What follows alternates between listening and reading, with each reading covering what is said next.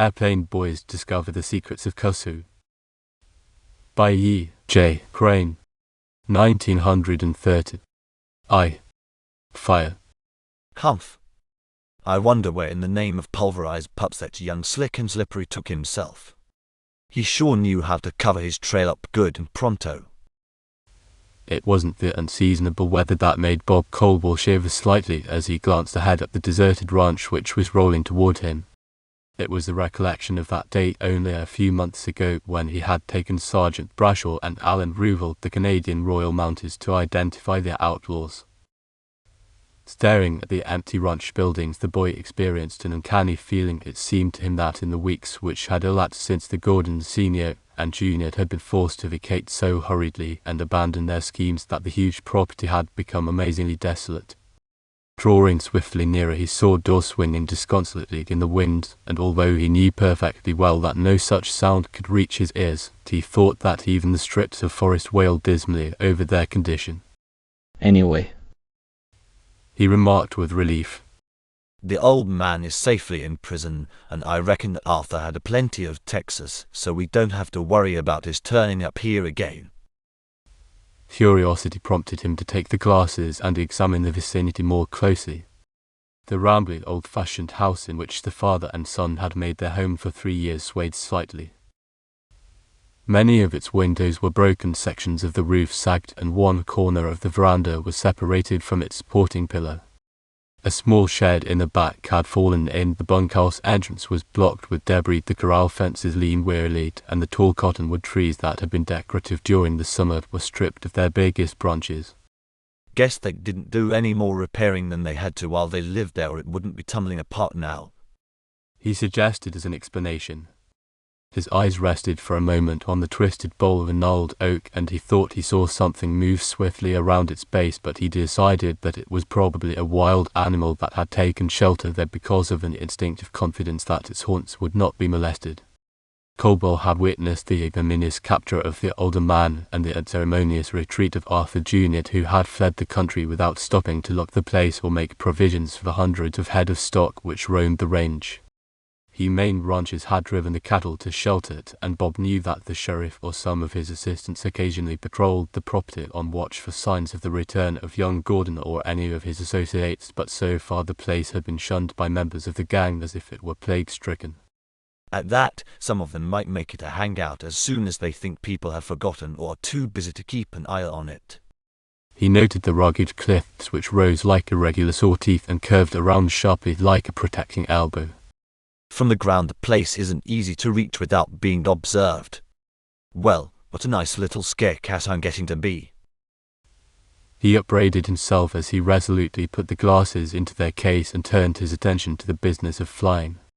Bob Caldwell was a younger member of the Flying Buddies, and he was returning from a hop in Her Highness to Crofton, where he had done errands for his mother and picked up the mail for the 3 adjoining ranches above the Gordons. On Cap Rock, his own, the Crossbar on the Pearl River, the Kea, which was the Austins and his home, and Don Horier's of the Box said. The recollection of the stirring events and the eerie atmosphere about the lonely ranch made him turn the plane's nose toward the blue dome of northwestern Texas until its magnitude and beauty enabled him to dismiss the sense of impending danger. We are all as safe as if we were in church. He grinned cheerfully then as the altitude meter read 20,000 feet. He leveled off and shot north.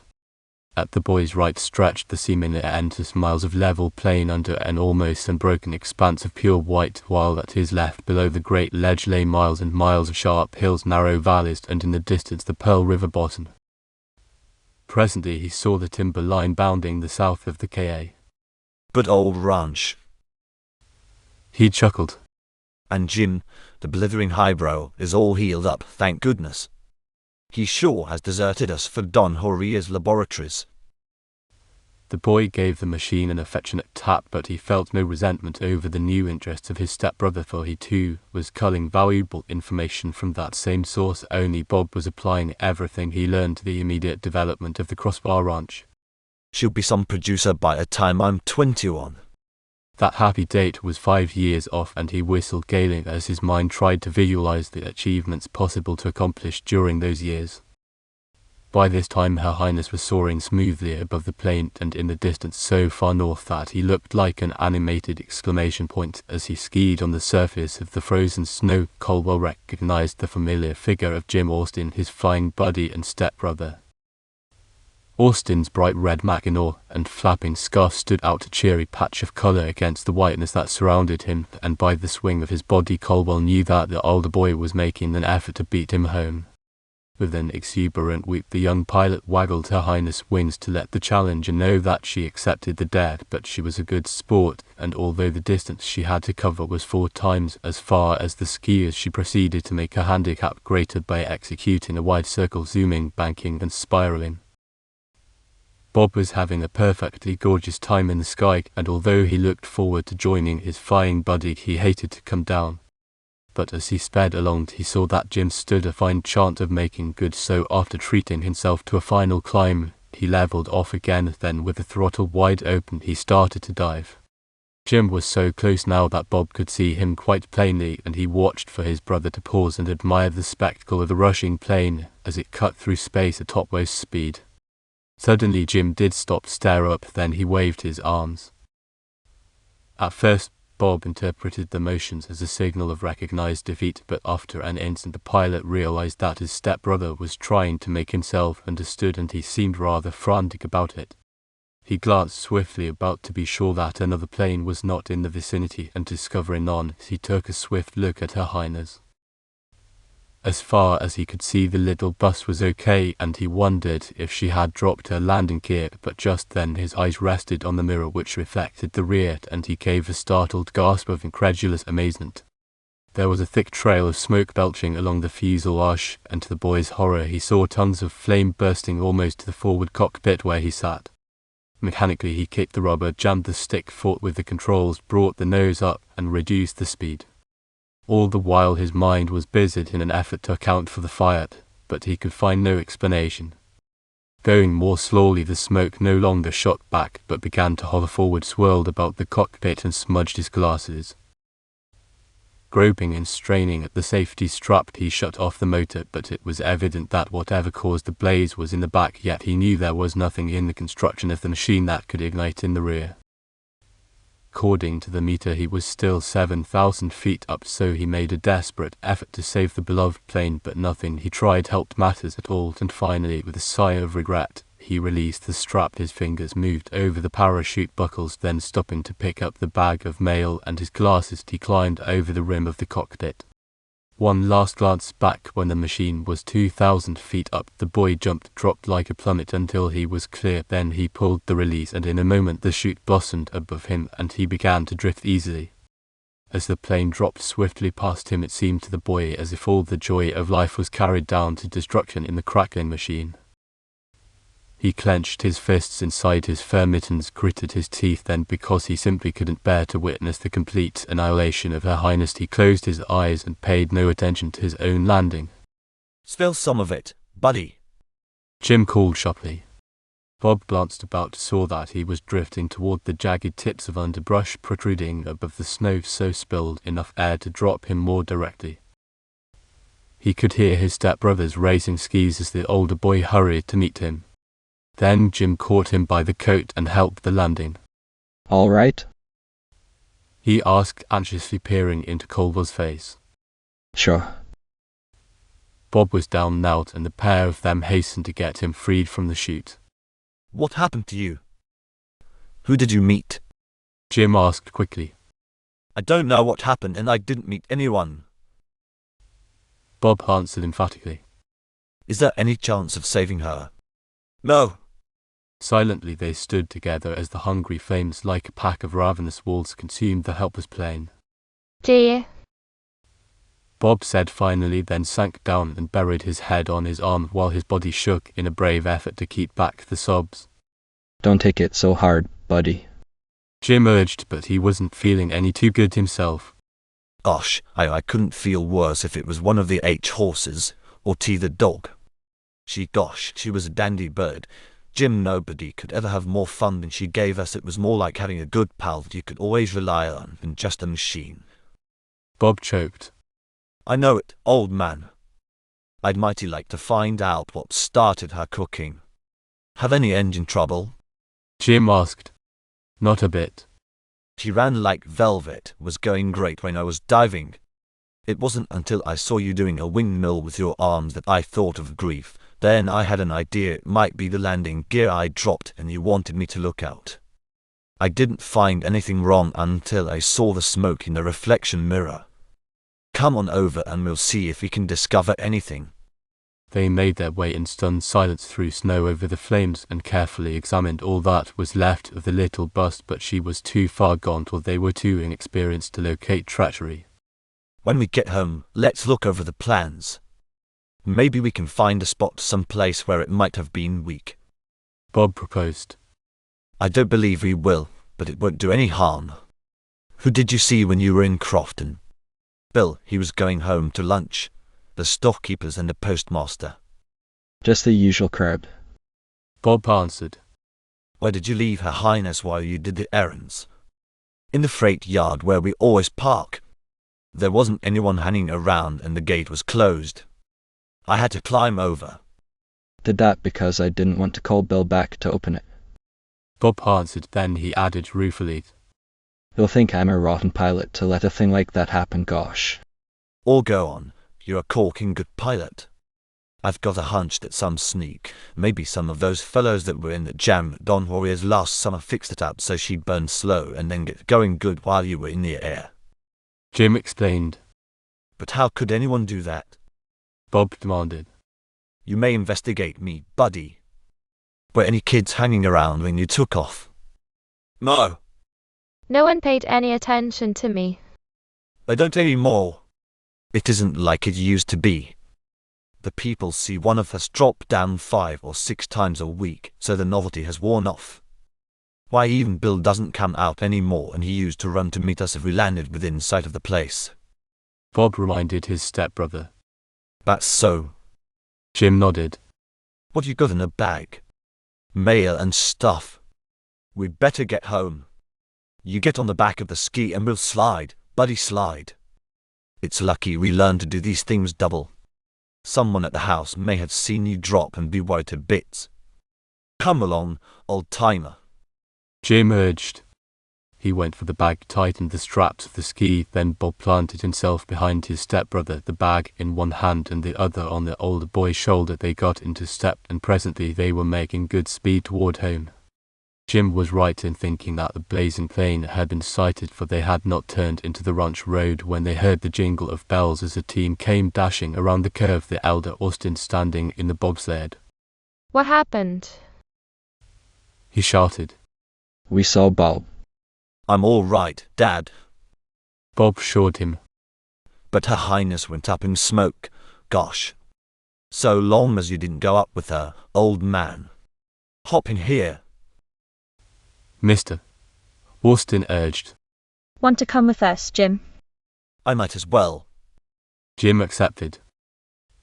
Presently the team dashed to the house, and on the long veranda Mrs. Austin was waiting. She had taken only time enough to throw a heavy blanket shawl over her head, and when she saw the flying buddies her eyes were filled with tears. Boys. We're top hole, both of us, Mum. Bob called cheerily. And I watched the plane, the smoke coming from the tail long before you started to dive, oh Bob. Now, you knew I was wearing my trusty shoot over me union suit. He teased, but he put his arms around her and held her tight. Your union suit, how long since you... Go on. Doesn't a flying suit look like a step-in or a union suit? Bob grinned as he led his mother into the house. The chore boy took charge of the prancing team, so Jim and his father followed. We have been lucky that the boys have not had an accident before, Mother, and really the danger, no matter what happens, isn't very great when they have first-class chutes ready at a moment's notice to land them safely. They both know enough to jump and keep out of difficulty. Mr. Austin remarked quietly. To be sure, and me trusty sidekick was on the job with the elongated feet to bring me's over the snow in fine style. Bob laughed. They were in the living room now, both of them peeled down to ordinary clothes, and stood before her, a pair of fine-looking towheads. What started the fire? Mrs. Austin was not to be put off. As your devoted stepson so aptly puts it, you may investigate both of us, but I expect it was an exposed wire somewhere. Bob answered casually. Did you look to see? She persisted. We did, but Her Highness was too hot to do much examining, and my breadbasket too empty for me to want to linger so far away from the commissary department, namely, the eats dinner almost ready. It'll be served in a few minutes. You hurry and get cleaned. She urged, for the present need made her forget the past danger, which was exactly what her son was endeavouring to achieve. During the evening meal the subject of the wrecked plane was studiously avoided, but not because the boys did not feel the loss of Her Highness very deeply. Through their minds flashed snatches of memory that made it mighty difficult to laugh and joke with Mrs. Austin, but they kept the pretence up courageously. However, later that evening Jim and his father were in the ranchman's office alone for a few minutes. Then the boy's shoulders slumped as he stared through the window toward the starry sky. It's too bad, old chap. Dad remarked thoughtfully. Any idea how it happened? I don't like to say much before Bob's mother. I don't understand it, Dad. From what Bob says, she was working first class, every part of her, right up to the minute that he discovered she was ablaze. If a single part had gone wrong, she would have showed it by the indicators or in the reaction of the controls. I do not believe that the kid would have missed anything. Lots of times he's quicker to locate pending grief than I am. The boy replied softly. Have you any suspicions? Not one. He said that as far as he knows, while she was parked in Crofton, no one came near her, and she flew like a charm all the way. Sure there isn't some technical solution to the mystery? If there is, I don't know it. I thought of writing to the manufacturers and stating the facts and see if they have any suggestions. Jim answered. Could someone have put something inflammable somewhere around the tail assembly, something arranged to burn slowly? The man suggested. I've thought of that, Dad. But there isn't anyone in the state, outside of jail, who would be revengeful enough to do it. The men who were given the shortest sentences in that trial after the attack at Don Jorge's last summer still have over a year to serve. None of them that I know have been pardoned. If any of them were, I am sure the sheriff would have told us. Mr. Austin volunteered. Yes, he would. It's a cinch, Dad, that not more than one or two of that whole gang who were sent to prison know enough about airplanes and flying to set a trap that would go off like that. An amateur would have started the fire and let her go any old way. If the thing was a piece of treachery, it was managed by an airman who didn't take any chance of his plot being discovered too soon. I can't figure out that anyone is guilty of such a mean trick, but I don't know how else it could have been done. With a sigh he turned back to the room and sat by his father's desk. You are going to miss it a great deal. Like fury. Dad, I want to get a job piloting and save up for a new machine. Somehow, I can't see how we can get along without a plane. I will not agree to your giving up your studies, old man. The more you learn while you have the opportunity, the better off you will be later. I'm quite sure that Mother will feel the same way about Bob. She has been most happy lately because of his interest in books. The boy's face drew down, but he tried to accept the verdict manfully. After a moment he drew a deep breath. All right, Dad. He agreed. His father smiled. Since you two came home this afternoon, I have been doing some thinking on the subject. While we had Her Highness, we accepted her rather as a matter of course. One of you would go, at a moment's notice, on an errand which ordinarily would take several times the time it took to go by air. Yes. Jim nodded his head, but he wasn't following very closely. He was thinking that it would probably be months before he and his flying buddy went roaring into the sky again. It wasn't easy to be cheerful. This winter has started out as if it is going to be a very hard one. The man went on quietly. Yes, sir. It's been a long time since we had so much snow. Jim replied. Years. In fact, I don't recall one like it since I was a boy, but seasons are always doing the unexpected. Sure. Jim replied as his father paused. To a stockman that means loss in straying cattle and horses. Young stock get lost, Sometimes it takes cowboys weeks to locate them, and often only a few can be saved. That's according to the old method. I'm going to miss getting the mail every day too. It's quite a novelty reading the newspapers when they are not weeks old, especially in winter. He rambled on. I'm sorry. Jim said earnestly. We all are. It seems to me, Jim, that Bob's idea of doing things in as advanced a method as possible is the greatest money saver we can invest in, so I think that for the present I shall purchase a new plane. It will not be quite such a splendid model as Her Highness, but it will help us out for the time being. Dad! Jim stared at his father, then he added weakly. Even one of the cheaper ones cost quite a lot. Don't you think it will be a good investment? Ha ha. Jim laughed. Why, Dad, I think it will be corking. We'll save a lot of the stock and I'll fly for your paper as soon as it's off the press. He promised eagerly. Then we. May we come in? That was Mrs. Austin, and she was followed by Bob, who dutifully held the door for her. You are always welcome. I say, Jim, Mom says that Dad got Her Highness, so she wants to get us a new crate. My dear, the boy told me he was going to get a job piloting for the winter that would never do, and I should like to know, it's been rather delightful. Reading your newspaper before it gets old. Jim interrupted with a wide grin. That's the same tune Dad sang to me, and he's going to get a plane for the ranches. Now, my dear. It's all settled, my dear. Mr. Austin assured her. We were just discussing the details, and we like our plans so well we do hope that you will not do anything to spoil it. The two boys looked at the grown-ups and chuckled. Tell you what, Jim, when the bus arrives, let's teach them to be a pair of flyers. I believe it would be very interesting. Mrs. Austin said quickly, but her husband looked grave. You'll both be safe as in church. Jim laughed heartily, then he and Bob executed an Indian dance about the parents until those worthies begged them to desist. Roman 2. Tracks in the snow. The 4 days which followed the demise of Her Highness were sad ones, and the whole family on the Kea ranch missed the convenience the little plane had afforded them. It seemed to the buddies that doing everything without the machine was far slower than they had ever realized, but they were both too busy to waste time in regret over the loss of their capable assistant. Then the morning of the 4th day brought the steady roar of an airplane as it beat its way swiftly down Cap Rock, sliding and sliding on a pair of runners until its pilot succeeded in bringing it to a halt. Mr. K.A.? He called to the cowboy who was racing to meet him.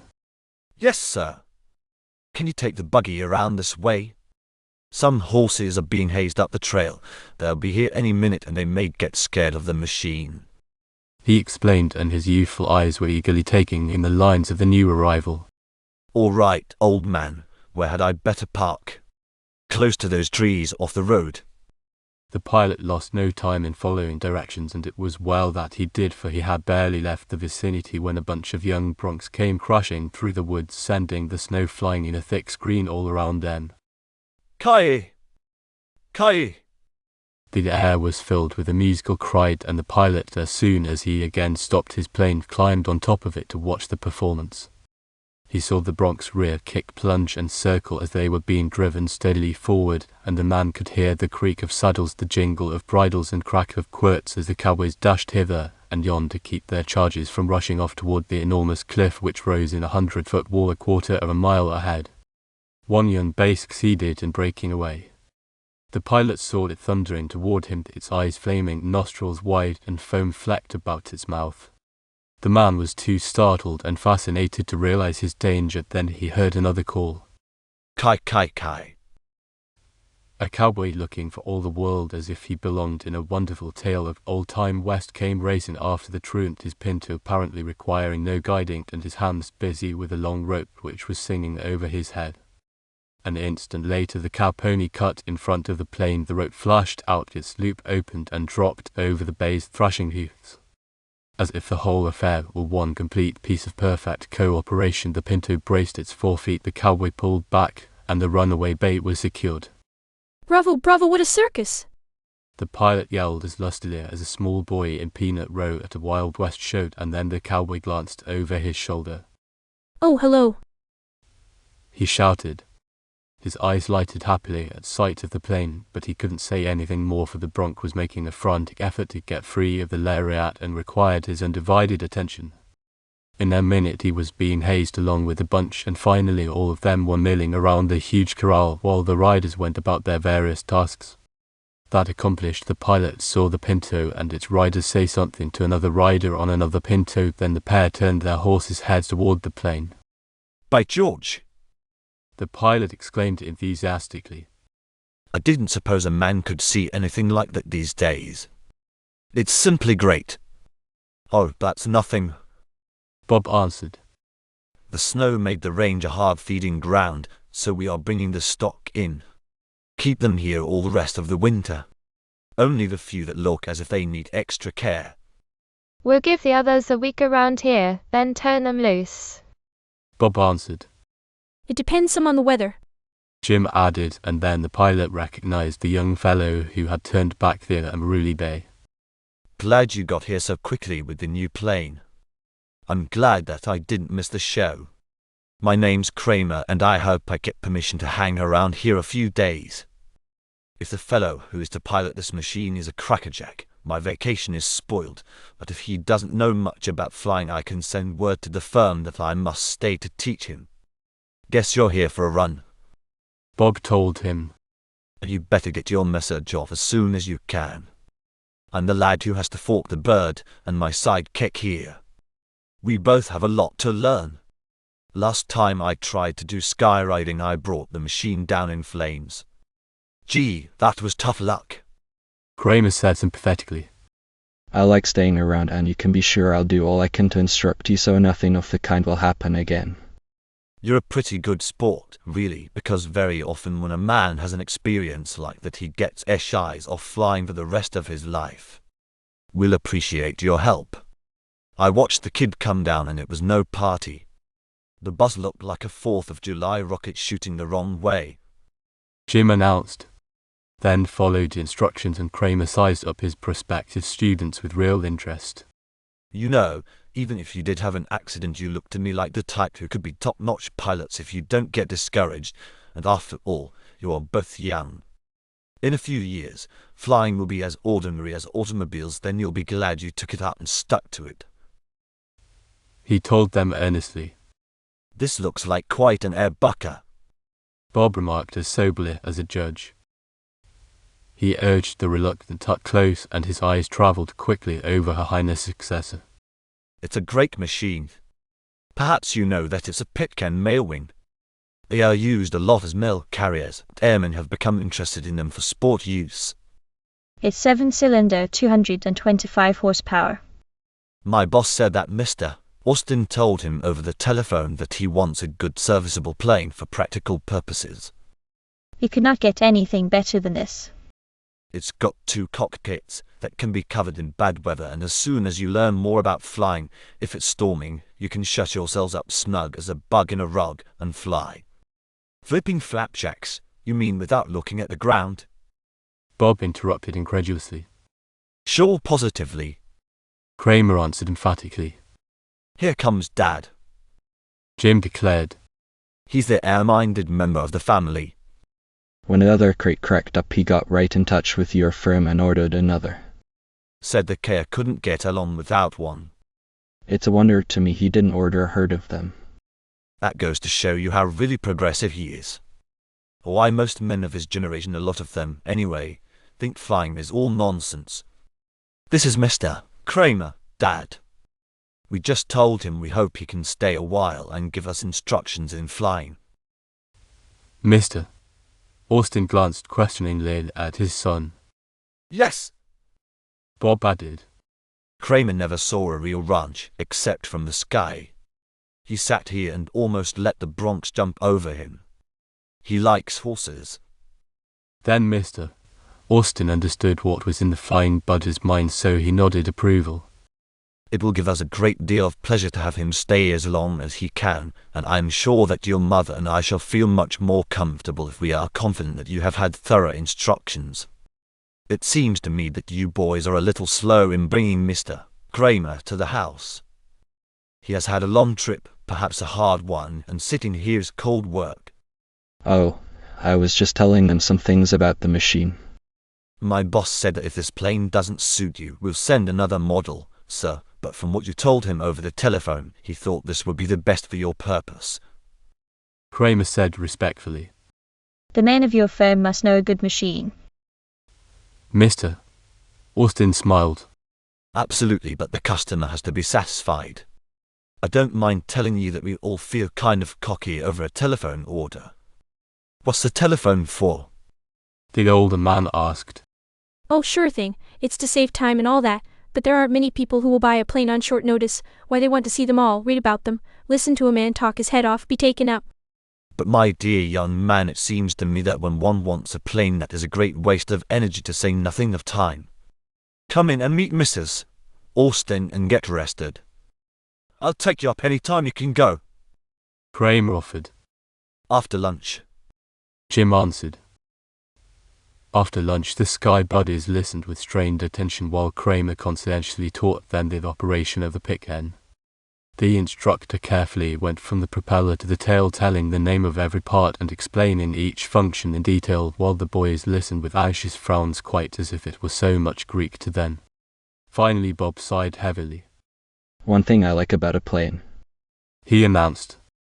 You'll soon learn to like the whole bus. Kramer smiled. But what appeals to you particularly? The tail. Dogs and horses have them, and they are real, understandable parts. The boy replied soberly. Yes. Jim added. But a dog or a horse doesn't have to have anyone work his tail for him. He manages his own rudder. I expect you know dogs and horses better than I do airplanes. Kramer laughed good-naturedly. Perhaps, while I'm here, you'll give me a few lessons in managing them. Sure. Jim agreed heartily. We'll dress you up in a pair of slip-ins and show you how to fork a bucker. Guess I'd rather watch someone more experienced do that. I say, if you want to go anywhere, we might take a hop. Perhaps the first time up, I'd better do the piloting, but you can learn a lot. Mon wants some pink crochet cotton. Let's go to Crofton. Bob proposed, then added quickly. You take Jim in with you first. I'd kind of like to sit in the back with nothing to do. That's all right with me. Why the heck can't you let me take things easy? Jim urged. Go on, you learn first. I have to get over being shy. Don't want my insides doing a tailspin till they get kind of used to it. It's a good idea. Kramer put in. Sit in the back until we get to Crofton. It will restore your confidence. Perhaps on the return trip you can ride in front. Wool. Jim drawled. Sure that's pink crochet cotton? Absolutely, I wrote it down. Bob fished about in his pocket and found a scrap of wrapping paper. Here it is. One skein of blue twist. You were almost right, buddy. Kramer laughed heartily. Anything else she wants while we are there? The mail. Jim answered. And the newspapers? Bob grinned. Fine. Let's go. Presently the pick-hen was soaring splendidly into the air, and in the front Jim eyed the controls. His fingers itched to take hold of them, but he braced himself and hooked his hands under his safety belt while Kramer cheerfully did his piloting so the student could see every operation and analyze its purpose. Once in the air it wasn't so simple keeping up the pretense of ignorance, and twice Austin nearly gave himself away, but Kramer was so absorbed in his task that the slips were unnoticed. However, he did feel that he was making great progress with his youngster, but he rather anticipated a more difficult time when he took Bob in hand. There wasn't a single mishap during the trip, and finally, when they reached the little town, the pilot began to look about for the best place to land.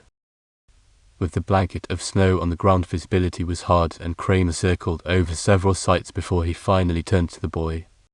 I'm looking for a place to come down, he announced through the tube. The cattle pen by the freight yard. It's been trampled, Jim suggested and pointed to the triangular runway. It was smaller than Kramer wished and built on a steep incline, but he didn't want the new owner to think the plane wouldn't do all that was expected of her, so he started the descent and at last landed perfectly.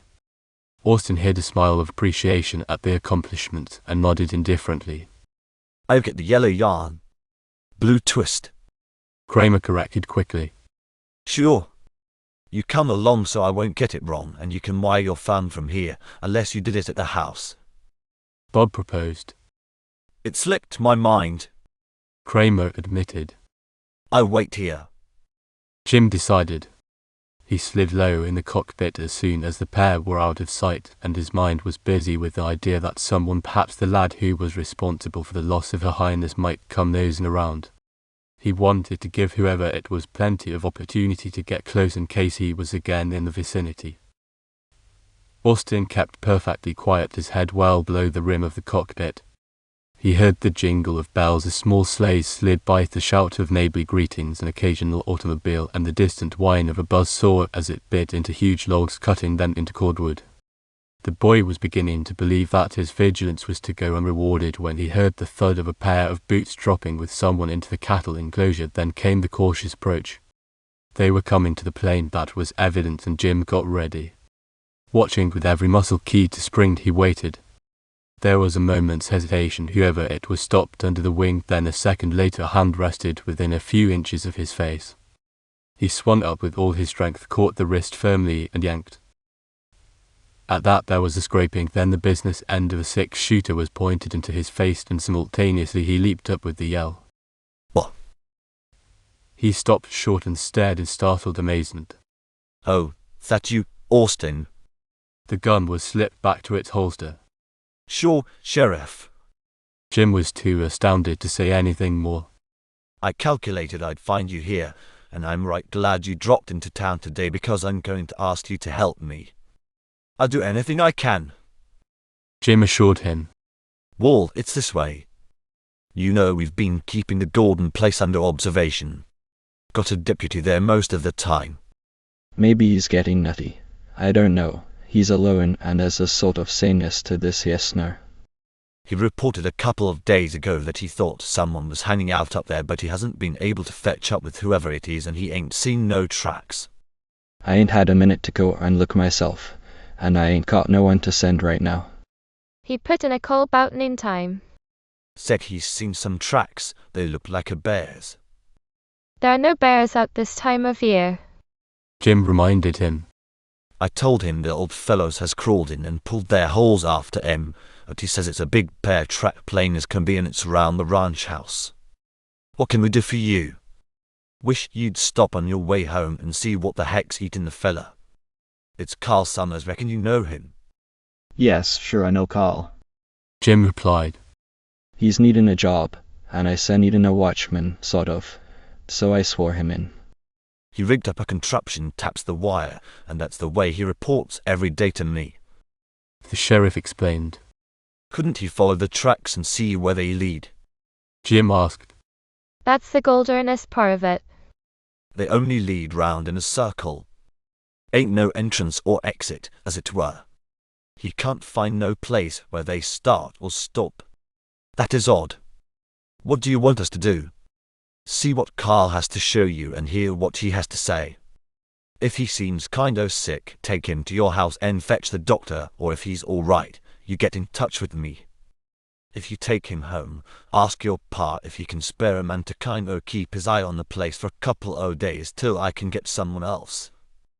I gotta be my bonnet that young Gordon will land back there one o' these days, and I'm aiming to catch him when he does. We'll be glad to stop and have a talk with him. I can telephone you from there if it's anything serious. Jim agreed. That's fine. I knew I'd find you here soon's I saw Bob swinging up the street. Watched you the other day when a kid came down and you were loafing here. He broke off suddenly and frowned. Why the name o' hen's teeth did you make such a grab at me? Boy, you might o' got a whole round of lead in you, and I'd had a fierce time apologizing to your folks. I was watching for a sneak. Think you caught him? Oh, no, I know I haven't, but say, what did you mean when you said that you saw me in the cockpit the other day? Jim asked. Saw you from my window up there. That is, I happened to look out and discovered the plane parked in the freight yard and you fussing away in the back seat. I didn't come with Bob the other day. Jim told him. You didn't come. My eyes saw you as plane. My face. Jim was excited. He hoped the sheriff could describe the fellow who was responsible for the loss of Her Highness. Well, no, can't say that I did. Saw the top of that helmet, and as I know there are only 2 flying buddies in these parts, I reckoned it was you. The man answered, and Austin was most disappointed. It wasn't, and great guns, I wish you'd come over then. He said with a sigh. He went on and explained about the burning of the plane, and the sheriff scowled. Thunderation, that ain't looking too good. He took off his hat and scratched his head. You all got a hunch that plane's death as it were wasn't due to no natural causes. That's the way it looks. All them guys that might be sore on you because of last summer the Don's place is working off their grudge in jail, that is, let me see, Gordon got away, the young fella I mean, and the chauffeur chap. Huff. Maybe Carl ain't so loony. You can shoot. Of course. Maybe it's mighty important that someone get up there to cull fast as he can get. You take a set o' irons, I'll get one for you and one for Bob. There's another chap with us named Kramer, he came with the new plane. I don't know if he can shoot or not. I'll get 3. The man hurried off, and while he was gone, Bob and the instructor returned with an armful of mail. Get that red. Blue. Kramer corrected with a laugh. We have to do an errand for the sheriff. By the time the officer had returned, Jim had given his companions details of what was required, and they both looked rather sober at the task before them. You boys know that Gordon, if you see him, don't take no chances. And get in a gang together, and we'll follow pronto fast as the automobile can bring us. We could take you along now. Kramer suggested. I can't leave the office for half an hour. Caught something needs my attention here, and it's almost as important as getting Gordon. Do you swear to do your duty as officers of the law and upholders of the Constitution of the United States? That ain't real regular, but you know what it means. I do. Came from 3 throats. Then they climbed into the cockpits. Roman 3. Pigeon shoot. Hit her up, loot the sun. Bob called as he climbed into the rear cockpit. Kramer let the motor run for a moment, then managed to smile at her performance. That's a motor. What motes? He announced. Soon they took off, and they looked most warlike with the sheriff's artillery added to their equipment. Through the minds of the sky buddies raced a varied assortment of possibilities regarding what they would find when they came down on the Gordon ranch. Jim rather wished that Bob was not along, for if either young Arthur or any of his former associates were there, no one would anticipate how much trouble awaited them.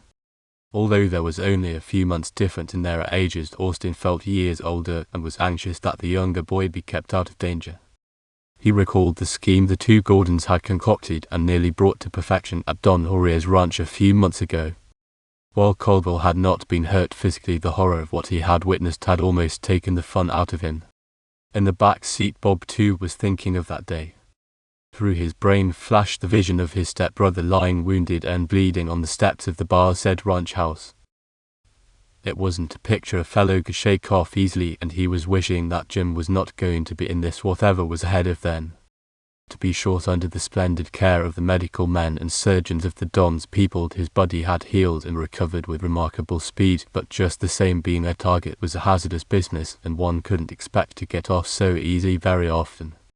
He whistled softly and determined that he would keep his eyes open and if possible shove Austin into the background. The plan looked good to the boy, and then he thought of something which seemed even better. When they came down, he'd suggest that his stepbrother fly on home and explain the matter to his father, who could get a number of the men on the K together and join the deputies at the Low Ranch. That was a great idea, and an even better one was to propose that Jim get in touch with Don Jorge. From this highly capable man's laboratory, something very effective could be accomplished.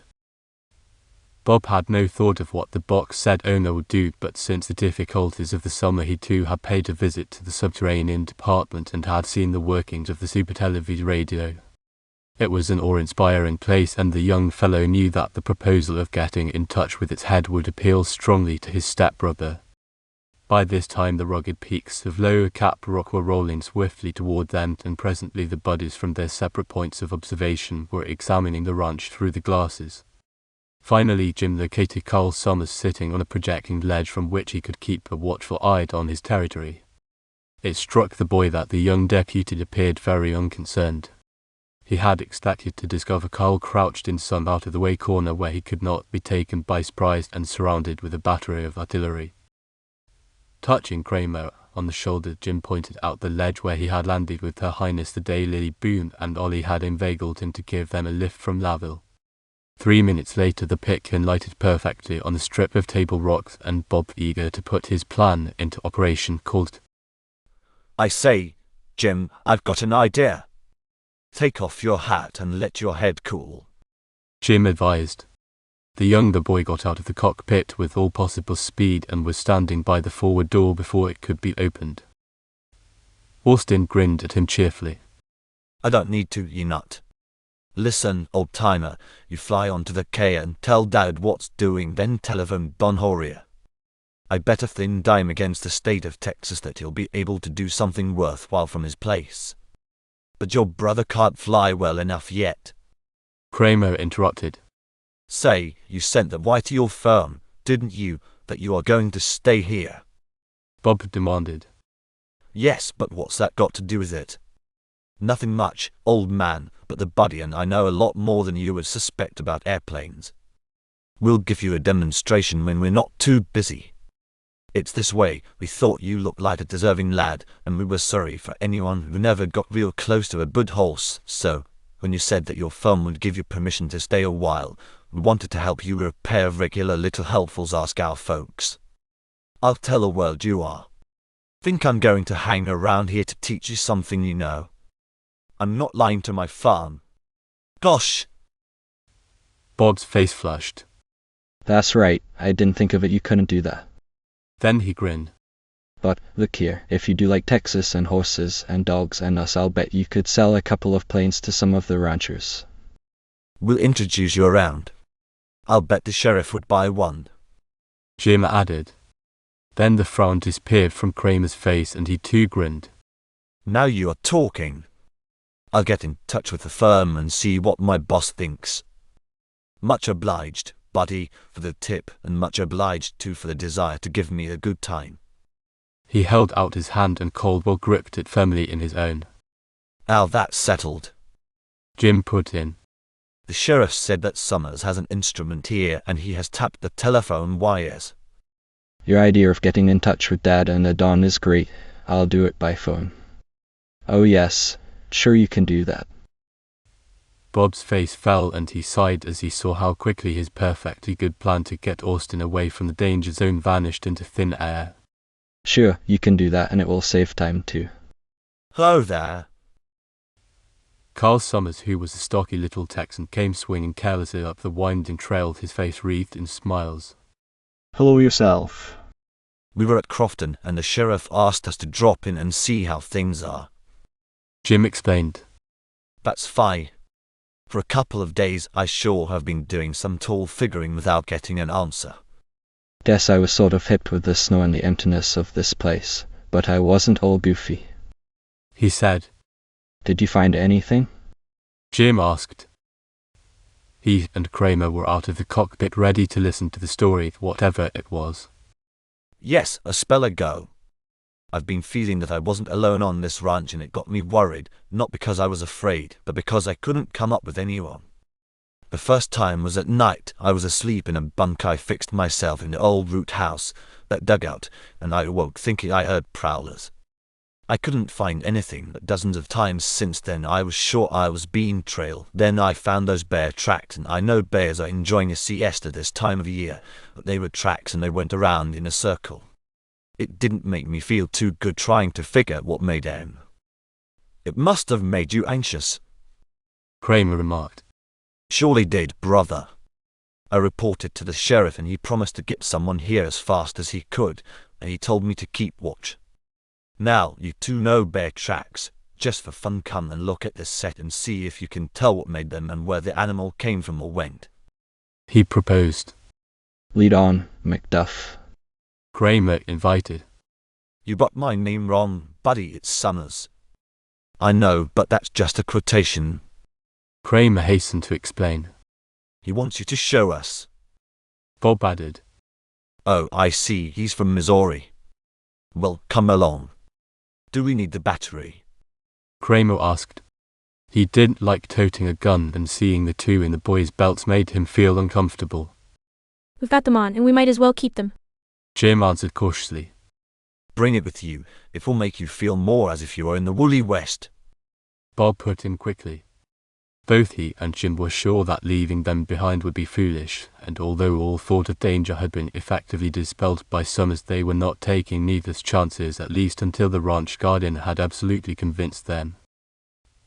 Carl made his way back down the slippery trail while the three followed single file. The descent was about 100 feet, and at the bottom they started to walk easily on the thick crust across a couple of acres of open space. Then they reached the back of a row of sheds which had been used for machinery, tools, and also a smithy and general catch-all. Summers removed the loose boards, so they went through it and then proceeded by a winding way past the numerous ranch buildings until they came to the further end where the deserted home had been erected. There were a few scrub trees around it, their branches poking up through the snow, and here and there were layers of soft snow that had not frozen because it had been jarred from the branches or blown from nearby roofs. Here you are. Summers stopped at the edge of a clear spot on the far side of the house, which was less exposed than the front and protected from the colder winds by the elbow of the cliff. The three looked down quickly, and sure enough they saw a set of tracks that must have been made by some large animal.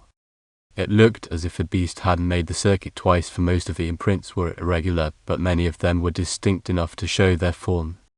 I pass. What's the joke? Kramer asked. They do look a little like a bear. Bob hesitated, and a moment later Jim turned to their guide. Is it someone who has his feet wound up? He asked. You go to the head, that's it. Cole grinned. Reckon if I hadn't been so blame scary I'd have thought of it myself. Whose tracks are they? Bob demanded. And why do they go round in a circle? Inquired Jim. Come along and see the rest of the exhibit. Carl invited. They followed him to the root cellar, which, as they approached, looked like a long high mound of snow. At the further side they saw the entrance, a short steep incline with a heavy old-fashioned cellar door that fitted into a frame which was level with the ground.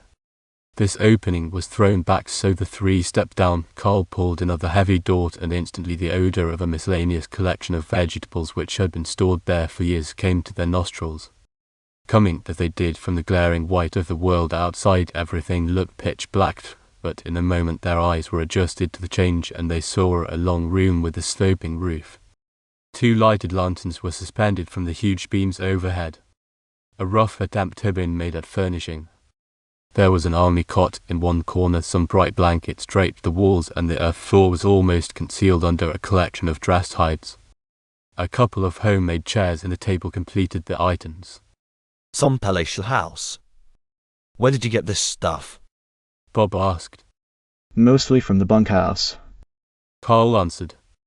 What's beyond that? Kramer wanted to know. He nodded toward the further end where he saw a partition of wide planks. Just another hole. I went in to see. These root houses used to be divided off. When I was a kid I played here one day and explored this place. My dad said that the first hole was small, but every year a new section was added to hold more, and some of them were used in hot weather to keep things cool. Summers explained. Great idea. Who's this? Kramer asked as he jumped back quickly. Pigeon Jute. You boys know him. Cole chuckled. A tall, slender Indian wrapped in a grey blanket had risen from the cot and stood staring at them gravely. Why, sure we know him. Jim laughed. Haven't seen you for a long time, Jute. How are the pigeons? Heap good. The Indian grunted. When I first knew him he was trying to get a breed of birds that would be world beaters on long distance. Jim explained. How did you make out, Jute? Bob asked good-naturedly, but the Indian merely grunted and shrugged. Real loquacious, isn't he?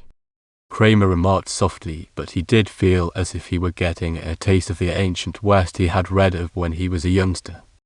He's all right. When I was a little kid, he used to do things for my mother, and he made enough bows and arrows to destroy an army, Bob declared. He was genuinely glad to see his old friend. I suppose you made the tracks. Jim laughed. You thought you would have some fun with Carl, so you hopped out of a tree, or started them by jumping from where the ice is clean. Jumped. Came the brief explanation. So that finishes the mystery. Bob sighed with relief. Surely does. He showed up today and wanted something to eat. I was as glad to see him as if he were a bouquet of spring flowers. Carl assured them. I should have wanted to punch his juror. Kramer laughed. You wouldn't if you hadn't seen a human being for 2 weeks. Besides, I've got a sense of humor. Summers answered. We've brightened your day a lot, old man, but we've got to breeze along. Does the sheriff know what the answer is? Jim asked. Yes. I just caught him when he was ready to start up here, so he called off the reserves and went back to work. Much obliged to you all for dropping in, and I hope you do it again. Maybe it's just as well if we stay on our side of the line a while longer, but you have skis, slide up and pay us a visit when things get too dull. You ought to rig up a radio. That would keep you in touch with a lot of fun. Jim suggested. I've been building one. Want to see it? We'd better not linger any longer. It's getting late. Bob urged. Now that the mystery was solved, he began to feel that he and Jim couldn't get away from the place any too quickly. Besides, the short day was coming to a close and it would soon be dark. The Indian followed them outside and strolled off unceremoniously. He's got some trap set in the cliffs, Carl explained. They watched the tall grey figure striding over the snow almost as swiftly as if he were on snowshoes, and soon he was lost from sight. He stepped so lightly that he didn't leave an imprint. How do you like being a ranch nurse? Bob asked, just to make conversation as they hurried along. It hasn't been so in Tur. He stopped short in his answer, and for an instant the four of them stood in startled silence. To their strained ears came an unmistakable rumble. Is it a plane? Jim asked softly, but he knew it wasn't. The words were hardly out of his mouth before the rumble grew into a thunderous roar. The earth under their feet rocked as if it had a convulsion. There was a terrific boom, followed in quick succession by 3 more violent explosions which threw all 4 of them on their faces. Kramer struck an icy spot and slid 20 feet. The land behind them ripped open. A sheet of flame and smoke belched forth, carrying huge rocks, hunks of earth and ice which flew high, wide and handsome, then began to shower as far as the cliffs.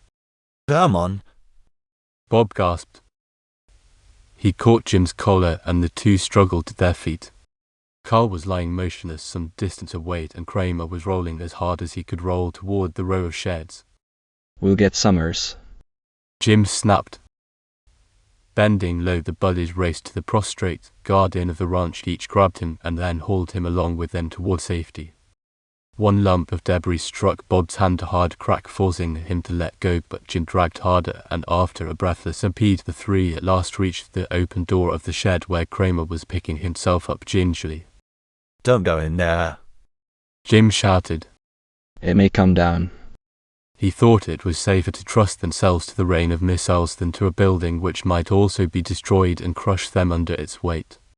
By that time Carl was gaining consciousness, and he jerked himself to his feet.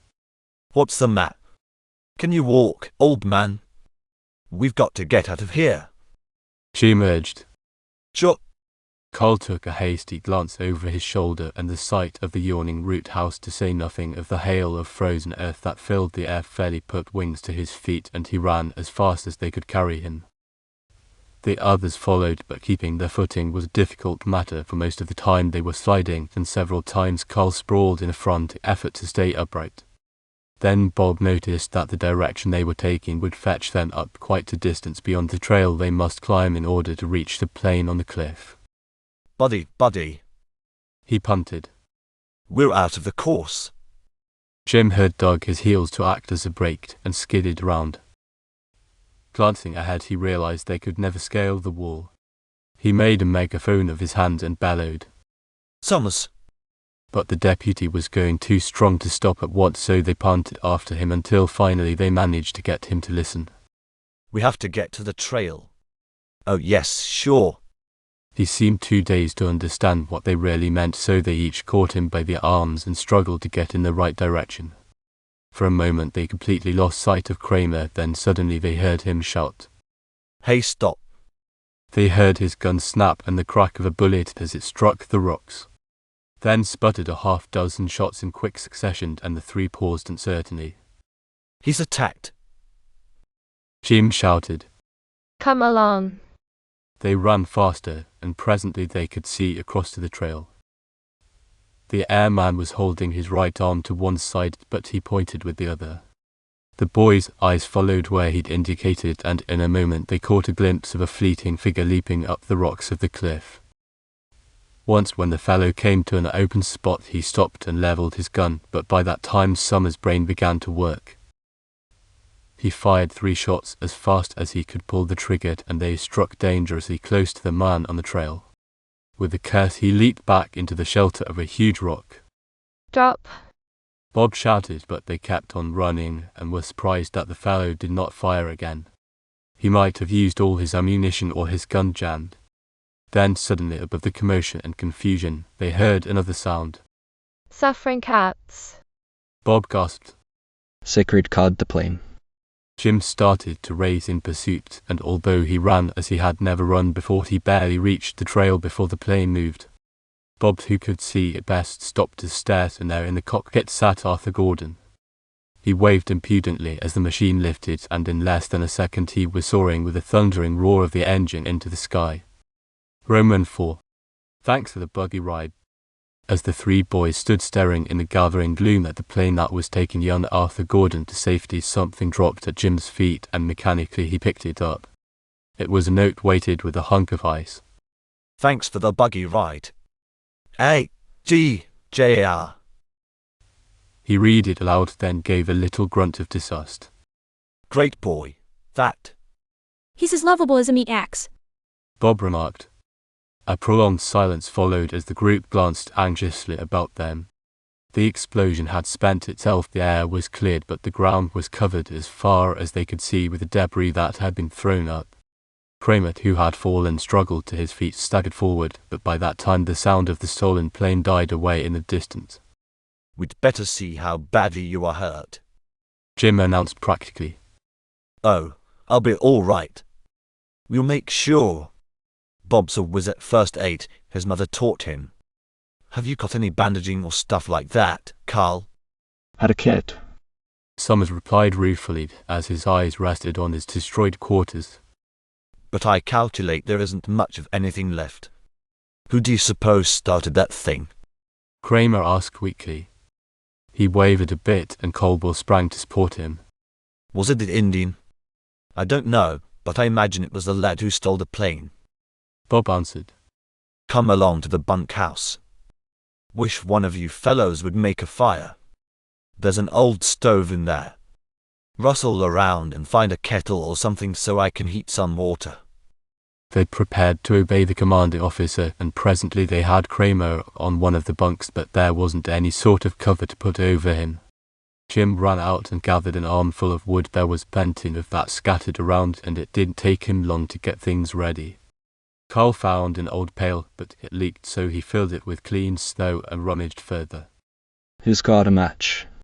Jim asked. I haven't. Neither have I. Bob added. I had some in the root house. Feel around in my pockets, buddy. I guess you'll find a few in a folder. The folder was located, but there were only 2 left.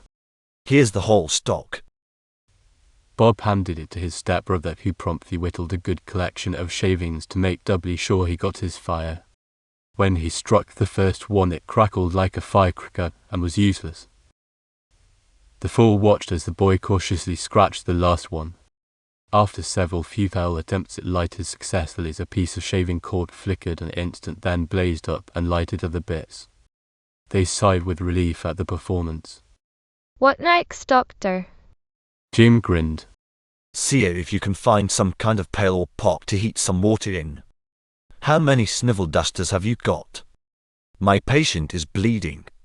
2 clean handkerchiefs were produced, then leaving the patient and his attendant, Carl and Jim started to forage for a container. After a 5-minute search they found a pot which was serviceable, then they filled it with snow and took it in to melt. Couldn't you get any water? Bob demanded. No. Jim answered. Kramer was partly stripped and the boy found that he had been shot in the shoulder.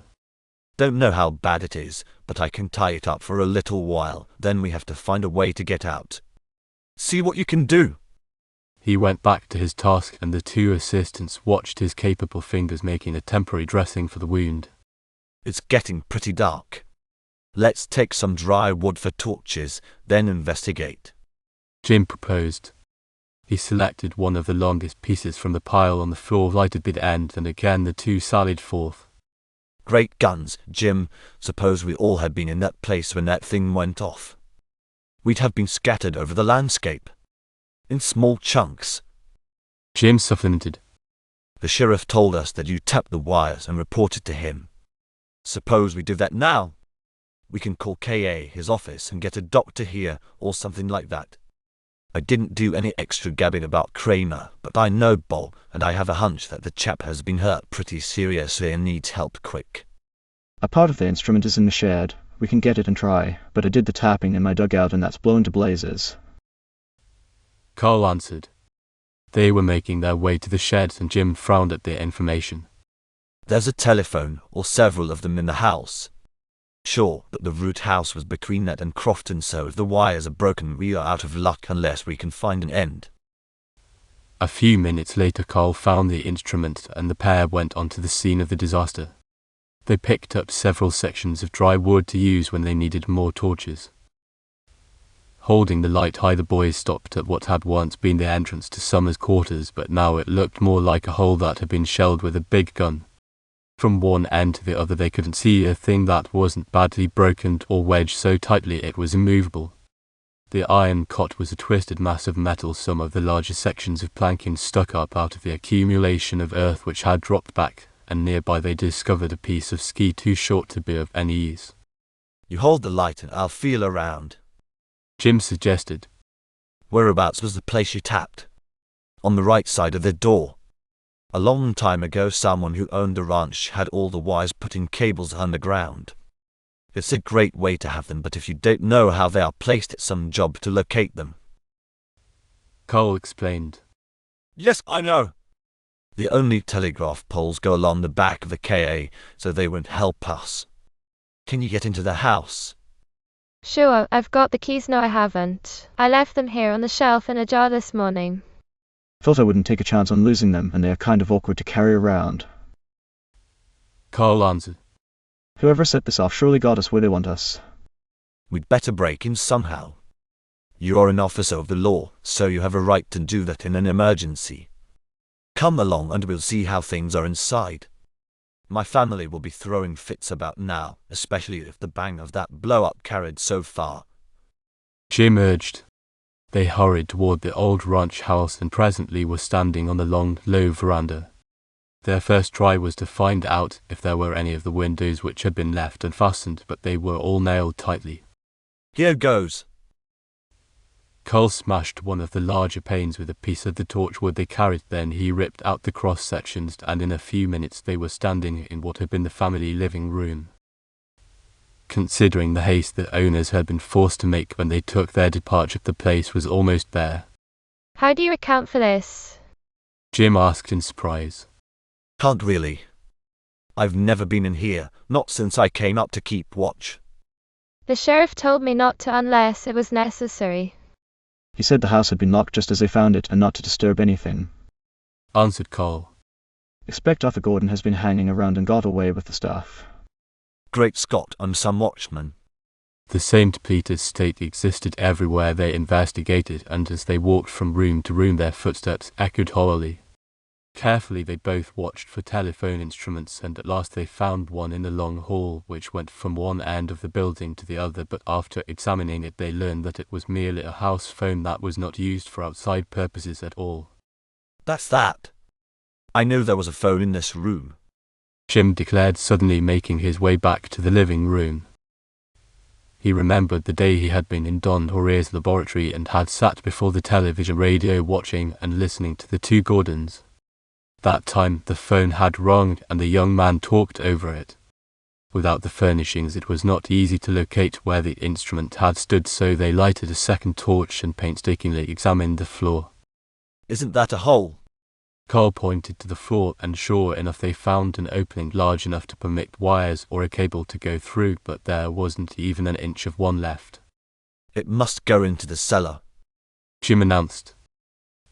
He stood a moment to get the position, then they searched for the trap door through which they followed the stone steps down to the cave-like basement. It too had been systematically cleaned out. There wasn't a useful thing in the place.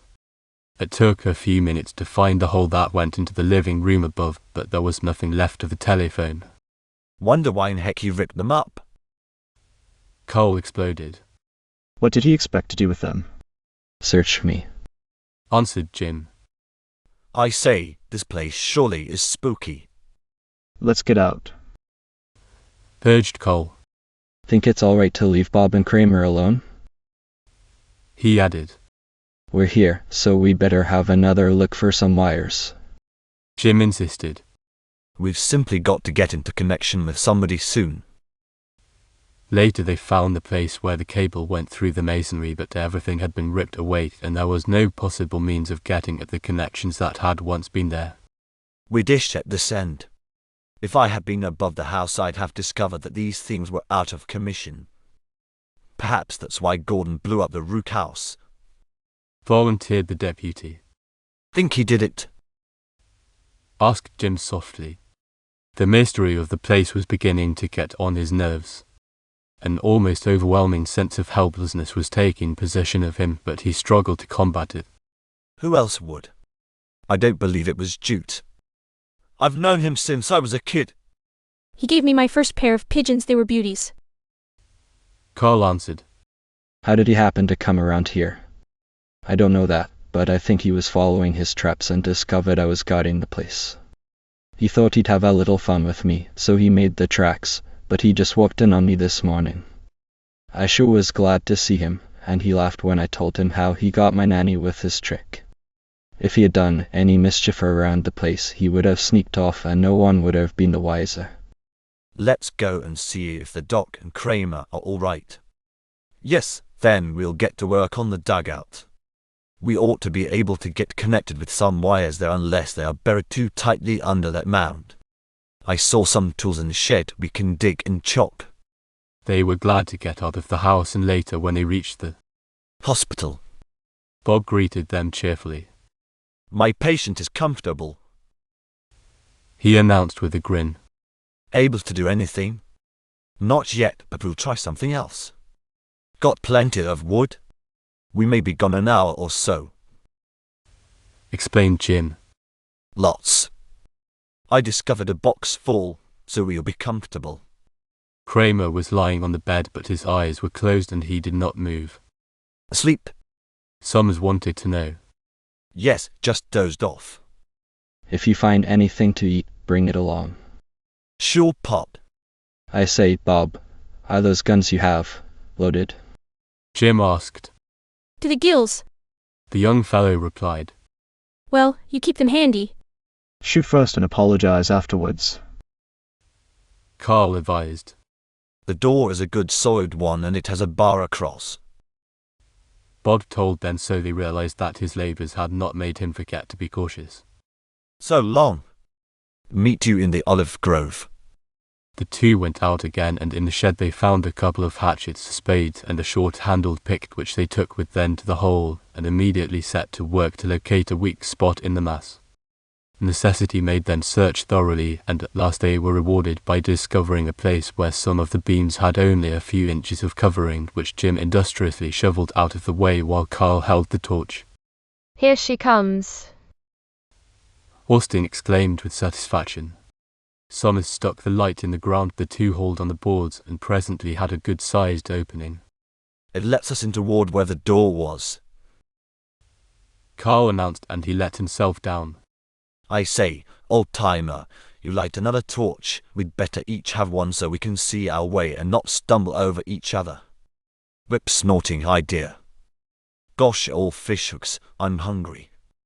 There is some grub. You look at the far end, you'll find a sort of cache I made near the partition. I'll see if I can get at the wires. They started on the task, but the debris cluttered the root house, so they were forced to proceed slowly, and several times they helped each other lift pieces of logs and rocks out of the way. Finally they were busied at their respective ends, Carl looking for exposed wires and Jim trying to find some food that had escaped destruction. He had to do more chopping and hammering, and after several minutes he succeeded in clearing a wide section of the partition, but he didn't locate the cache, so he went to work again, stopping once to kindle a fresh torch, and with its bright light he discovered that he had come through the dugout to the second cellar. Having any luck? Carl shouted. Not much. He answered. How about you? I think I'll have it in a minute, replied Carl, and he began to chop away while Jim at the opposite end stepped into one of the older sections. Like the front of the place, this too was wrecked, but not quite so badly, as there had not been such a variety of things to scatter. However, one side was inaccessible, and although Jim saw nothing of special note on the other, he decided to examine it anyway. One thing which attracted his attention was a quantity of paper which looked as if some big books had been torn to bits and some of their pages burned. Curious, Austin picked up some pieces, wondering from where they had come. Then he found out for right in front of him was an opening. Beyond the boy was a very small room which seemed to be lined with some sort of masonry. It was about 7 feet square and had projections which might have been used for shelves and seats. On the floor was more of the paper like that which he had picked up outside, but in the poor light the boy could not be sure if it was blank or not. A queer joint, he muttered, but a closer examination revealed nothing more, and there was no explanation as to why the small room was there or for what it had been used. The torch was beginning to burn close to his hand, so he made his way out. They could explore it later. Hey Jim, I got it. Whoopee. Good work. Jim stuffed a few bits of the paper into his pocket and hurried to see what Summers had accomplished. He found that the deputy had unearthed a wire, had attached his instrument, and was listening for a response to his call. At last it came. Then, after a moment's delay, Carl began to put in his message. I say, Sheriff, Arthur Borden, the young fellow, was here. He got away in the Austin's airplane. There was a pause. He blew up the place, but we're all right, except Kramer. He was shot. Another pause, then Carl looked at Jim. He wants to know how much gas was in the plane, how far it could go. Austin frowned and thought hard. Then he remembered that as he sat in the cockpit with the pilot, he had calculated that there wasn't enough to carry them more than about 60 miles. Not much unless there was a reserve tank, and I don't believe there was. He answered. We can find out for sure from Kramer, if he is able to talk. Only the little. Then followed a series of quick questions and answers, and finally Carl disconnected with a sigh of relief. They discovered at Crofton that they can't hit the ranches up Cap Rock on the telephone, and some line men are out looking for the trouble. Your father sent a message through from the Horia place, sent it to the North Station, and it was relayed back. They wanted to know what had happened to us. I suppose our folks are on their way down. Jim remarked, and he was mighty glad. Sure thing. The sheriff is going to broadcast about Gordon and have every plane watched. Too bad it wasn't earlier in the day, but the landing field will turn on the searchlights. It isn't a dark night, and if he has to come down for gas, he'll run the risk of getting picked up. Carl put the instrument in the spacious pockets, and they felt he had done a good job. I didn't find a blamed thing to eat, but I guess we can survive until someone comes. Say, Summers, I opened a queer hole. Come and look at it. Jim urged, so he led the way back to the paper-strewn section. They crawled through the opening, and Carl stared in puzzled wonder. Great guns, I never saw a place like this before. He tapped about the wall but made no further discovery. What do you suppose it is? Tell you what, it might be a hiding place. Before the blow-up, I looked behind those boards and even went into the second division. It was just another place for storing potatoes, or something like that. Canned fruit, perhaps. Carl answered. What was this metal room used for? Bob's mother has a closet for preserves in the cellar at the Kea, and she has one on the crossbar, but they're just built in places to keep things at an even heat or cool. Nothing like this. Jim explained. Sure, I know, my mother has one. Tell you what, this is an old ranch, was settled by some of the first cowmen when the country was pretty wild. It might be that the owner had this in case of a raid, a place big enough to keep his wife and children, something like that. He might have wanted to keep them safe from Indians. It looks to me as if this is about 5 or 6 feet below the surface of the ground, and quite a few people could stay here, but not for long. Jim remarked. It would protect anyone who got in from being butchered, or in case the ranch houses were burned. Carl suggested. Perhaps that was it, but I don't see why all the paper. Jim argued. Neither do I, unless they had books, accounts and that sort of thing. Some of the descendants could have used it as a safe deposit, but I haven't got another guess. Come on and see how Bob and Kramer are. They didn't wait to do more than throw a few pieces of plank over the openings, and then with need torches they made their way to the bunkhouse, which was pitch dark. Jim caught Carl's arm, and instinctively the two stepped as softly as the hard snow would permit. When they reached the door, Thorsten listened, but not a sound came from inside. He tapped softly, his heart hammering against his ribs with dread lest something had happened to his flying buddy and Kramer. He wished heartily that they hadn't lingered so long. Knock again. Carl whispered, and Jim did. There was a soft movement from inside. The bar was lifted carefully, and finally the door moved, but only wide enough to permit the barrel of a gun to be poked through. Hands up or I'll blow you up. Buddy Bob. Oh, why the heck did you come sneaking around like a pair of coyotes? I had a dozen things since you left. Come on in. Get anything to eat. The two entered, and the younger boy turned up the wick of a small lantern. Gosh, I thought you fellows had been buried. No, but we got word to the sheriff. Cole explained. How's Kramer? Crazy in the head. He's been muttering and twisting around until I had to tie him down. Just then they heard the welcome honk of an automobile, and 2 minutes later Mr. Austin and Don Horia were at the door. When do we eat? The substitute doctor demanded. Right away, my boy. Your mother knew that you would be hungry. God bless her, she knows we're always up. Caldwell grinned, and the rest of the party laughed heartily. Fee. In the lab. Humph! Now I feel as if I am alive. Bob had just swallowed the last bite of a delicious fried chicken sandwich, and he blinked contentedly about the room. They were all in the bunkhouse at the Gordons. Sargo, who had accompanied Mr. Austin, and Don Horia had relieved young Caldwell of his patients, so the Flying Buddies and Carl Summers could give their undivided attention to the basket of food the rescuing party had brought with them. At that moment Kramer moved, opened his eyes, and stared at the dark man bending over him.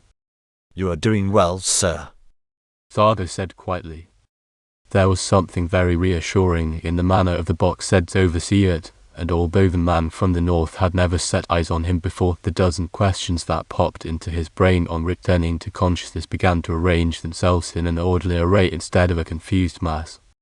Guess you're a doctor, he said. I know a little. Sargo admitted. I say, Kramer, was there an extra tank of gas in that bus? Jim asked. We have been trying to calculate where it would have to come down. Guess? Oh no, I left the extra ones at your ranch before we went to Crofton. Thought I shouldn't need them, he replied. Then that chap couldn't get more than about 50 miles. It would depend upon how he flew. He'll get about 60 or 65 if he conserves it, answered Kramer. Great, then he would have to come down in Texas. Feel like eating something? There is a little left, but believe me, it has taken great self-restraint on our parts to save anything. He may have a little, then more before we leave.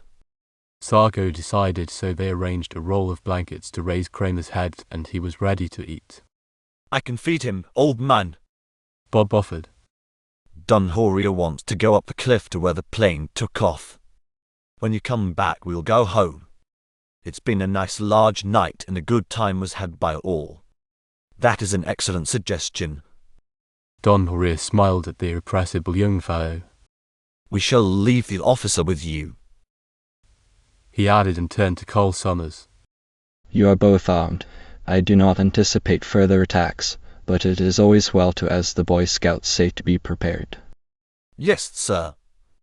Carl agreed, but he wasn't especially keen about being left behind, for although he had caught occasional glimpses of the owner of the box, said this was the first time he had come into close contact with the man who was something of a mystery to his neighbours, and more so to the natives of Crofton, so the deputy greatly regretted not being a member of the investigating party. You are a good soldier, said the tall man, who was on close acquaintance proving so very unformidable. Thank you, sir. Cole was immediately eager to take his part in holding the law and guarding the wounded. The rest of the party got into greatcoats, wrapped mufflers about their necks, and pulled fur caps over their ears. The three men had strong flashlights, and presently they stepped out into the night, anxious to explore the vicinity as quickly as possible. Their first journey was to the scene of the explosion, which interested Don Horia very little, and finally they made their way to the trail, where they began the steep climb to the ledge. They had to exercise care, for the explosion had loosened huge chunks of rock and ice, and as they proceeded, Jim was amazed that the plane had not been damaged. At last they reached the spot, but as far as the boy could see there was nothing gained by the trip. However, Don Horia made his way close to the steep cliff, which rose almost straight as a wall with several broken sections. Carefully the man investigated all of them, and a moment after he disappeared into the last one, they heard him call sharply to his servant, who responded immediately, the Austins following close on his heels. To their utter astonishment, they saw something huddled in a heap against a rock, and as the lights turned fully upon it, they whistled. If why, Dad, it's Jute, Pigeon Jute. I'd forgotten him. Sargo was bending over the Indian, his capable fingers moving swiftly. Then he said something to the Don, and an instant later picked the man up in his arms. He was shot, Don Horia explained briefly. We will get him where it is warm and see if we can help him. Shall I go ahead with the light? Jim asked softly. It would be a good plan. The Don answered, so the boy led the way down the treacherous trail. Sargo might have been carrying an infant for all the effort it took, and finally they were again in the bunkhouse. Bob was too amazed for even the mildest of exclamations, but he jumped in and arranged a bunk. We found him near where the plane was, Mr. Austin explained. Then they waited silently while Sargo examined the Indian, and after what seemed hours he looked up. In a moment he will return to consciousness, he announced, and he was right. Pigeon Jute opened his dark eyes, looked from one to the other, then tried to raise himself. Don Horia spoke to him in his own language, and the Indian's eyes lighted. After a minute he spoke a few sentences, and when he was finished the Don nodded. He says that for some time he has been selling or delivering long-distance flying pigeons to Arthur Gordon. He was in the north at the time of the trouble at the box said, so did not hear of it until a few days ago, after he had delivered several carriers to a ranch outside of Crofton. When he learned of the difficulty, he started to find young Gordon to collect his money. He trailed him to the ranch, but could not locate him until this morning. When you boys left the dugout, Jute started up the trail. He was behind the cliffs when the place blew up and was coming back to see if you were hurt when he saw Gordon leap into the plane. He tried to prevent it, but was shot for his pains. Jute can speak English, Jim remarked. Yes, but not so well as his own tongue, which is less effort while he is so weak. Don Horia replied. We're selling pigs, Exclaimed Bob. Reckon that's why Gordon did not favor us with any more lead. Undoubtedly it is. Don Horia agreed. What was Gordon going to do, or doing with carrier pigeons? Jim wanted to know. Are they kept on that ranch? Me shipped from there. The man told Duke they had sold the place and were waiting for the last birds he brought down. Shipped by rail, truck, and probably that truck will not appear in the neighborhood again. From the plane, Gordon no doubt dropped a warning or several of them, and every trace will be obliterated at once. Tough luck. Jim muttered. How many of the wounded can be moved? Mr. Austin asked practically. Both of them. Was a decision. I shall take Duke to the box said. Kramer is booked for the KA. Jim grinned. Boy, you'll have a vacation as is a vacation. Bob promised. You can do a Caesar. Why, your fun that you came, you saw, and you conquered. Were conquered? Kramer corrected. I've had a grand trimming. Well, don't broadcast it. Why shouldn't you have some glory? They lost no time in getting the two wounded men into the limousines, and although Mr. Austin urged Cole to come to the ranch, the deputy decided to wait for instructions from the sheriff, so at last they drove off, leaving the young fellow alone, but this time there was no anxiety regarding his safety. Seated beside his father, Jim's eyes stared ahead and his mind was busy. He felt it was a beastly shame that the new plane should have been lost before they had had it 24 hours, and although they had made the trip for the mail and newspapers, the bag was now no one knew where, and the family was deprived of its second investment. The boy was feeling too blue over the theft to discuss the matter, so he resolutely tried to put it out of his mind. He thought of young Gordon with his limited supply of gas, but he had absolutely no hope that the outlaw would be captured. In the first place, it had been hours from the time the machine took off from the cliff before the sheriff could send the alarm, and by that time Gordon would have made good his escape. There were dozens of ways by which he might replenish the fuel supply and go onto the Mexican border, or almost any place. To be sure, a description of the machine would be sent forth, but that did not help matters much. Finally, the two cars reached the point in the road where the Austins turned into their own ranch house. As he sped by, Don Jorge waved to the occupants in the other car. Then Jim wondered how it was that Indian had been discovered. He recalled the man's interest in the cliff, his investigating each crevice, and the finding of Jute. Then another query popped into his mind. I say, Dad, is Jute an American Indian? Yes, full-blooded. What made you ask? Just wondered how Don Jorge knew his language. Jim answered. I have heard that as a boy, the Don was always interested in the various tribes and made a point of learning all he could about them. Here we are, and oh, what a shame. He broke off quickly when he saw the house lighted from top to bottom, and knew that Mrs. Austin had not gone to bed, although it was nearly morning. Before they drove to the door, it was thrown open. The doctor came from Crofton and is waiting. Mrs.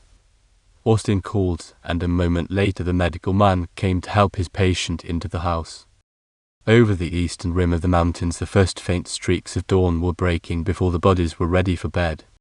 Kind of rotten about the bus, Bob said softly. all of that. Jim replied. They turned in to catch up on some of their lost sleep, and it was noon before either of them opened his eyes again. The pair joined the family for a Brunch. which was the name Bob gave to a combination breakfast and lunch. As they lingered over the meal, the telephone rang and Jim went to answer. Yes, this is the KA. There was a slight pause then. Yes, wait. Oh, galloping snails, that's great, Sheriff. Will you hold the wire a moment, please? I say, Dad, they found the plane. They did, that is splendid. Did they get Gordon? Bob demanded. No, not a trace of him. Dad, they have got the plane near an aviation field. It's smashed up some, but not bad, just a few little things. Can they fix it? Mr. Austin asked. Yes, easily, so she'll be all hunky-dory. Ask them to do it, and if they have a pilot, have him fetch it home as soon as it is ready. We are certainly fortunate. All right, Sheriff. Thanks a lot for calling us.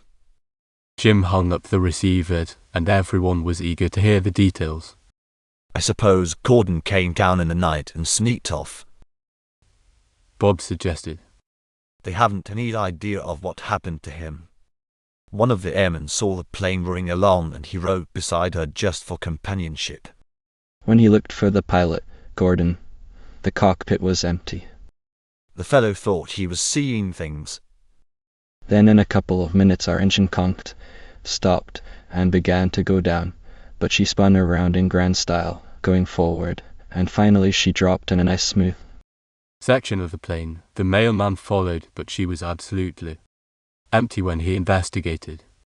There was a bag of things on the floor. Everything seemed just as it should be, but there wasn't a trace of the fellow who started off in her, Jim explained. Isn't that rather amazing? Mrs. Austin inquired. It surely is, Mon. I say, buddy, there's a parachute there.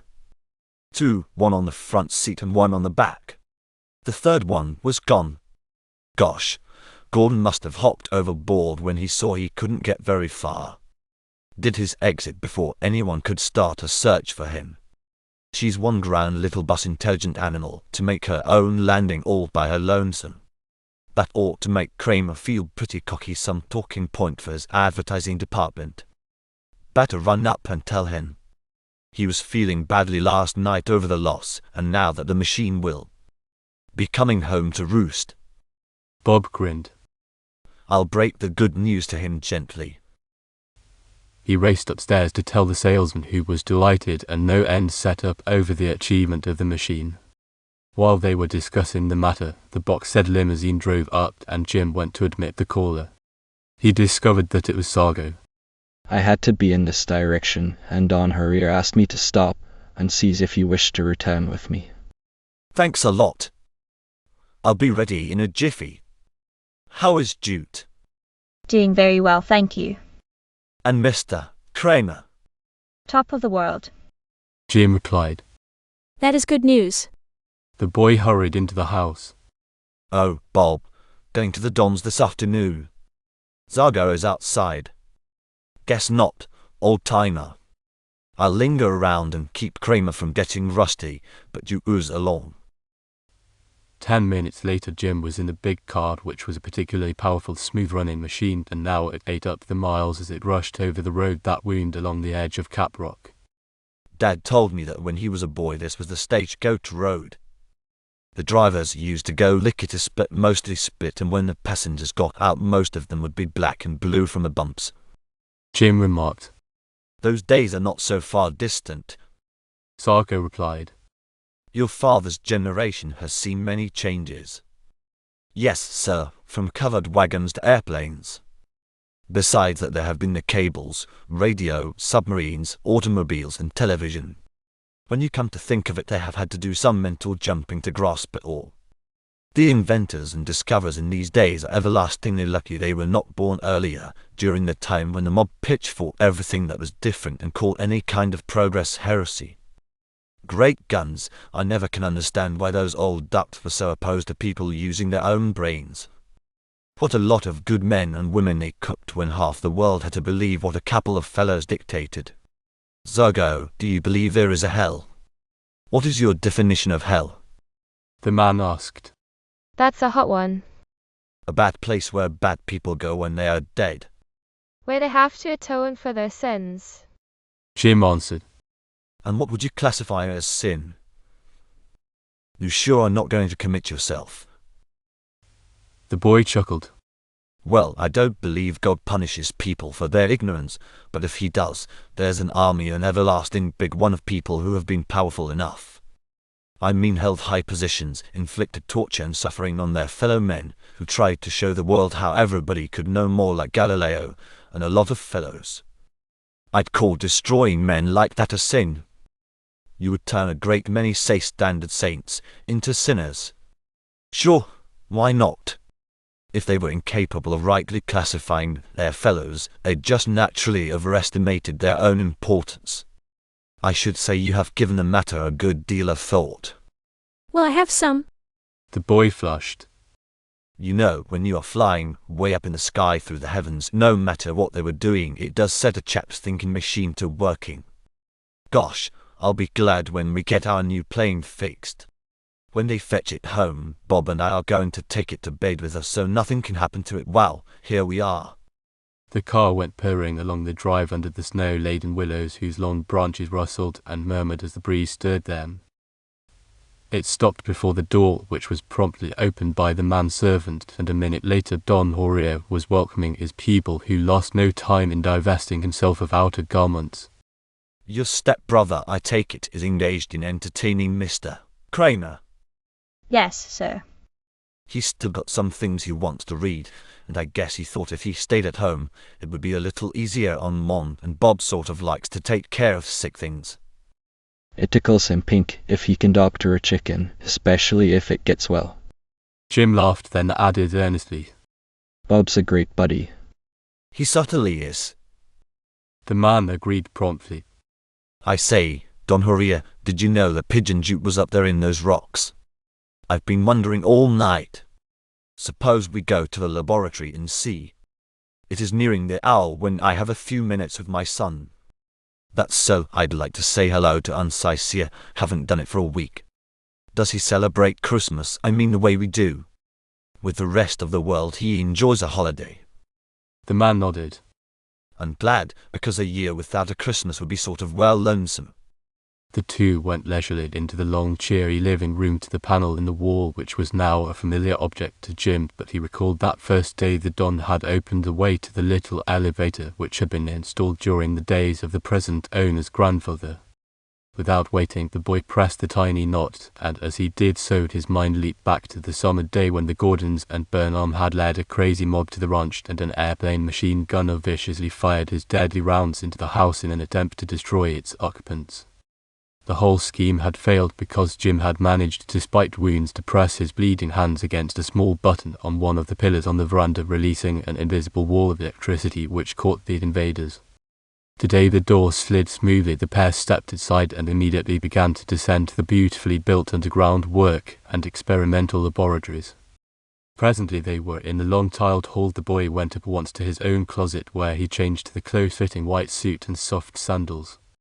This sure is a comfortable outfit. He grinned. The Don was ready too, so they hurried along to the turn, and finally they were admitted to the outer room, which was exactly as it was on the boy's first visit, only now the attendant smiled his recognition, and they passed inside. Here was a large class of scientific men. As before, some of them glanced up from what they were doing, while others were too absorbed to note the late arrivals. Austin nodded or spoke a soft greeting as he passed on into the Don's own department, and soon they seated themselves on a long bench before a sort of desk with a high frame at the back. Eagerly the young fellow looked up at the man, who nodded, and then Jim's fingers moved expertly across the dial until at last he sat back and waited. Over the screen in front of him passed a slight movement which might have been water, but Austin knew that it was a film composition rolling past, and in a moment he made out blurred objects which gradually shaped themselves into a background of blue sky with a rushing stream in the foreground. Shrubs and trees stood out in stately order, then a winding path which led over moss-grown rocks to a wide terrace above. Then something moved, and Jim could not contain himself a moment longer as the boy he had first seen in Vermont stepped out from the garden.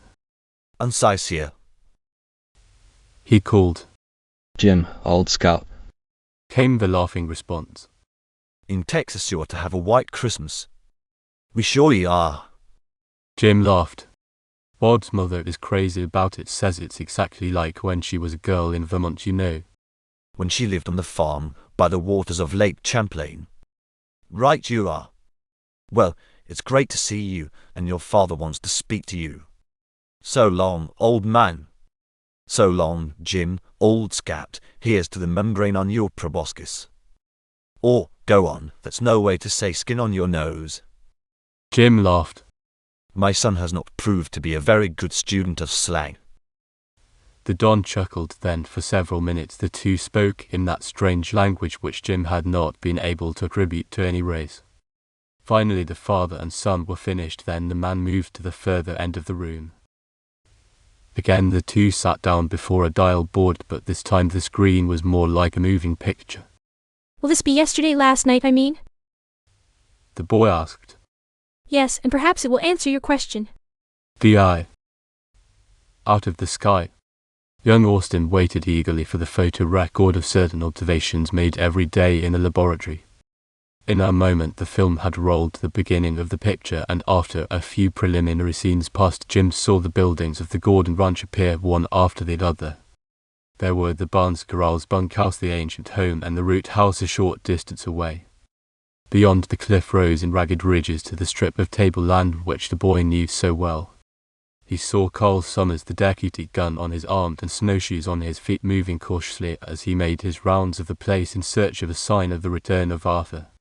The picture passed from the young chapter of the sections, lingered an instant on Pigeon Jute following the deputy, and at last it revealed the outlaw emerging stealthily from a long tumble-down building. Through the open door could be seen a pile of furniture, and as they watched, Gordon returned to the room where he fell to work piling the stuff into a deep hole at the further end. That done, the young man covered it with burlap, earth, and finally snow so that it looked as if it had been undisturbed and that the drifts had come down through the broken sections of the roof. What do you know about that? The boy exclaimed in astonishment, but Don Horia was occupied with something at the further end of the room and made no reply. Keenly interested, Jim continued his observation, and at last he followed Gordon into the old root house where Summers had made his headquarters. The sheriff's assistant was nowhere near the spot, and Gordon gave it an indifferent inspection. He hurried to the end, moved the partition, and quickly stepped inside. He went at once to the wall, which was later blown out, removed a section cleverly covered with dirt, and then stepped hastily into the strange vault-like room where he pulled out numerous record books, ran his fingers through them as if in search for something which he did not find. He examined the wall, then proceeded to tear the papers. At this point the picture changed, and Jim found himself watching a group of men who were apparently in some part of Don Horia's laboratory. They too were interested in observing Arthur Gordon's actions, but that part of the record moved to another point in the laboratory where two men were busy before a huge piece of machinery with a complicated-looking set of dials and wheels. One of the men who had been watching Gordon came close to them. He seemed to be giving some directions, and Jim saw a pointer set of the wheels turned, then a small tube of liquid was poured into a grooved opening, and the men waited. Again the scene changed, and Austin saw the new airplane land on the cliff, and he watched with interest every move which he knew the four of them had made right up to the minute when they left the dugout with Carl and Jute running on ahead. Their own part in what followed was cut off. The picture showed the men in the laboratory, and as they stood before the mysterious machine they were observing the inside of the dugout. Gordon was coming stealthily out of the small armored room. He stopped to listen at every step, then he heard an odd whirring and jumped forward as if he recognized the sound as a warning, or as if he had stepped on a powerful spring. He leaped furiously to the partition, sprang out, raced through the room, his hand pressed over his face. Then came the rumble, the place shook, the further end boomed and heaved convulsively, while the young fellow ran for his life until he reached the cliff, tore madly toward the plane, stopping barely an instant to fire at Kramer. In a moment he was jumping into the cockpit, but Jute caught his ankle. With an oath, Gordon kicked out and fired, started the engine, and the plane leaped into the air. The Indian was in a heap on the snow, but he crawled painfully between the crevices. Oh, now I know why you examined those crevices. The Don had joined him, and he nodded quietly. I thought the Indian would have a camp in the woods somewhere and would get to it, but I decided to make sure before we left last night. Then the place was exploded from here. Yes! Gordon was ready to leave, and he had a bomb which he was setting. He intended it to go off while Summers was alone, so the young fellow would be blown to pieces. Unfortunately, we had to wait until you boys and Mr. Kramer were a safe distance away. Then when we disturbed the bomb, it made a slight noise, which Gordon recognized, so he ran for his life and managed to save it. He rigged up the explosive earlier in the day and was going to start it while Carl was making his rounds, so we decided to let the destructive thing be his own undoing. It seemed the surest way of getting him. Did you tell the sheriff he was there? Jim asked. No. In order to do that, we should have to explain how we knew the fellow was there, and it isn't wise to reveal to the layman something he cannot understand. We did hope to trap Gordon in such a way that he could be captured, but when he showed the determination to kill young Summers, we had to act quickly. The Don explained, then added, I am very glad that your airplane has been found. So am I. We missed the bird no end. Well, now you understand exactly what took place. Shall we turn our attention to aeronautics? Yes, sir, and I'd like to watch those chemical experiments. Very good. Presently the boy was seated in his own corner of the great laboratory, a huge book on the table before him and a collection of shiny instruments and test tubes waiting for use. He glanced at the array affectionately, gave his head a little shake as he thought how much he wanted to accomplish, then he set grimly to work, forgetting everything else in the world. It wasn't until Don Juan touched him on the shoulder to remind him that the hours had passed that he glanced away from his work. Zargo will run you home, he offered. Thank you, sir. The next 2 days were uneventful, although they were full of suppressed excitement because they were the last before Christmas, and on every huge ranch great preparations were going forward for the holiday. Kramer improved rapidly, and so did Jutes, and at last the great date arrived. Homes were decorated with greens, extra bells were attached to harnesses, and cooks were putting the last touches on feasts which were to be spread in homes and bunkhouses. The repaired plane had arrived from the shop early Christmas Eve, and the flying buddies went gleefully off to Crofton for newspapers and mail, to say nothing of packages which had accumulated at the post office. They came back as laden as a pair of Santa Clauses, and the entire evening was spent in preparations for the next day. No word had come from the sheriff, so the boys knew that young Gordon had made good his escape. Not even a trace of the parachute had been discovered. Every man working at the crossbar and the KO was at headquarters for the festival, and because of the tenderfoot guest, a special party was being arranged, a real Wild West affair with rodeo exhibitions such as only real Wild West men can put on successfully. The Austin family, even if there were no little members, were up betimes, and Mom insisted that breakfast be eaten before presents were opened. Everybody was in high spirits, and the air was filled with shouted greetings which lingered in the clear atmosphere. The meal was barely finished when from somewhere came the familiar drone of a racing motor. The flying buddies glanced at each other, then by one impulse ran out to see who might be arriving by airplane. It took only a moment to locate the tiny speck in the blue, which they watched as interestedly as if they were a pair of small boys.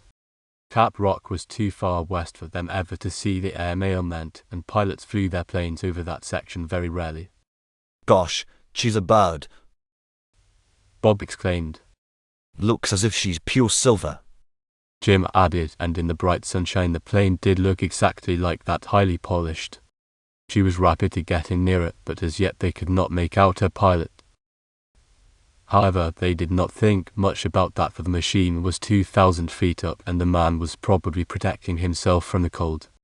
Without diminishing her speed, she came straight toward them, and in a moment they decided that she was going to pass over, but to their surprise she executed a wide, graceful curve, dipped as if she were making a salute, banked, zoomed swiftly, curved again, dived, and began to descend in narrowing spirals. She's decorated like a Christmas tree. Bob laughed. Somebody's coming to our party. Somebody is a lucky guy if he owns that machine, Jim gasped in adoration. The motor had stopped, and the beautiful plane was dropping lightly into the clear space only a few feet away from the house. With one impulse the boys leaped across the veranda, slid over the frozen snow, and stopped at the same moment the plane did. Then they stared at the stranger, and at length stared at each other. There isn't anyone in her, exclaimed Jim incredulously. They were standing by the fuselage. The cockpit had a special transparent cover, but no one was seated before the controls. See you in the back. There were 2 cockpits. The machine was a 4-passenger or 3-passenger beside the pilot, and the flying buddies walked around her, but the back was as empty as the front. They even glanced at the rigging, expecting to discover someone hanging on, but not a soul did they see. Tell you what, bet somebody lost her. Remember, that's the way our plane came down, or it came something like that, Bob declared. Sure. Well, we can soon find out about her. Gosh, isn't she a beauty, buddy? Boys, bring your guest inside. Mom called from the veranda. You haven't your big coats on. Be with you in a minute, Bob answered. By George, she looks as if she might have been made for Lindbergh. It took them only a moment to find a pair of small latches on the outside of the cockpit cover, but before they lifted it, Bob exclaimed, I say, if anyone jumped out of this, he was mighty particular to close the roof after him. That's so, but perhaps it snaps shut. They lifted the cover much as they would lift the hood of an automobile, and they saw that the main section folded into a long narrow space. Everything about the plane was brand new. The seats were heavy, shiny brown leather with lighter shade trimmings. In front of the pilot's seat, the control board looked at first glance like any other machines, but on closer inspection they found it was equipped with several extra dials and indicators. On each side of the cockpit were a pair of long slender glasses. There was a radio for receiving and transmitting speaking tube, a hamper for the traveller's convenience. The mirror was the shape of a globe, and it had a reflector to cut off any part or act as a protection for the whole sphere. It looked to the boys as if the altitude meter registered not only the height above the sea level, but it would automatically change according to the nature of the territory over which it would fly. Why, buddy? Jim discovered a long white envelope hanging on one of the parachute buckles, and he detached it carefully. Does it give the chap's name? Oh, what, buddy? That was all Austin could say, and he held out the envelope which he had turned over. Look! Caldwell stared and read mechanically. Merry Christmas to the flying buddies flying. Why, Jim, that's great guns, it can't be hard to say. What's inside that envelope? Jim was already opening it. He took out a folded sheet of heavy paper that looked like some sort of parchment. Swiftly he scanned the lines, then he jumped 10 feet into the air and gave a whoop which bounded and rebounded like a ball. Bob caught the sheet from his hand and read, Flying buddies, Christmas. Gentlemen, I hope to find a place in your hearts, and that I shall be permitted to serve you through many happy excursions above the world. No man of your race has ever ridden in such a plane, but I am built so that you will miss none of the pleasure of good piloting. If you will be seated and replace the cover, it will be my pleasure to show you something extra in joyrides. I have no name, so I can only sign myself at your service. Come a hopping, buddy. Jim shouted. He jumped into the cockpit, but Bob hesitated. What is it? He demanded. You haven't a coat on. The cabin is as warm as toast. Hustle, me brave lad, you are retarding progress, which is sinful. Bob took the second seat, which was adjusted exactly the right size and shaped, and Jim swiftly closed the cover. The motor began to purr gently like a dozen contented lion cubs, and the plane lifted, spiraling in close circles until it reached 1,000 feet. Then the nose was turned north and she shot forward at a speed of nearly 200 miles an hour.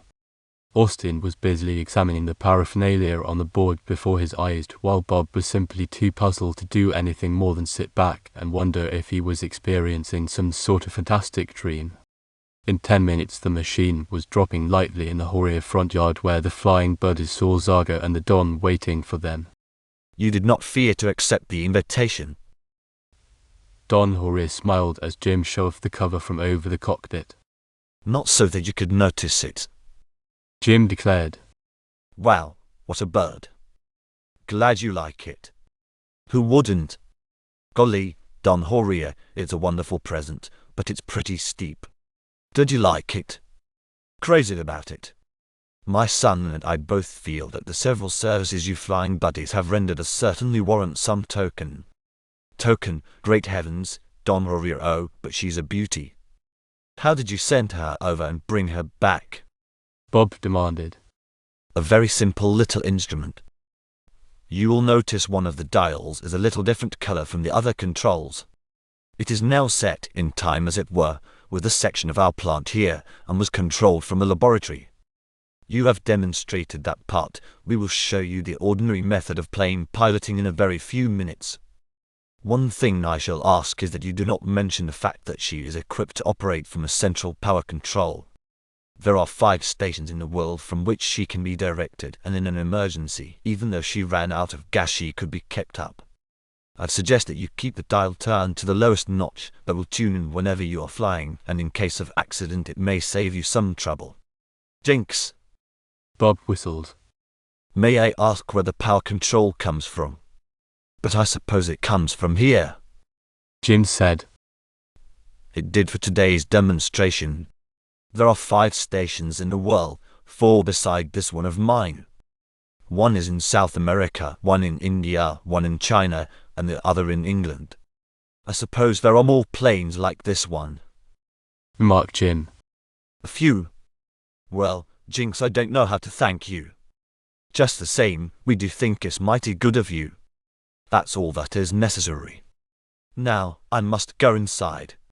Zargo will tell you how she works, then I expect, although I regret that you cannot pay me the visit this morning, that you would better get back, for you are AWOL and Mrs. Austin will be anxious. She sure will, and Jim, they are waiting to open the packages. Bob reminded his stepbrother. We'll hustle. It took Zargo only a few minutes to point out the different parts and explain their use. At last the two were again closed in the snug little cabin, and Jim was in the pilot's seat. He had no difficulty getting home, but when they dropped down by their own house, the elder Austins were looking for them. See what Santa Claus brought us, Bob shouted. Then the gift had to be admired, and although the two grown-ups thought it was a pretty extravagant one, they could not protest against its acceptance. It looks to me as if I shall certainly have to learn to fly if the other plane is neglected, for I expect that you boys will scorn my purchase. Mr. Austin told them. We do not scorn your purchase, Dad, but learning to fly isn't a half bad idea. While Mr. Kramer is here, why not have him give you lessons? He'll be glad to. And Mom too. Bob added. That is an excellent idea. Mrs. Austin agreed heartily. I've read of women doing remarkably well, and I should like to try. Hurrah for you! The boys shouted. We still have unopened packages. She reminded them, so they trooped into the house and presently were having a gala time as gifts were distributed by Bob, who was rather glad that he was the youngest member of the family, therefore entitled to that privilege. After the feast early in the afternoon, they wrapped Mr. Kramer warmly in blankets so he couldn't possibly take cold. Then he was seated on the fence of the corral, from which vantage point he could have a first-class view of the rodeo put on by the men of the Kea and the Crossbar ranches. Jim brought him some peanuts so it would seem like a real circus, and the young man from the north announced when the last horse had made his boat that it was the best he had ever witnessed. Seeing a horse do stunts like that makes me admire them no end, but it also makes me feel that I'm more at home in a plane. They do not buck and snort. They don't. Bob interrupted. I say, where did you learn to fly? In a kindergarten. The one's Buddy and I were taken up and did more kinds of fan fishing and jumping than any bronc. Well, of course they do put you through a course of stunts. Kramer grinned. And you have to do that for Dad and Mom. Jim announced. I shall be very glad to do so. Romans 7. Hearts are known. During the 2 weeks which followed, the elder Austins, under the able tutelage of Mr. Kramer and the additional assistance of their sons, became remarkably proficient in flying the ranch plane. Also, the Sky Buddies became thoroughly acquainted with the Lock, which was the name of their own supermachine. Then the salesman removed himself to Crofton, where his firm had a new plane waiting for him, and he expected to demonstrate it for prospective purchasers. Already the sheriff was watching its performance with keen interest, and it looked as if that worthy might become the possessor of one of the birds. Although the boys spent a good deal of time in the air, neither of them neglected his studies with Don Henriette, and Caldwell could hardly wait until spring came in order to put some of his information into practice. One afternoon Mr. Austin came out of his office with a letter which had come in the morning's mail. Oh, Jim. Yes, sir. The boy hurried to learn what was wanted, and presently they were seated at the big desk.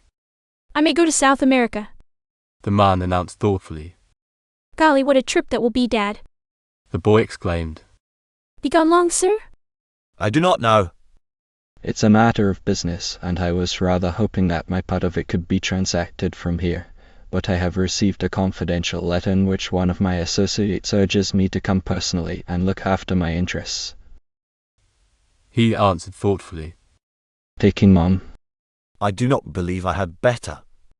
I have no idea the sort of places I shall be compelled to visit, and I do not want to take her where she may not be comfortable. There is always a risk. If it were earlier in the winter, I should not hesitate, but it is a long trip, will take weeks, and while I can rely upon my men to look after things here, I do not see how I can get back before very late spring. He said as if he were thinking the matter over instead of discussing it. Why don't you go by airplane? The boy asked. Goodness, Dad, no sense in wasting weeks. Half. That is a good suggestion, but I do not know that the air service will help me. Although, come to think of it, I read recently that they are running trips to the southern part of Chile. Perhaps I can get some information. I say, Dad, what's the matter with you? We have 2 planes right here on the ranch.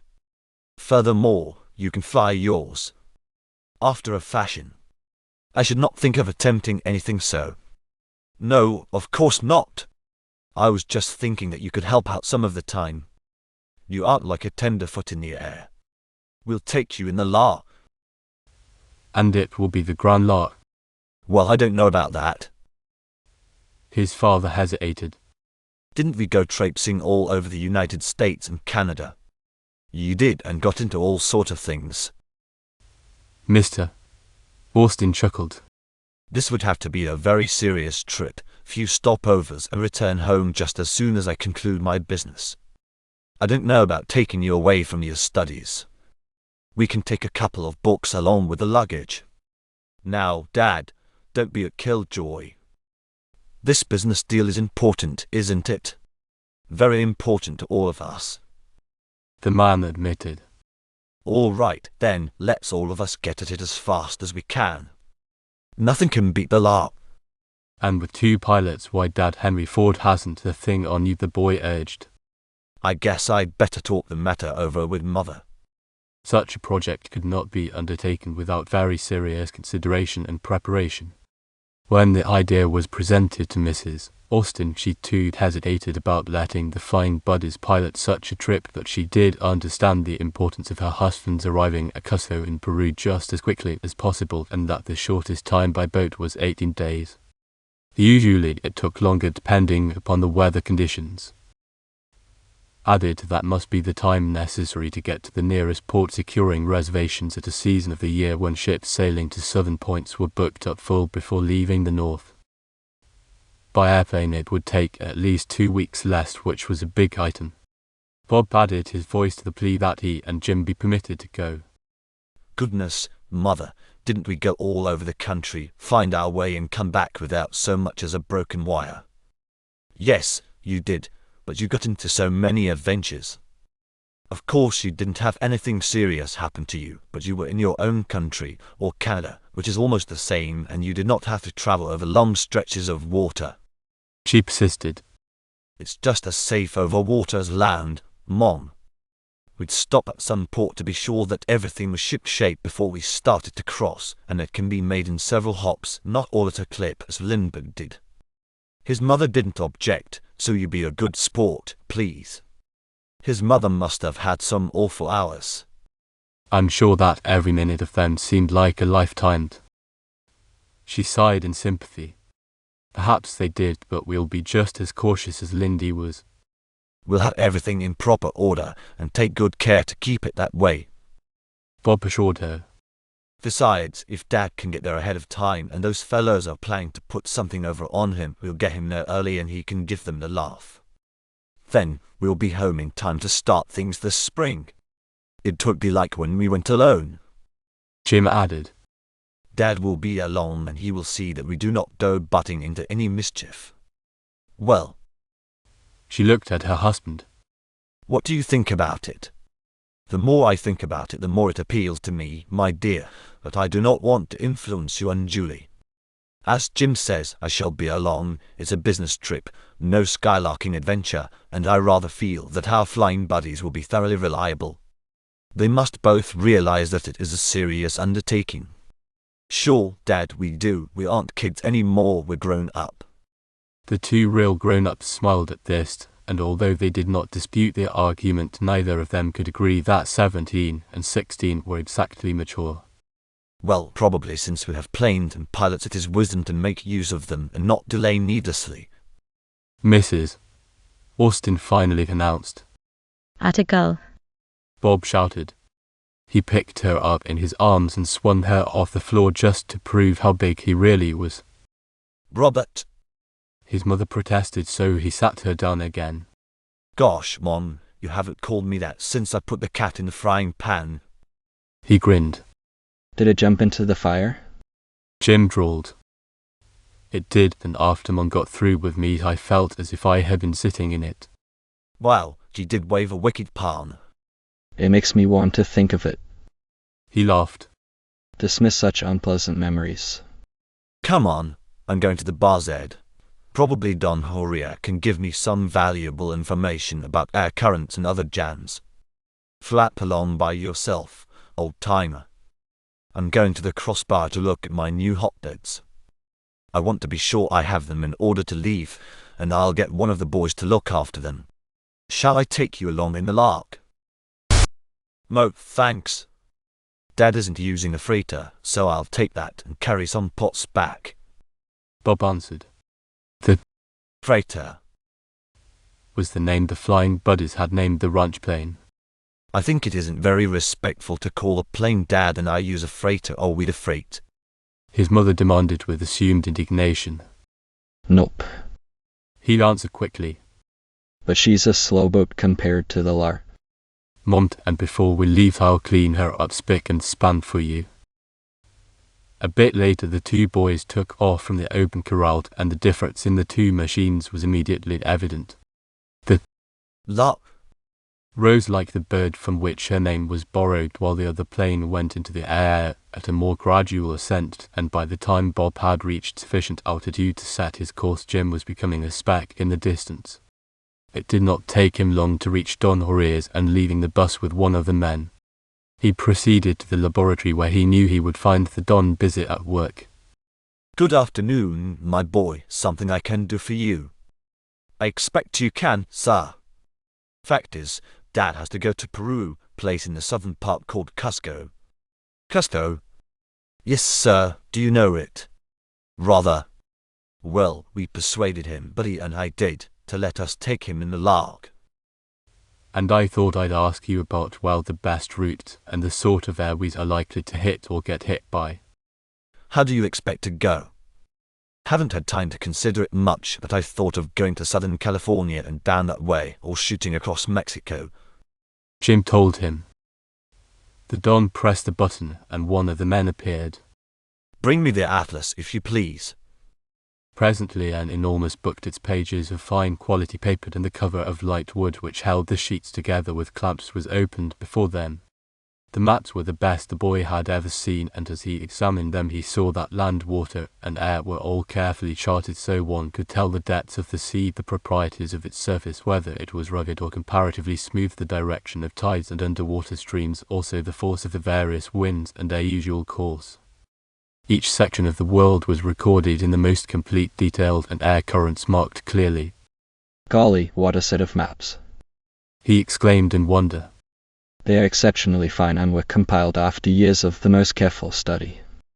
Now, let me see, going directly across Mexico would seem like the better course, but I advise you to go to Miami, over the Keys, to Havana, to Belize in British Honduras. You'll have no trouble finding people with whom you can talk, then to Panama, across and down the coastline to Lima. Cuzco is inland. That sounds like a good route. Jim examined the map carefully. It gives us plenty of places to come down. Yes. A part of the way the N.Y. B. airlines have mail and passenger service.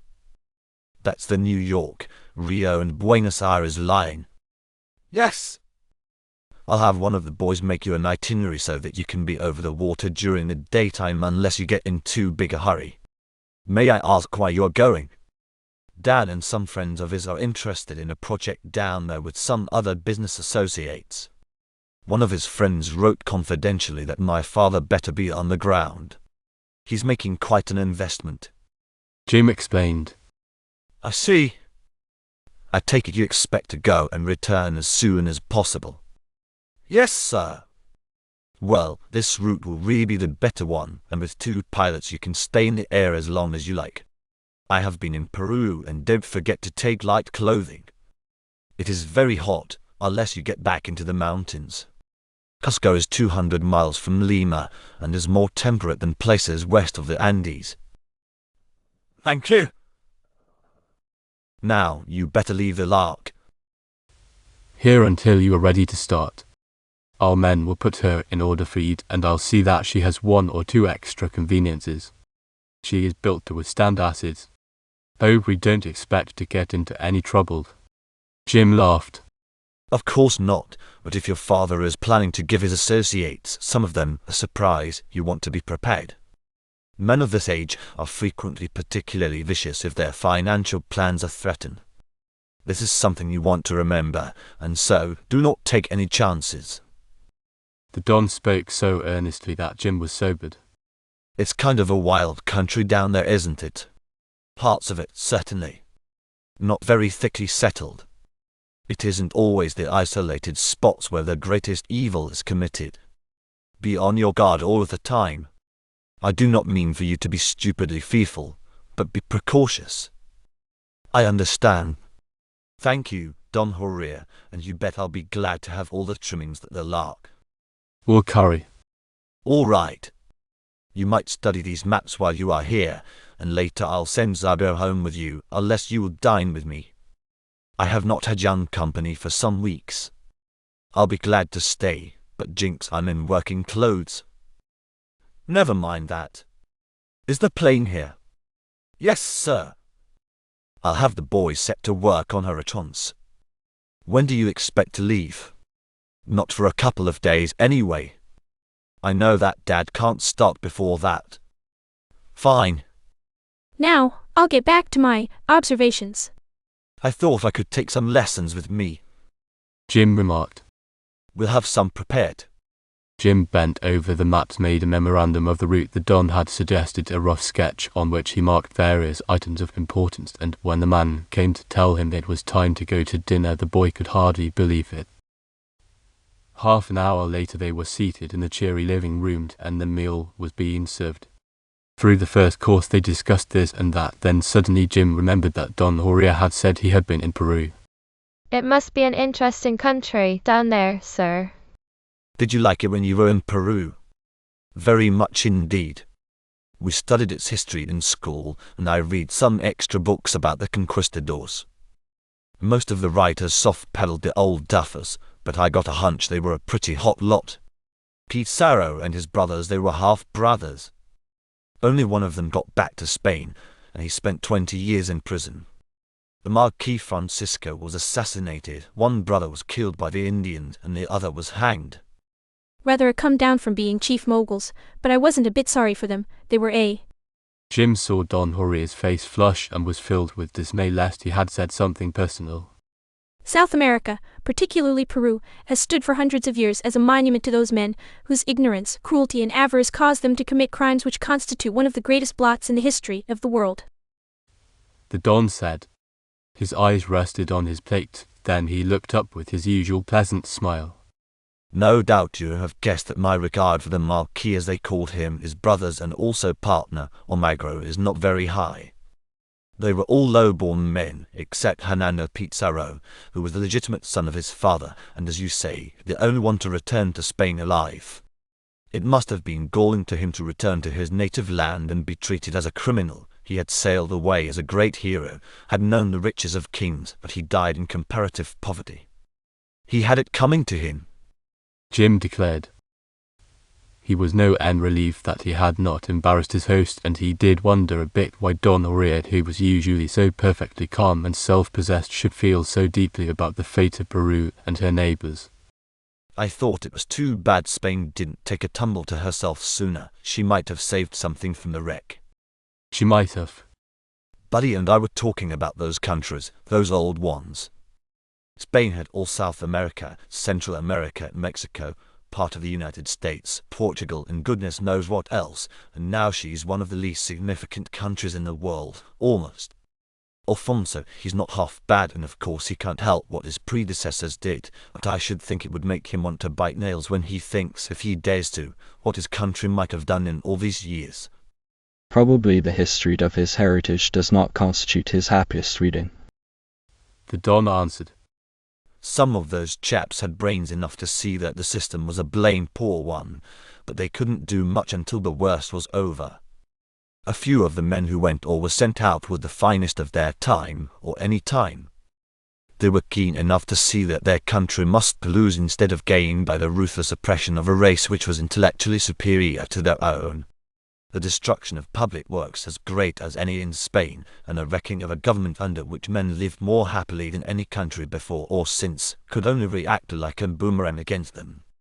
At the time the Pizarros invaded Peru, there was no poverty among the people of the Incas. There hadn't been a beggar in the land in hundreds of years. Every man, woman, and child was trained as few were trained in the old world. There were no rats, comparatively little disease. Travelers on the great roads were guests at the decos inns the Spaniards called them, and there was no oppression. The poor were cared for. Everyone, from the greatest to the least, worked, did his share, and had plenty. They worshipped the sun, it was their god, and they had ceremonies in their beautiful temples, but the conquerors called them heathen, destroyed the wonderful works of art, destroyed them so effectively that the world still wonders how their work was done. The great buildings were razed, the gold ripped off. One man's share was a huge gold sun several feet in diameter of the purest quality, and he lost it with a throw of the dice. Jinx, I never read that. Jim gasped. Well, it is quite true. The gold and silver workers had made marvelous vases, all sorts of pieces of service and statuary. When you are in Cuzco you can see the remains of a temple. How the stones were brought to that spot, put together and worked, still is one of the world's mysteries. Depots were built in every province. A whole army on the march could be supplied at a moment's notice, and if disaster overtook one section of the land, it could be resupplied very quickly from another. Runners travelled the road from one end to the other, men who were swift of foot, and news was passed back and forth in an incredibly short time. It must have been lovely. I read somewhere that the roads were much more marvellous than the ones built by the early Romans. Jim said. They were. They went over desert and mountains, all wide and smooth, with beautiful shade trees and seats. The land was irrigated by a system which is still a mystery. In years, 10 or 15 millions of people were butchered without rhyme or reason. Vast flocks of llamas were almost wiped off the face of the earth. The highways were hacked to pieces, and the guideposts set across the deserts were burned for firewood. The Inca gave them a room full of gold as a ransom, and they strangled him in spite of their promise to set him free. He was not a particularly good man, but he was better than his captors. During the weeks of his captivity he learned Spanish. He could read, write, and speak it, could play chess well and cards. Several men who surrounded him realized that he had a fine mind. A few, like Ferdinand de Soto, were greatly opposed to his death, but they were sent off to another part of the country, and while they were on charges were trumped up against the Inca. They killed him because they were afraid. Had those men gone to the land, expressed a desire to trade with the Inca's people, sent Christian missionaries if they wanted to, they would have been kindly received, welcomed, and the Spaniards could have made themselves richer than their wildest dreams. The world in general would have been better, and Spain might now be a great country instead of a backward, poverty-stricken one. When you are in Cuzco you will see Lake Titicaca, one of the highest in the world. It is about half as big as Lake Champlain and very beautiful. I am sure that you will enjoy seeing the country. The Andes are marvelous. There must be. But, Jinx, I guess I'll feel a bit as you do, Don Maria. It was a rotten shame those people got such a raw deal. The boy said earnestly. Don't let what I have told you prejudice you or spoil your trip. Remember, the whole land is free now, and it was through the leadership of some of the descendants of the Incas that the different sections managed, one by one, to shake off the yoke. You'll have a marvelous experience, and remember that when you are flying safe and high, those 16th century men traveled horseback or on foot through leagues of unbroken forests. I will. Jim promised. Roman A. An officer's plea. 2 mornings after the decision to fly to Peru had been made, the flying buddies were at Don Oria's early, but it was not bright, for it was bitter cold, and more snow was falling, or rather being driven every which way, so the air was almost as thick as milk. The boys had beaten their way up against the north wind in the freighter, and were now listening while the Don explained the changes which had been installed in the lock. A long roll of waterproof chart was on a tall spool at the left side of the control board, and at the other side were small hooks so that it could be stretched across and observed without obstructing the view of the dials and keys. The knob which tuned in with the central control power was turned half on. I did that so that I can keep in touch with you, and any time you need help we will be able to give it to you promptly. However, we shall not interfere unless you are in difficulties, and when you are, just sit back and let things alone unless you see a light across the radio. All right. You can talk to us and we can talk with you over the radio, but no one else can pick us up what we say, unless we tune down into the broadcasting belt. Bob remarked in order to impress it upon his own mind. Exactly. The little shutter thing like a camera will throw a light 200 feet ahead of you, but it will not light up the plane in case you do not wish to reveal yourselves. The cabins are warm, and there is a heating system which will dispel ice, prevent it from forming on the wings and weighing you down. You can take moving pictures by releasing the spring, then setting the pointer in the proper direction. The glasses we have attached above your goggles on your helmets will be more convenient to handle than heavy field ones. They have very rare lenses, so leave the flap over them except when you are using them alone. It sure beats me how we are to get so much power with so little weight and extra luggage. Bob frowned. I can't get that through my head. I know a little about it. Jim put in. We gather up energy as we go along and store all we need. That's the idea. Here are a pair of caps. They are really gas masks. Slip them over your heads, helmets and all. They are soft now, but the warmth from your faces will give them body, and if anyone should attempt to put you to sleep when you want to keep awake, you will be quite safe. Keep them in your pockets and put them on at the slightest provocation. Your parachutes are of dark material instead of light and will open all around you like life belts. You can use them on sea and land. There are 2 extra ones in case of an emergency or if you should lose one. Good gracious. It's well Mom isn't here, she'd think we are planning to get into something awful. We don't expect to, but we may as well be on the safe side. We can scoot along 300 miles an hour if we have to, but you think we'd better not do that because it would attract attention, said Jim. Yes. Of course your trip is unheralded, but if anyone noticed the hour you left one point, compared it with the time you reached the next, the lark would immediately become the center of observation. You have a good supply of fuel dining surface if you decide to take your meals in the air, communication with the rear cockpit, and the man who wants to sleep if he isn't in the pilot's seat can shove his chair out, tip it back, and make himself quite comfortable. I suggest that when you get to the warmer temperatures that you fly low so the change from cold to hot will not be too sudden and extreme. That is likely to be very debilitating. I see that you are both wearing the emerald rings my son gave you. Oh sure, why, we feel undressed without them. Bob laughed. That's swell. Keep them on, they may be of service. Now, that is all. I trust that you will have a pleasant trip and that you'll return in good time. We shall look forward to seeing the lark come soaring up the cap in a very few weeks. Good luck to you all. Thank you, Don Horia. I guess we'll hop along. I was just thinking, no one knows about our starting, so we might put on speed from here to Miami and save some hours. Jim proposed. A good idea. So long. So long. The flying buddies hopped into the front cockpit, adjusted the shelter and themselves. Jim sat before the controls and Bob was beside him. I can see where I have a good nap. He yawned as he slid his seat forward and lowered the back to a comfortable angle. The engine was roaring, so was the north wind, but no one paid any attention to that. The lock Rose swiftly, then, with the gale at her tail, she made record time to the care where Mr. Austin was already dressed in flying clothes with suitcase and hamper beside him. It did not take long for him to get into his place while his wife looked on anxiously. Sargo will bring the freighter. Home this morning, Mum, Bob told her. All right, dear, thank you. This is awful weather. We'll be out of it into a summer land in a few hours. Jim laughed. Don't stay away any longer than you have to. She urged, and she smiled bravely, although she didn't feel one bit comfortable about seeing her menfolk flying away from her. Not a minute. They promised.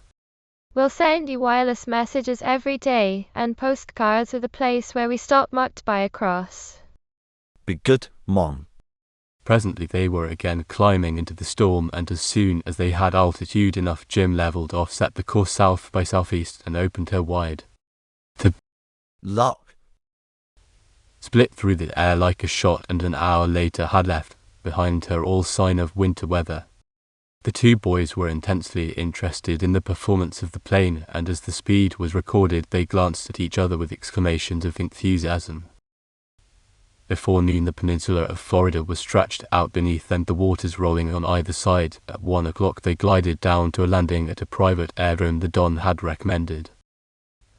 A mechanic came to greet them, and he eyed the plane with unconcealed admiration.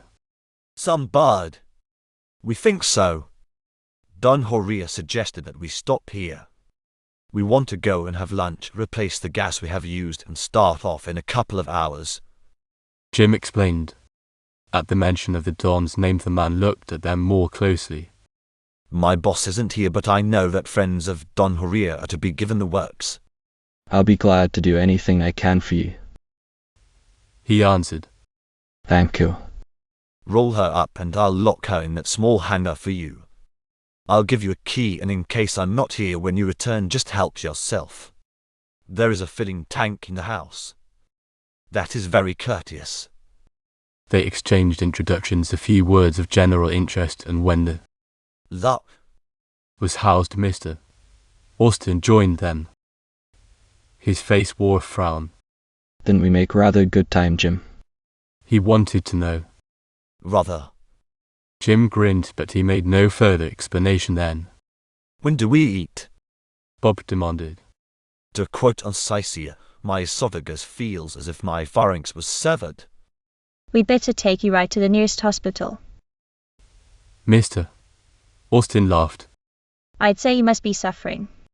Right you are, but it's a restaurant I need. Bob declared. There is a very good hotel, any number of them in fact, but one I think is pretty good about a mile from here. I'm sending one of our men up that way in a car. If you care to go along, he'll give you a lift. That is very kind, thank you so much. Mr. Austin accepted. It did not take long to get the Lark stored and locked in. Then the party went with the chauffeur for the drive into the lovely city. The hotel looked most attractive, and the travellers decided it was exactly what they were looking for. Presently they were seated in an out-of-door dining room, and when they had given their orders, Mr. Austin again broached the subject of their speed. Didn't we make the trip in rather short order? He asked. Yes, we did, Dad. Don Horia fixed the Lark. So that she has extra capacity, but we are not broadcasting the fact. Besides that, we flew high and almost straight. And we didn't meet a bump. Bob added. Holy smoke, winter underwear isn't so good in Miami. He began to squirm, and the others watched with sympathetic amusement. Suppose we buy some lighter things while we are here. Dad proposed. Corking idea. Bob agreed. You can't get them too light for me. You fellows go shopping when we finish lunch, and I'll go back to the drone. I want to have a look at the Lark. And fill her up, Jim told them. Come to think of it, didn't Mom put lighter suits in the bag? Yes, but just suits. She said we might need to buy extra ones, and we may as well do it while we are here. Mr. Austin told them. By that time the waiter appeared, and the three gave their undivided attention to the meal, which was a particularly tasty one. There were a great many people in the place, and they looked as if they hailed from all parts of the world. The helmets of the 3 Texans attracted some attention to their table, and a few of the people smiled in a friendly fashion as if flyers were everybody's comrades. When they were about half finished, a party of 2 gentlemen and a young lady took the nearest places. The girl looked as if she were mighty disappointed over something, and Jim heard her remarks. I think it's a shame my brother could not be here, She said. It sure is, Lillian, but the Marines down below us haven't been given any leave for several weeks. They have to keep right on the job while things look nasty. One of the men explained. Yes, of course, but I did hope Phil could make it. It's been months since he could get away. He'll get extra time later. Be a good sport and try to get along with just us. We're really not half bad companions if you'll give us a chance. The man said gravely. You are both perfect dears. I've been so disgruntled that it's a wonder you haven't wanted to drop me into the Gulf. I'll try and make amends. She laughed gaily, and her companions joined in heartily. After that the 3 seemed to have a very jolly time, and Jim forgot all about them. He was thinking of Don Jorge and his warning for them to be on the alert, and that was one reason he was anxious to get back to the drome and into the air as quickly as he could. I'd better reserve a room, Mr. Austin suggested. Let's go on, Dad. We can make Havana before dark. Jim said quickly. That's rather a long stretch of flying, my boy. I thought we would rest here and go on in the morning. Bob got a nap on the way, so he can relieve me, and the quicker we get off, the better. I don't want to hang around here if we do not have to. I'm sure that I don't. His father admitted. It's unanimous.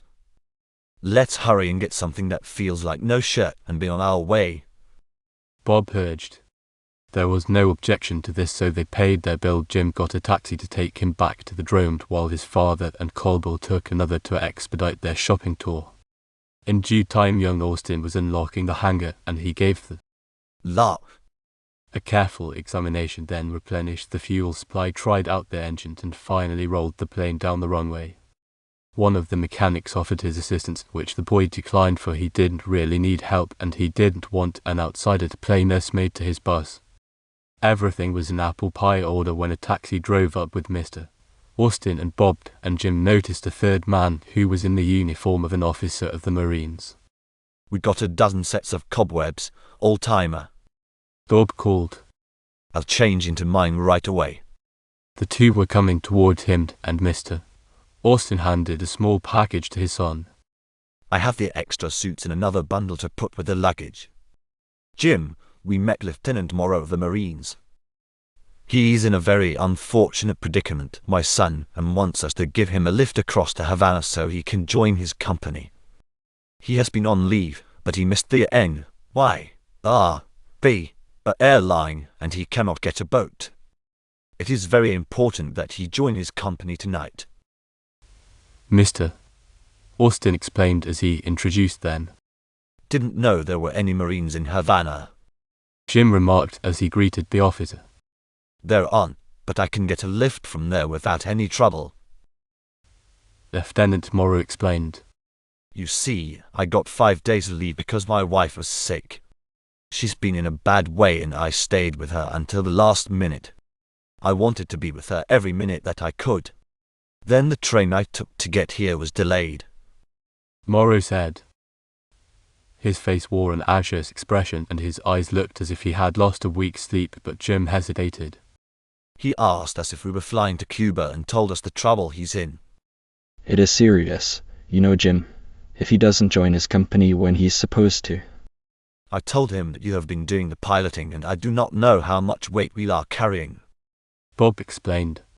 Jim could see that both his buddy and his father were anxious to accommodate the stranded Marine, and he frowned. Mighty sorry, old man, not to be able to help you out.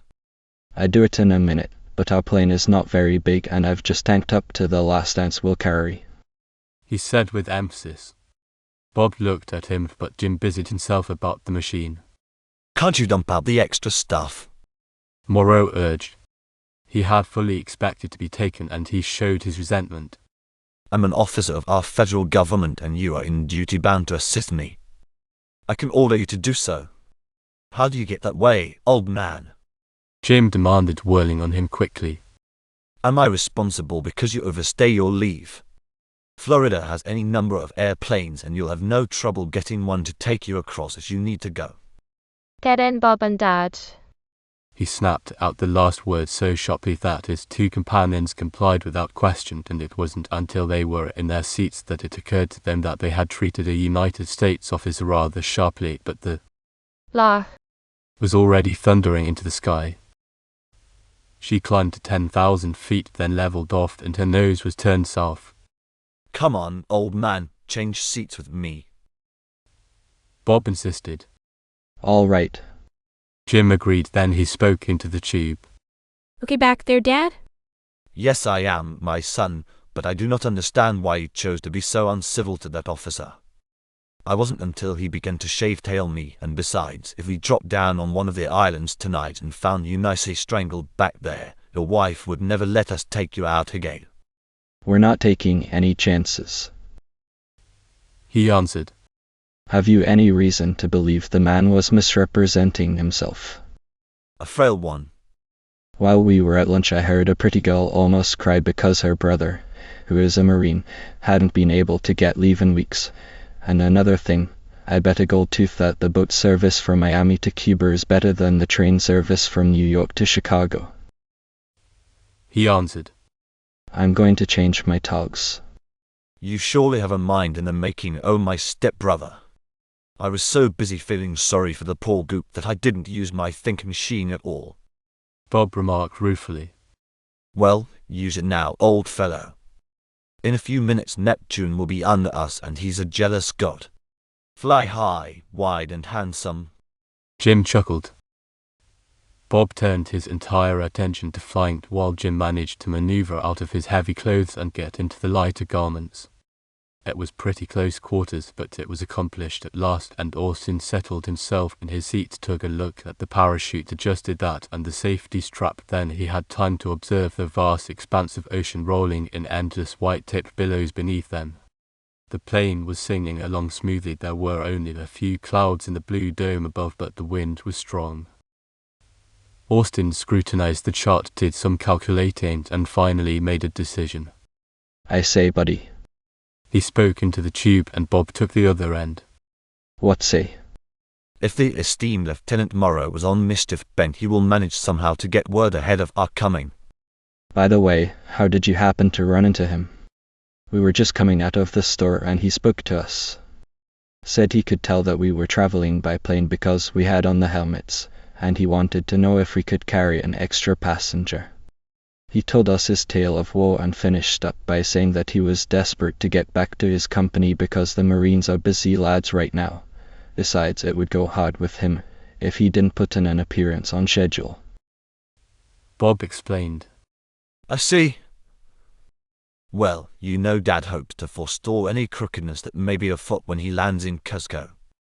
It's a big deal they are putting over. The parents are involved heavily financially, and if a few of those lads who are in a hurry to get things cleaned up found out that Dad is flying to the scene of the massacre, they might try to clip our wings, do something to keep him away until it's too late. Jim announced. Yes, that's clear, but who the heck knew we started? Search me, but if Morrow was trying to put one over on us between Miami and Cuba, he'll let his boss know that we didn't fall so well for his sob stuff. They'll work fast, do something else. Do you believe Morrow was not on the level really? I don't know whether to believe it or not, but it's just as well not to give him a chance. The more I think of him, the fishier he gets. Got a plan to upset his apple cart in Havana? Bob inquired. Yes. Shoot. What is it? We won't land there. Go right on to Cuzco. Not so foolish as that. Dad wouldn't stand for it. We'll give our island of Cuba so much space that the inhabitants won't even see a speck of us, and we'll make our landing on Jamaica. There's a port called Montego, and I'm sure the inhabitants will be delighted to see the couple of little boys who are trying to get along in the world. Bob glanced at the map, did some mental figuring, and nodded his approval. We may as well keep our rear seat from knowing what our front seats are doing. He grinned. You get brighter by the minute, old man. It's the company I keep. I'd be much better if you weren't such a poor skate. Bob retorted. Grab your parachute, man. You are going to be dropped into yon briny. Hammy! I say, let's eat in the air. We'll announce that later to Dad. Gosh, he'll think we're bum pilots not being able to see Cuba. Bob chuckled. Perhaps he'll take a nap, and I'll tell him you were piloting. Jim announced cheerfully. Anyway, he'll be glad we are nearer. Sure.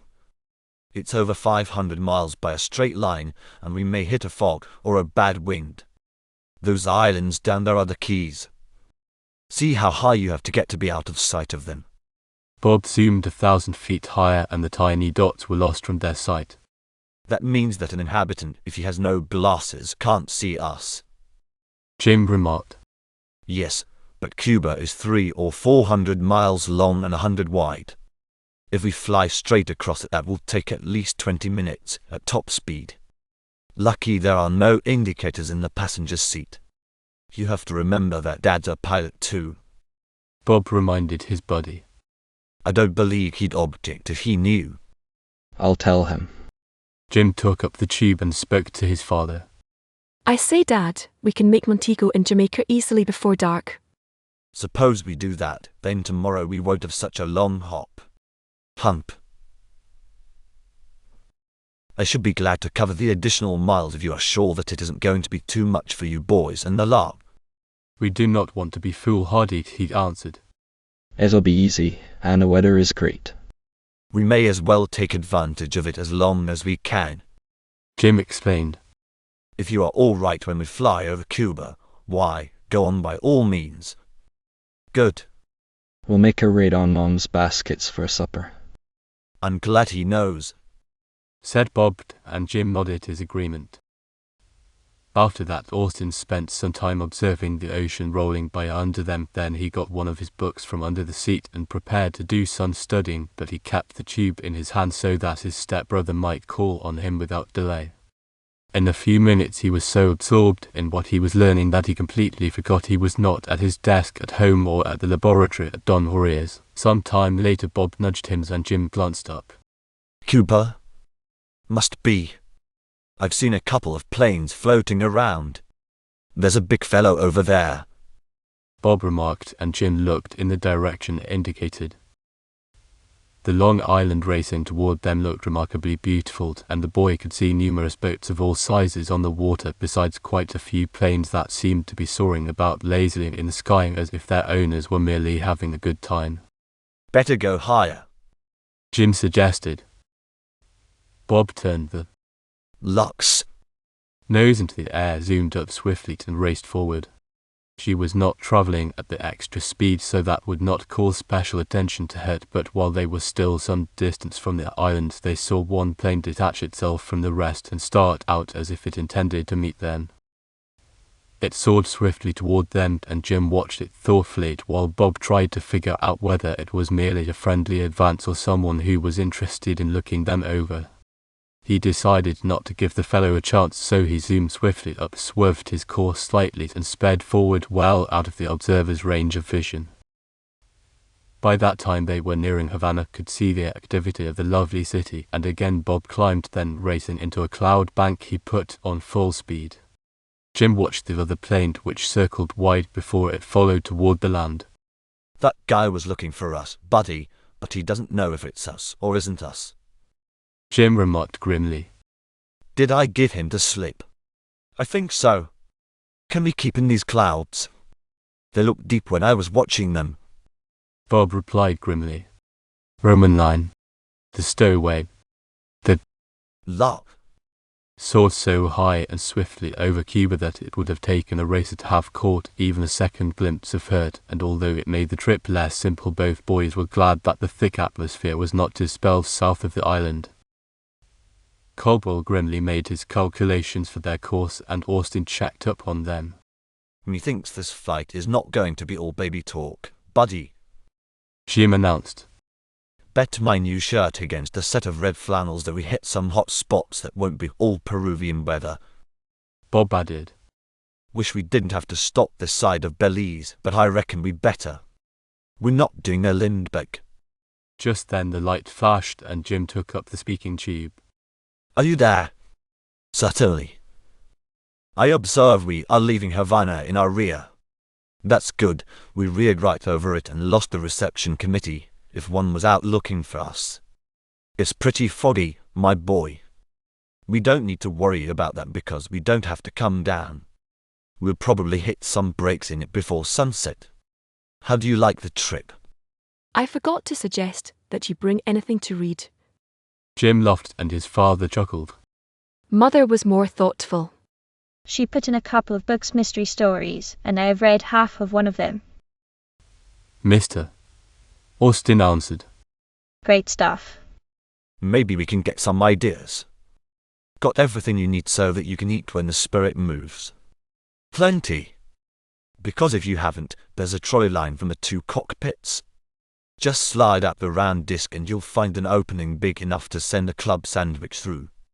I investigated the disc some hours ago, and I judge it opens behind the passenger seat in front. It does. I'll leave the door open so you need not be afraid when it gets dark. Got your skylight up? No. I find it very comfortable with it down. So long. Everything okay? Bob inquired. Top hole. He didn't say anything about noticing the plane. He's been reading a mystery story your mother provided. That's just like Mom. Bob laughed. Assured that all was well, Jim went back to his studies, and an hour later he looked up at his stepbrother, whose expression was a bit tense. Let's swap places, old fellow, Jim proposed. Don't care if I do. They made the change, and as soon as they were in their places, the younger boy began to investigate the hamper. Shall I give you a hand out? Sure thing. The fog was considerably more thick than when the plane had dived into it, and as far as Austin could see, there wasn't a break in any direction. He switched on the lights by the control board, but the tiny cabin was bright enough, he decided. Can you spare a knee? On. Jim moved his leg, and Bob spread a napkin, balanced a wooden plate on it, and proceeded to fill it with bread, butter, pickles, cold roast beef, and a bottle of milk. Go easy, Jim ordered, so the milk was given a safer place on the floor. Although it was early by their watches, and also the clock in front of them, they gauged their actions entirely on their stomachs and attacked the food with keen appetites. When they had eaten all they could, Bob repacked the hamper, then slid his chair forward and prepared to take a nap. Better put a coat over you, Jim suggested. He pulled out his own jacket and threw it over his flying buddy. I say, Jim. Wonder if we hadn't better stick by the plane all night. You mean keep on watch? Yes. We'd be in a dandy fix if we found it with a propeller gone in the morning. Let's see what sort of place we can park it in, Jim suggested. He had been wondering uneasily about the town in which they expected to spend the night, and he felt reasonably sure there would be no aerodrome or a garage sufficiently large to admit the plane. On thinking it over, he decided that the island was probably thinly settled, and in that case there must be some sort of barn or open shed. After that, Bob settled back comfortably, his mouth dropped open, and if the engine had not been roaring so melodiously, the boy's snores would have been audible. He sure can go to sleep without much trouble. Jim grinned, but he knew that Bob had been so excited the night before that he had slept little, and he had been up 2 hours earlier than anyone on the Caya that morning. The time passed quickly, and at last the young pilot managed to get above the fog and see the great sun, which was almost setting. He drove along the top of the ceiling for a while, then dived through, and a few miles ahead he made out the dim edge of an island. That's Jamaica. It must be, he told himself. Then he picked up the tube to speak to his father in the back. How goes it?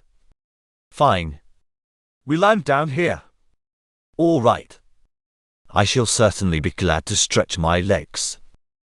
I say, are we in Peru? Bob poked up his head. We passed that hours ago. Jim laughed. Gee, I had a heck of a dream. Don't tell it before breakfast. It's bad luck. Jim circled the Luck. above the island and selected an open space back of the town which he was sure was Montego. The Jamaica island lay half hidden in the midst, and the three air travelers sat tensely wondering what the next few minutes would have in store for them. Swiftly the plane glided down and at last lighted near a group of low buildings that might belong to a small piece of farmland. None of them thought it strange that it should be a boy who would come racing inquisitively, for there isn't a youngster on the face of the earth who could resist the force which compels him to run to a descending machine. Hello, bud. Jim called experimentally. Hello. The little fellow drawled, and the three were delighted that the salutation was understood. May we leave our plane here and get lodgings for the night? Was the next query. Pop's coming. Sure enough, a tall weather-beaten man came leisurely to greet them, and the boy shouted eagerly. They want to stay the night. They can sit in the shed. The man answered. Thank you. We'll be glad to pay. Mr. Austin explained. Doesn't cost me anything. The man shrugged indifferently. It is worth something to us. Satisfy yourself. You can get something to eat in the house, but we can't sleep you. There's grass in the shed. With that cordial reception he strolled off, his son at his heels, and Jim taxied the plane into the long open shed which might have been built for cows but had apparently stood unused for months or years. The flying buddies surveyed the place while Mr. Austin made his way to the house to arrange for food. He found a woman with a sick child in her arms, so instead of asking her to prepare a meal, he bought a few supplies which he carried back to the buddies.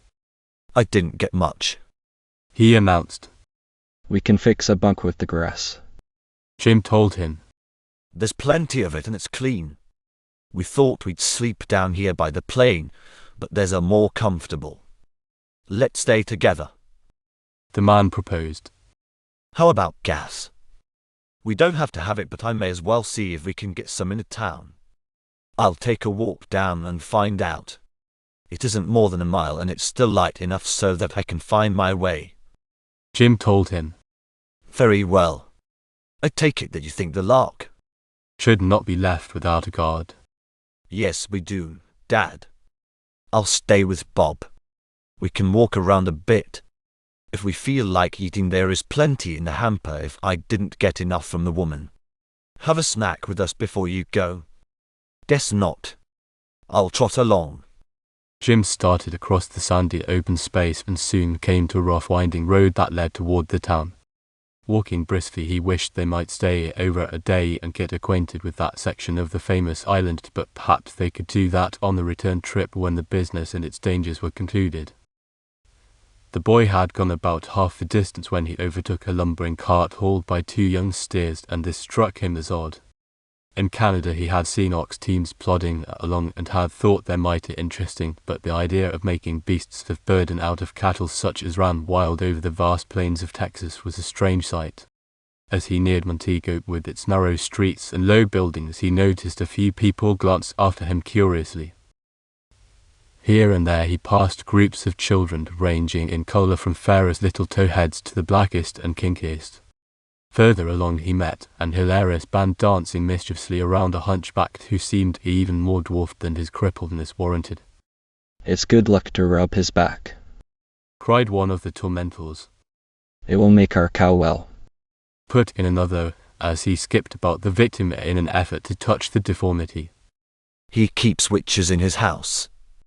Jim eyed the gang resentfully as he drew closer and had made up his mind to interfere, but was saved from participating in the brawl by a tall military-looking man who suddenly stepped into the midst of the children, brandishing a cane swiftly to right and left.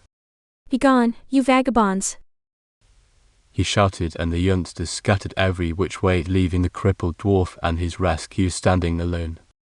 Then the man spoke sharply to the hunchback, who promptly dodged out of sight quite as quickly as if he too expected a blow from the heavy stick. The big fellow looked none too prepossessing, so Austin turned down a nearby lane, and in a few minutes he found himself in what there was of the business section of Montego. Jim searched about for a sign of a gas station, but discovered none. Then he watched for a garage, either public or private, and at last he came to a small one where a Negro was sleeping contentedly in a backless chair tilted precariously against the wall. The boy glanced into the tumbled building, but there was no sign of filling equipment, and as he stepped by the attendant, the chap opened his eyes a narrow slit. I want to buy some gas, Jim told him. Yes. Have you got any here? Yes. I'd like to buy some. Abicate. The man drawled, and from the depths of somewhere a second man appeared. He stood a moment eyeing Jim, but the man at the door had resumed his nap. I want to buy some gas, Jim explained. Yes. Right away. The chap yawned, then turned about, and without taking the trouble to make any sort of sign, he shuffled off deeper into the building. Jim followed and hoped the process of purchasing gas was not going to be too complicated. The coloured man led the way to the rear, and there in the dirt floor Jim saw a deep hole into which one descended by rather a steep incline. The leader of the expedition showed no disposition to go any further. Is it down there? Yes. He sat down as if the effort was too much for him. How can I get it? Jim wanted to know. He felt like shaking the fellow, but stuffed his hands into his pockets instead. Get it. Austin couldn't tell whether it was an answer or another question, but he decided to see if he were expected to serve himself, so he started down the narrow incline and in a moment stood before a tumbled door. Through the cave-like opening he saw an odd collection of goods and junk, but in the middle was a familiar metal tank which rested on a pair of sawhorses. There was a faucet at one end, and the boy looked around for some sort of container. The only things he could see were some tall empty buckets. Haven't you got a covered can? He called, but the man who had been his escort did not reply, so in exasperation the boy proceeded to fill one of the pails. He wondered how he would get the stuff to the lock, and sincerely hoped that if he had to carry it he wouldn't pass any careless smokers. It took the tiny stream quite a while to fill the pail, but finally, when Austin had as much as he wanted, he lugged it up the incline, where he found the coloured man curled comfortably on a pile of burlap. He shook the fellow vigorously and finally had him awake. Can I get this hauled up the road? He demanded.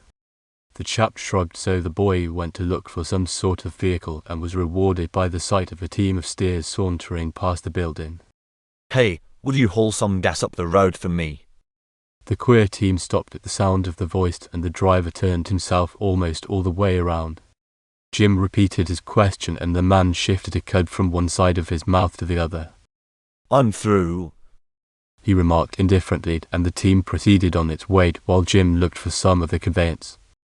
He had to go up the street to find one, and as he hurried along he saw the hunchback the children had been tormenting striding as fast as his short legs would permit beside the tall man who had scattered the gang. They were an odd pair, and after Austin ran by, the man called quickly. Looking for someone? Jim turned, and the chap smiled cordially. I'm getting some gas and want to have it taken to my plane, he explained. I can't seem to find anyone who isn't asleep. As he spoke, the dwarf faded out of the picture, but Jim didn't give him a thought. Where is it? The gas, I mean. The stranger inquired politely. In that barn, or whatever it is. Jim answered. And your plane? About a mile up the road. We came down back of the town on a sort of farm where we are spending the night. I have a small car. I'll fetch it up to you in about an hour, if that will be time enough. I'm driving that way, he offered. Thank you very much. I'll appreciate it no end. Jim said heartily, and wondered why he had thought the man unpleasant. It will be no trouble at all. I'm glad to help you out. The chap strode off as if determined not to listen to more thanks, and Jim shook his head. I certainly should like to know more about this place. I must have hit it at an odd time, for they are a queer bunch. He went back to the barn, managed to get the doorman to settle the account, and chuckled when the attendant seemed to think that tomorrow would do nicely for the final transaction of the business. Darkness was settling slowly and gently over the land, and Austin started for the camp. He noticed that there wasn't a sign of a star, and his trained weather sense warned him that rain was in the air. By the time he reached the point where he had to turn across the field, or whatever it was quite dark, but he saw his flying buddy's flash illuminating the shed and his father's cigar as the man hurried to meet him. You were gone quite a while, my boy. I guess it takes quite a while to get anything done in Montego, Dad. He laughed and recounted his experiences to the amusement of his audience. At any rate, the man with the car is on the job promptly, Bob announced as the automobile came tumbling toward them. We greatly appreciate. Glad to be able to help you out. I'm on my way to Kingston and in a hurry. There was something about the brief phrases which did not invite further discussion, so the gas was unloaded quickly and the car dashed off into the darkness. Let's get to Roost and be on our way at crack of dawn, Bob suggested. Suits me. Jim agreed. It had been a long day and he was ready to rest, so he helped the younger boy put the final touches on their bed. I'm going to read a little while. You turn in now, said Bob. Thought you were going to bed. Did intend to, but I guess I'll keep my eyes open. Well, all right. You sit with your foot on me and give me a kick if anything goes wrong, Jim directed. What's the matter with my sitting the first watch? Dad proposed. Everything. If things aren't all right, I'll call you later. Very well. In a few minutes both Jim and his father were sound asleep while Caldwell doubled up with a book, but he didn't read very attentively. The hours slipped by. Before midnight the world seemed to be enveloped in a mist which was growing thicker, and a bit later the rain came down in an uncertain sprinkle which gradually grew in strength and courage until it was a downpour. Quietly Bob got rubber blankets, spread one over the sleepers and wrapped himself in the other. He left his light on and presently he too was fast asleep. When he opened his eyes the smell of toasting bacon assailed his nostrils, and the sight of Jim busy over a campfire made him sit up quickly. Bosh, is it morning? It was still raining, but the camp was fairly dried and the breakfast promised to fill a deep cavity. It's early, but we're going to start as soon as we can. How late did you sit up? Jim asked. About 12. Everything all right? Sure. Dad waked about 12:30 and didn't go to sleep again. Then he called me and we decided to let you have a few extra snoozes. Thanks. They did not linger over the preparations to get awake, and as Mr. Austin had settled with the farmer there was nothing to detain them, so about the time the sun should have been squinting over the horizon if the weather had been clear they were in their cockpits. With the covering in place they were dry and comfortable, and in the rear Mr. Austin had tipped his seat to an angle so that he could catch up lost sleep. The lot ran out over the spongy ground, lifted heavily, then went soaring into the air, her motor roaring full blast. Well, we got away from there without any trouble, Bob announced with satisfaction as he watched Jim busy with the controls. Yes. Reckon we gave that lad at Havana the slip good and proper. He nodded. Perhaps we were nuts about what he was after, but it was not a bad idea to keep on the safe side. Wow, this is thick. All right back there. Bob called through the tube. Quite snug, thank you. Austin kept the plane climbing steadily until the altitude meter registered 20,000 feet, then he leveled off for the air was less dense near the ceiling, set his course for Belize and settled down for the long run to British Honduras. Presently they were soaring through clear skies, but the fog rolled in thick waves and billows beneath them. I say, buddy, change places with me and you can get at those lessons again. I got in some extra licks last night on my stuff, Bob proposed. Very well. Presently they had changed places and Austin got out his book and no papers. The plane was sailing smoothly, and although the fog reached almost up to them at times, the job of piloting was comparatively easy, and the boy thought with an amused smile of Don Laurier and his men back in the laboratory. When he returned home he would see records of the flight, and furthermore he would probably be able to tell just how dangerous Lieutenant Moreau had been, and exactly why that plane in Havana had shown so much interest in their arrival at Cuba. In a short while the boy was completely absorbed in what he was reading, and it wasn't until Bob pressed his foot vigorously that his attention was called back to the present. I say, there's something rotten about the law. She's been flying rather heavy, and what in the name of Samson's donkey is that smell? Jim glanced at the board and at the same time sniffed cautiously. There was a faint and familiar odor about the tiny cabin, but it was more like the heavy fragrance of too many flowers than anything decaying. It's queer. I'll lift the roof. He dropped his work under the seat, unlatched the covering and swung it back. We haven't needed that thing, and might have put it up when we got out of the rain. Yes! Suppose that smell is from tropical plants. Good heavens, how could it be? Austin picked up the tube to speak with his father if the man were awake, and as he did so his eyes fell on the reflection globe in which he could see the rear of the plane. The end of the tube dropped from his hand, his lower jaw sagged, and he choked in horror. Bob looked at him quickly. What is it, old man? Good God, look. He pointed to the mirror, but the range of Bob's vision was different, so he turned his head. What he saw left him perfectly speechless. All unconscious that he was being observed, someone was crawling out of the rear cockpit. Someone who looked more like a monkey than a man, and as he clung to the rim he secured the transparent cover of the cockpit. What is it? Bob finally gasped. The dwarf, buddy, we didn't get off as easily as we thought. That smell must have come through the opening, Jim. But the boy did not finish the sentence. The fight in the air. My father. The sky buddy's faces paled. He's been doped back there. Without a second's hesitation, Jim loosened his safety belt and glanced about for something heavy, but there wasn't a weapon available, so he sprang over the cockpit while Bob fought to keep the plane steady.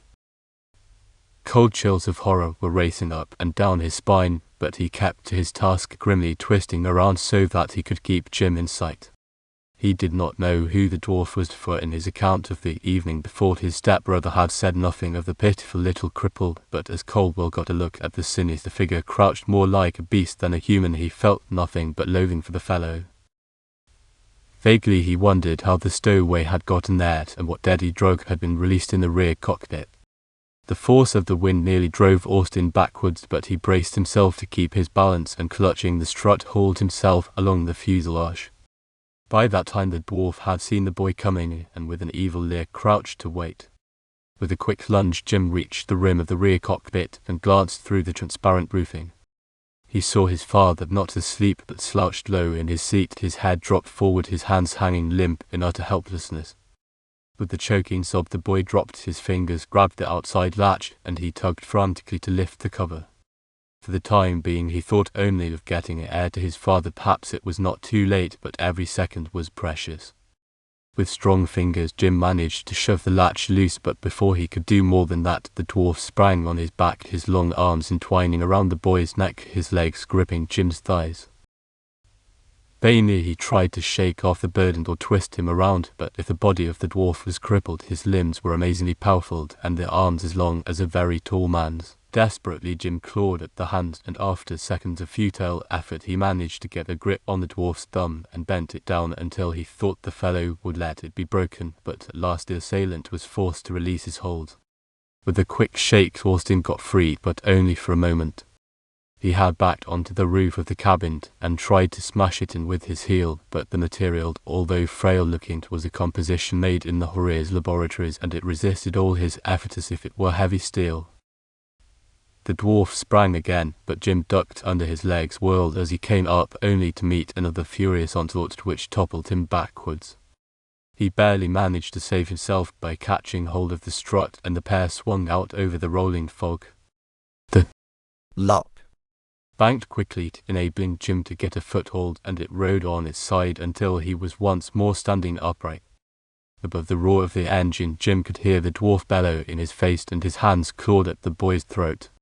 The fellow did not seem to mind whether he remained on the plane or fell off of it, but he was determined to drag Jim with him if he went down. His great fists began to hammer the boy's face and body, but try it as he would, Austin was unable to get in an effective blow or do more than defend himself feebly. He realized that Bob at the controls was watching every move that he made. The Luck. Sway tipped and slanted in every direction, but he realized that his flying buddy could do little to help him. Finally, a particularly vicious smash sent Jim reeling his head toward the forward cockpit, the dwarf on top of him. He caught his victim by the collar and twisted his fingers tightly in the cloth. Then his eyes rested on Bob. Turn around and go back, or I'll kill him, he shrieked. All right. Let go of him and I'll turn around. Bob answered coolly. You turn. The fellow roared and his great hand twisted more tightly. You win. Caldwell leaned forward over the board. One hand went like a flash downward as the Luck began the curve to return. The dwarf glanced out to be sure that the order was being obeyed. Then Bob swung up his shoe in his hand, but before he could do anything, Jim renewed his struggles and the pair slid over the side into space. Quick as a flash, Bob tipped the plane's nose downward and followed into the swirling fog. The two dropped swiftly, but in a moment Caldwell saw Austin kick himself free from the clutching arms, sprawl out as he hauled on his parachute, and after a breathless moment its dark folds opened around the boy's body. Then Bob remembered that the Don had said that in an emergency it would act as a lifesaver. With the engine racing, the Luck cut through the air, dove between the two, partly righted itself and leveled out below Jim. Caldwell stood up as he calculated the distance, and a moment later he felt a thud on the top of the wings as Austin landed. Then the pilot reduced the speed until it was barely enough to sustain the plane in the air. It seemed to the boy as if months passed before he saw Jim's leg slip over the edge of the wing. He watched tensely as his flying body climbed painfully down to the fuselage, hung onto the supporting strut. Then, the instant he had regained his balance, he hauled the folds of the parachute out of his way and crawled toward the rear cockpit. In a moment he had the lid up and dropped in beside his father. Well, Bob glanced at the indicators. They were 1,000 up, so he banked around and began to climb as fast as the Luck could carry him. He set his lips tightly as he recalled the last he had seen of the dwarf tumbling through the fog toward the ocean below. The fellow had no parachute, and the boy wondered why he hadn't taken the precaution to equip himself with one of those in the rear cabin, but it was a mystery he could not answer. Painstakingly Bob studied the map and calculated the course. He had made up his mind to carry on until Jim could let him know how things were in the rear. They were above the fog again, and miles ahead the boy could see the blue waters of the Caribbean Sea stretched beyond the rim of mist. Just then he noticed the light flash over the radio, and he picked up the speaking tube. Although he was mighty anxious to hear what his stepbrother had to tell him, he dreaded to listen, for he was sure that something terrible had happened to his stepfather. Hello, old-timer. He tried to call cheerily, but his voice shook. Hello yourself. Thanks for the wing ride. All right up there. Sure thing. Are you battered much? Bob asked. Some, but not enough to put me out. Jim told him. How is Dad? Doing fine. Guess when we opened our roof it drove fresh air through that communication tube and that kept him from smothering. Soon as I got this lid open, he came to. Oh gosh, I'm glad. Has he told you what happened? He doesn't know. He said that he went to sleep and was dreaming of being choked, and he razzed a bit. The air was stinging and his head got full of pains. He tried to signal to us but became unconscious before he could reach the set. Austin explained tensely. Do you suppose that kid hid himself back there? Yes. Folded himself in among the luggage.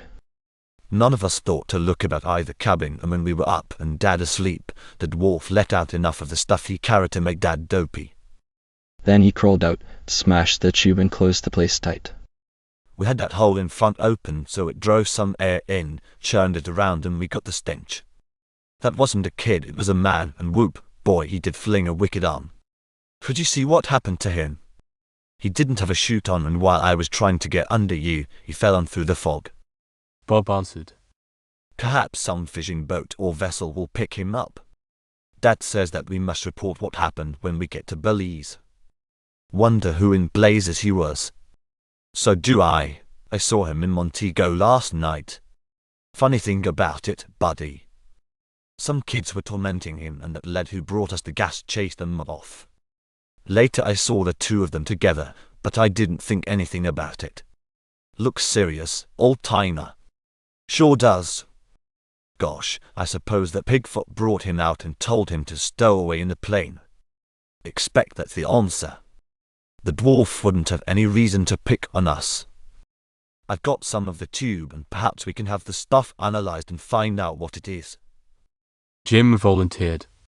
He ordered me to turn back. I was going to give him a clip over the head with my shoe when you slid off, taking him with you. Glad you didn't keep such company long. I'm right particular about who takes me swimming in the Caribbean. Wonder why he didn't get into the extra chute. Bob remarked. So do I, but I guess he was hiding under it. After this we shake the lark. Out before we leave. Got anything to eat? Sure. Shall I send some through to you?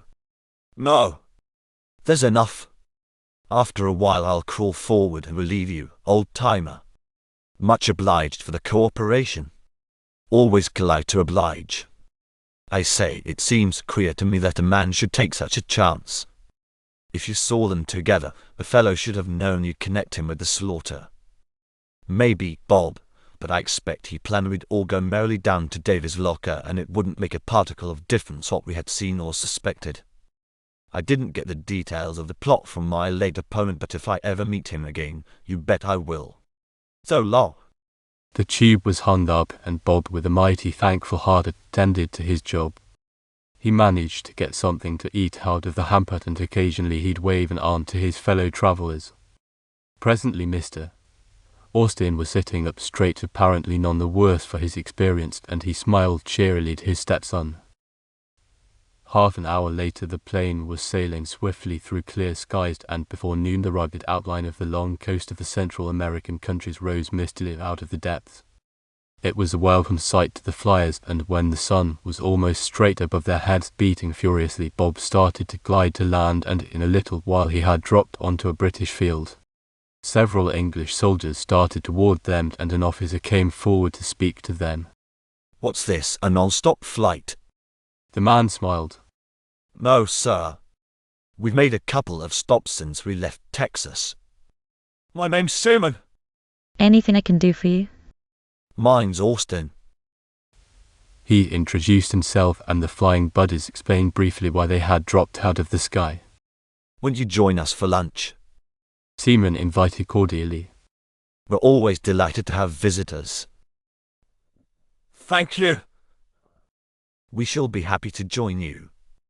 There is something which I must report, and no doubt you can tell me just where to do it. It will give me great pleasure. The officer led the way to the barracks and his own quarters. Make yourselves as comfortable as the heat will permit. The three washed up and then seated under a whizzing fan. Mr. Austin told him about the stowaway. The man's eyes were raised incredulously, but there was no doubting the story. You say that you are on a business trip to Peru? Yes. An important one. No doubt someone or group is interested in seeing that you don't get there. Seaman suggested. That must be the solution, but it is very mystifying, for we did not decide to fly down until 2 days before we started, and only a few close friends and the family knew how we were making the trip. Mr. Austin told him. You're quite safe here, and we'll do anything we can for you.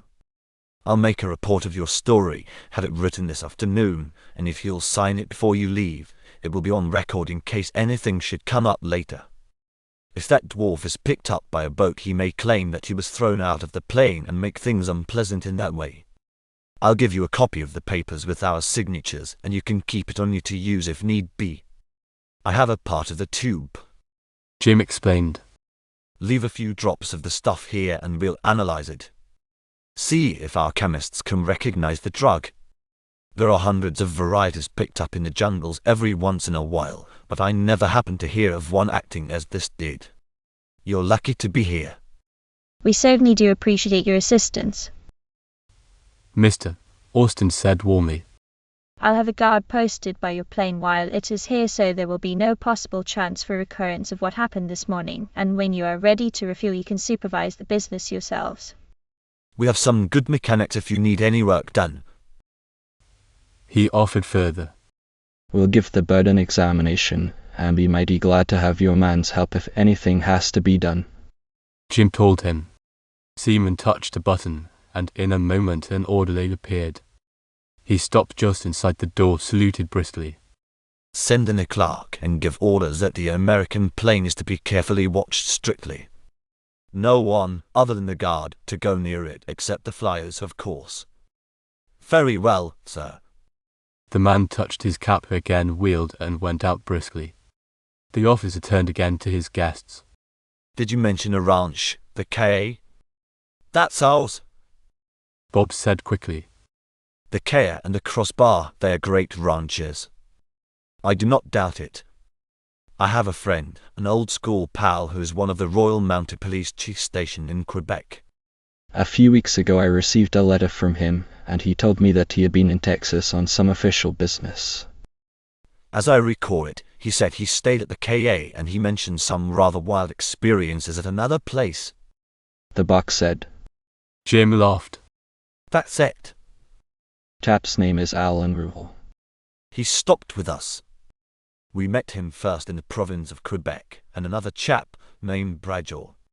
We had some great times in Canada near the line, and we told them if they came to Texas we'd pin horseshoes on them, but they didn't stay long enough. Bob announced. By George, then you are the flying buddies he spoke of. Said most disrespectfully that a couple of American kids had done a lot to locate the hangout of a border gang. He's particularly grateful to you because it proved to his department that planes can be of the greatest assistance in the work to be done, and he's getting some extra ones in his service. Seaman smiled. You did him quite a good turn. Howling nightingales, they did us a few. Bob declared. Being pals, Alan and I pass on bits of information which may come in handy in our work. He told me that there was a grand roundup of criminals at that ranch in Texas, but he also said that 2 men, the son of one of the leaders and their chauffeur, managed to escape the net. Do you happen to know if the man has been captured? He wasn't a couple of days ago. That's Arthur Gordon. The sheriff at Crofton had the old ranch guarded by a young deputy. We had to stop there one day before Christmas and discovered that Gordon was there, but he saw us first. Jim explained. Which means that he caught in some dirty work, and made his getaway. He surely did. Bob told the story briefly, not leaving out anything, and with casual references to Don Horriet, and Seaman was greatly interested. He's a bad boy, all righto. What do you suppose he wanted with carrier pigeons? He must use them to send communication to some long-distance point. Yes, of course.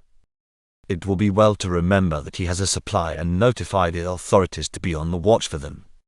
A plane can trail one easily if it is once spotted.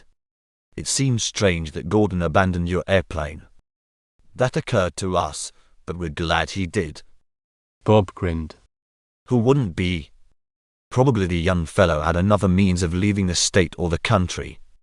He may even have had a plane of his own, and of course he would know that a description of your machine would be well broadcasted.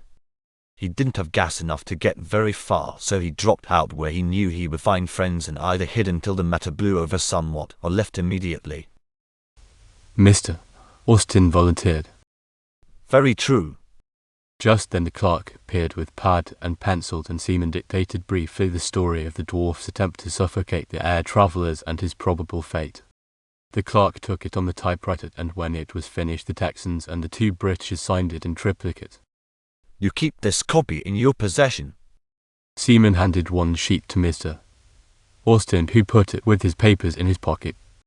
Thank you very much. Now we may as well have lunch. He led the way to the mess hall, where a number of officers were assembled, introduced his companions, and the 3 sat down at one of the small tables. The meal was a lively affair. The men joked back and forth, some of the older ones told stories, and when they had finished the 2 grown-ups lighted cigars. You do not have such a dull time, Mr. Austin remarked. No, indeed. Seaman smiled, then he added gravely. I have a suggestion to make. By air it's in the neighborhood of 3,000 miles to Cuzco from here. Later quietly today, get your crate in order and start tomorrow morning about 3 o'clock. then make it a non-stop. That will put the kibosh on any plan to get you between here and your destination.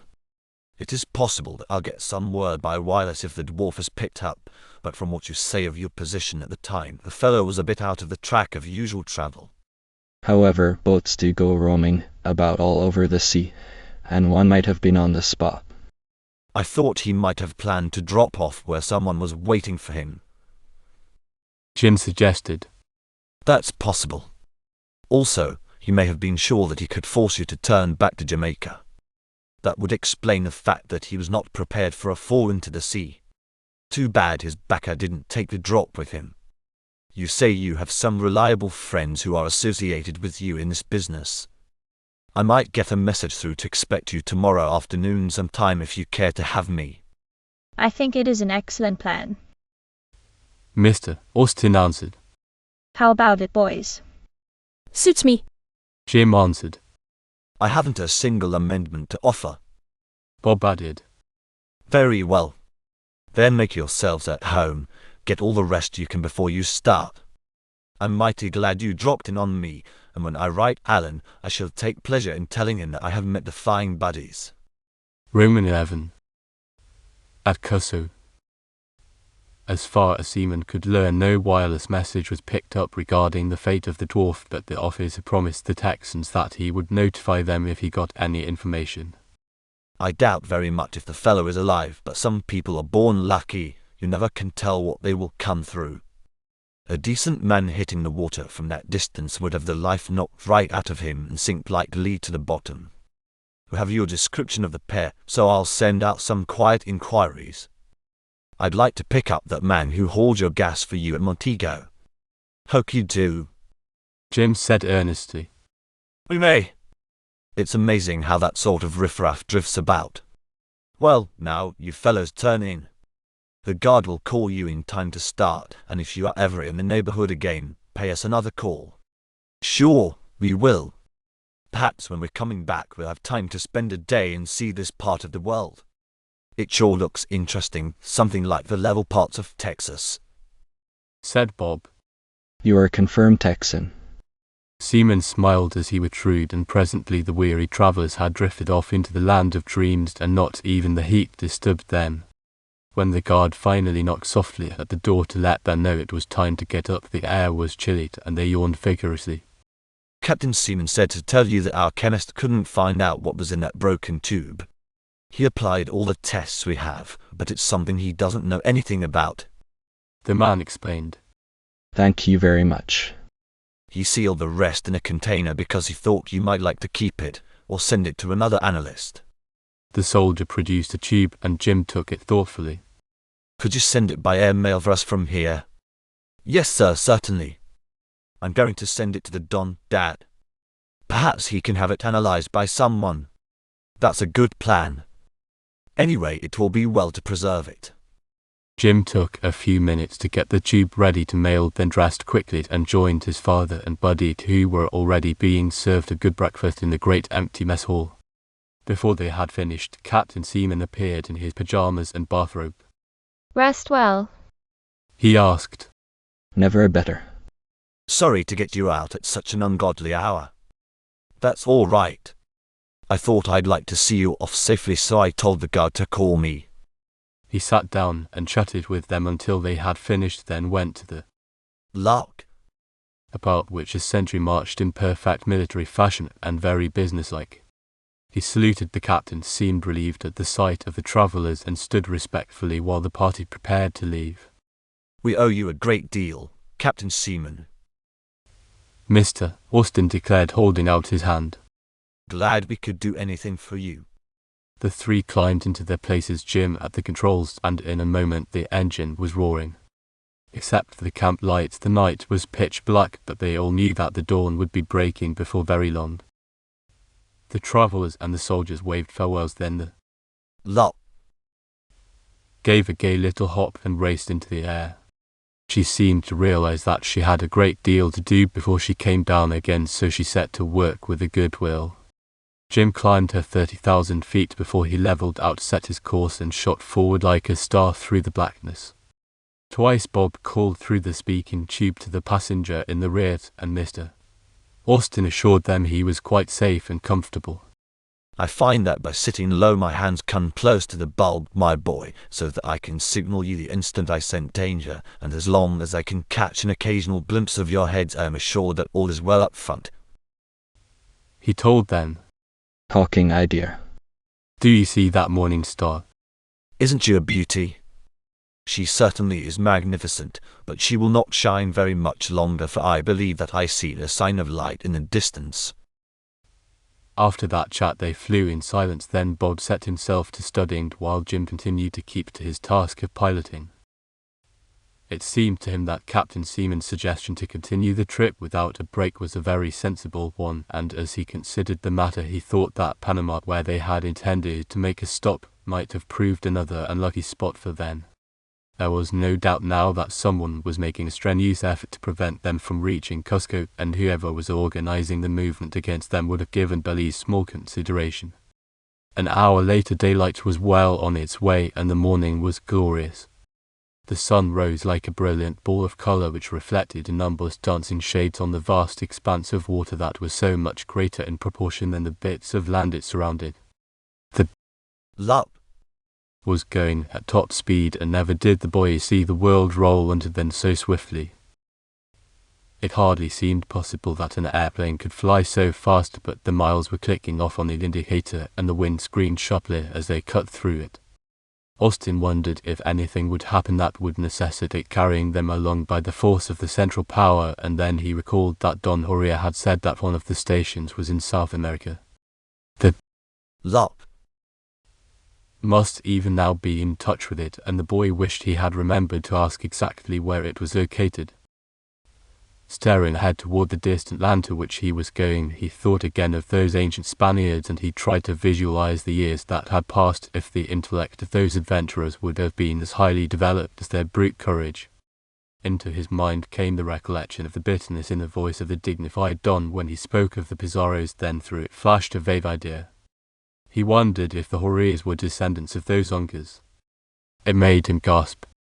Almost immediately came the recollection of that day in Vermont when he and Bob had gone to the little island in Lake Champlain to find Corso and his young nephew.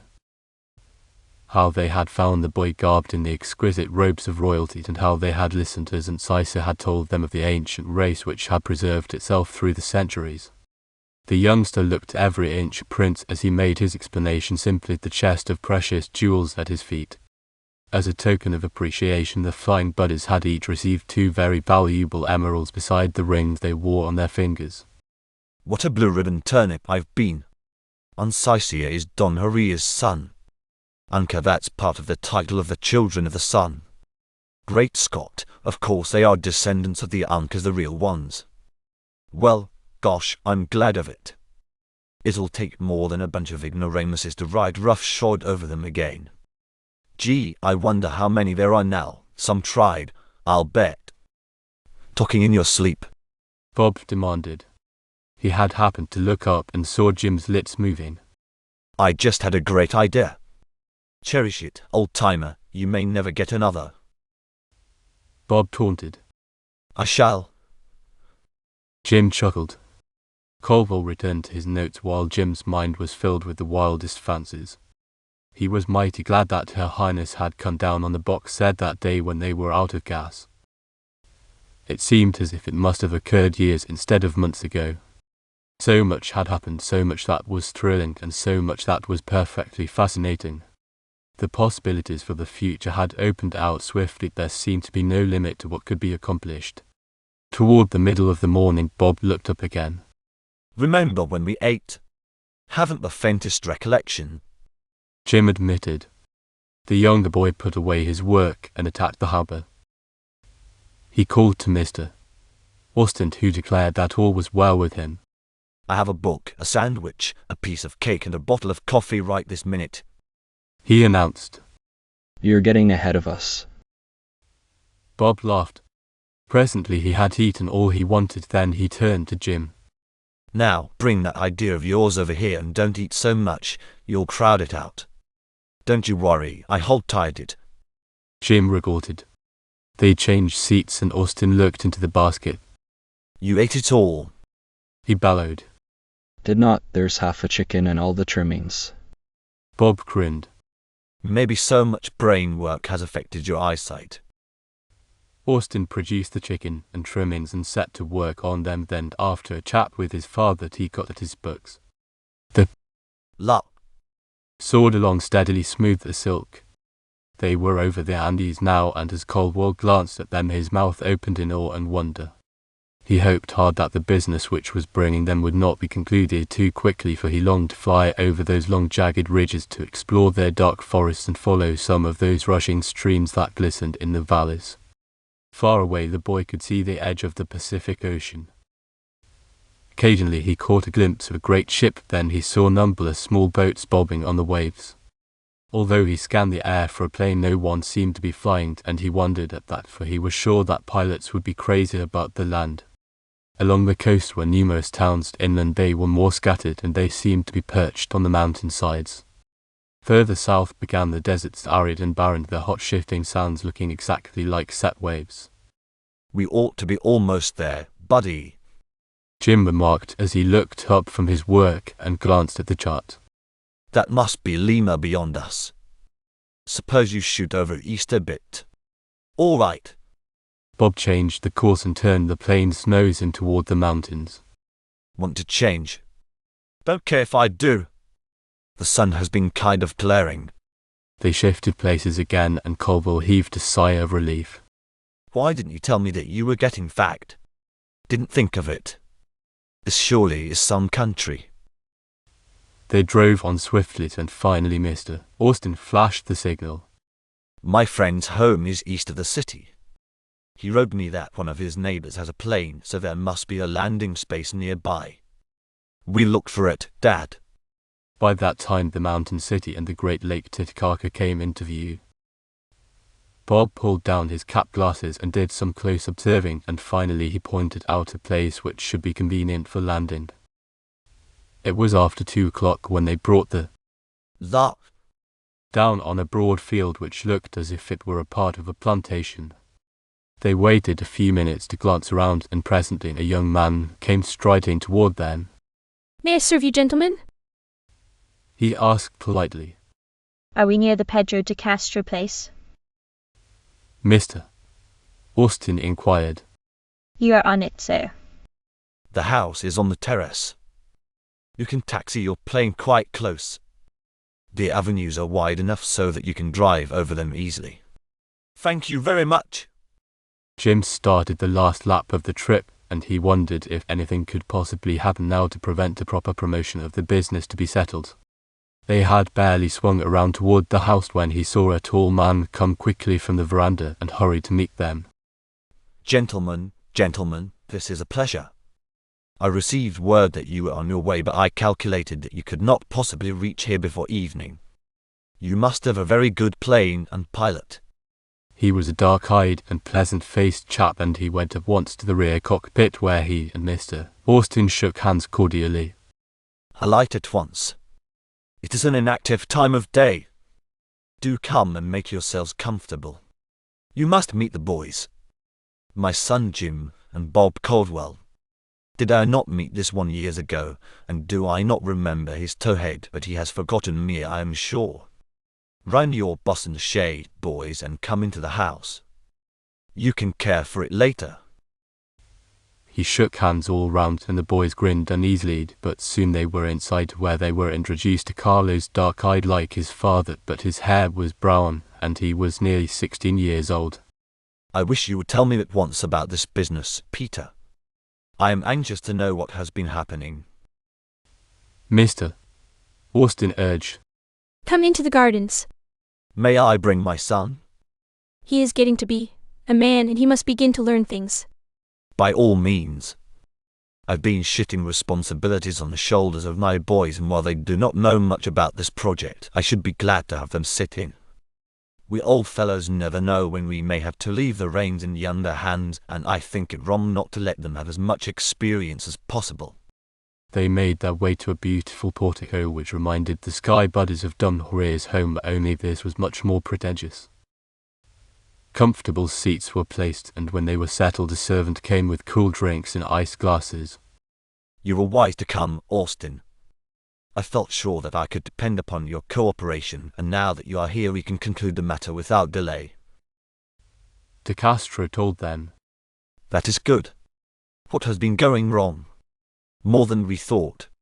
You know that much of the management has been left in the hands of Vaca Alonso and his brother, Sylvester. While the work was being developed, they both devoted themselves to it tirelessly. Then I noticed a change in Sylvester. He seemed less open and responsive. He is the older man. One or two others in the company mentioned several slight discrepancies, so we started a quiet investigation. We found that they are maneuvering to gain control of the business. Several outsiders have been admitted, one at a time, unobtrusively, and these men have been making an effort to increase their stock. You understand the sort of thing that can be, as you say in the United States, put over, when the heads of an organization are not alert. Yes, indeed. Mr. Austin answered. Well, you're here. 2 other men will arrive later. One is already on his way from Lima. At the regular meeting tonight we will outvote them, and under the circumstances I am in favor of changing officers, giving the Alonsos less influence. It is good that you arrived so promptly, for we had planned to seek an adjournment tonight, but that will not be necessary. We can conclude the matter immediately, and it is possible that we can rid ourselves of the undesirable element. I am certainly in favor of that. Mr. Austin declared. Now, I should like to ask you something. Are the Alonsos very widely connected? Why, yes, they are, I should say. They have interests in several enterprises. That is one reason why we wanted them to join with us. While they were not what you would call enormously wealthy, they have been very successful in the past 2 years. May I ask why you inquire? Your letter by airmail reached me in good time, and we started within the week, as you know. We have made the trip in excellent time, and as far as we can tell you, only our immediate families were aware we were coming here to Cuzco. I did not even send you a message because it occurred to me that someone might investigate your mail.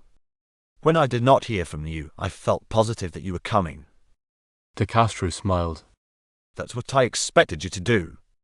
Texas, our part of it, has been under a blanket of snow for several weeks, so we have seen little of our neighbors, and I doubt if any of them know that we are not at home. Mr. Austin explained carefully. Yes, it is well to be cautious. There is much at stake. To shorten the story, one attempt was made on my life, possibly 2, but the one came very nearly being accomplished.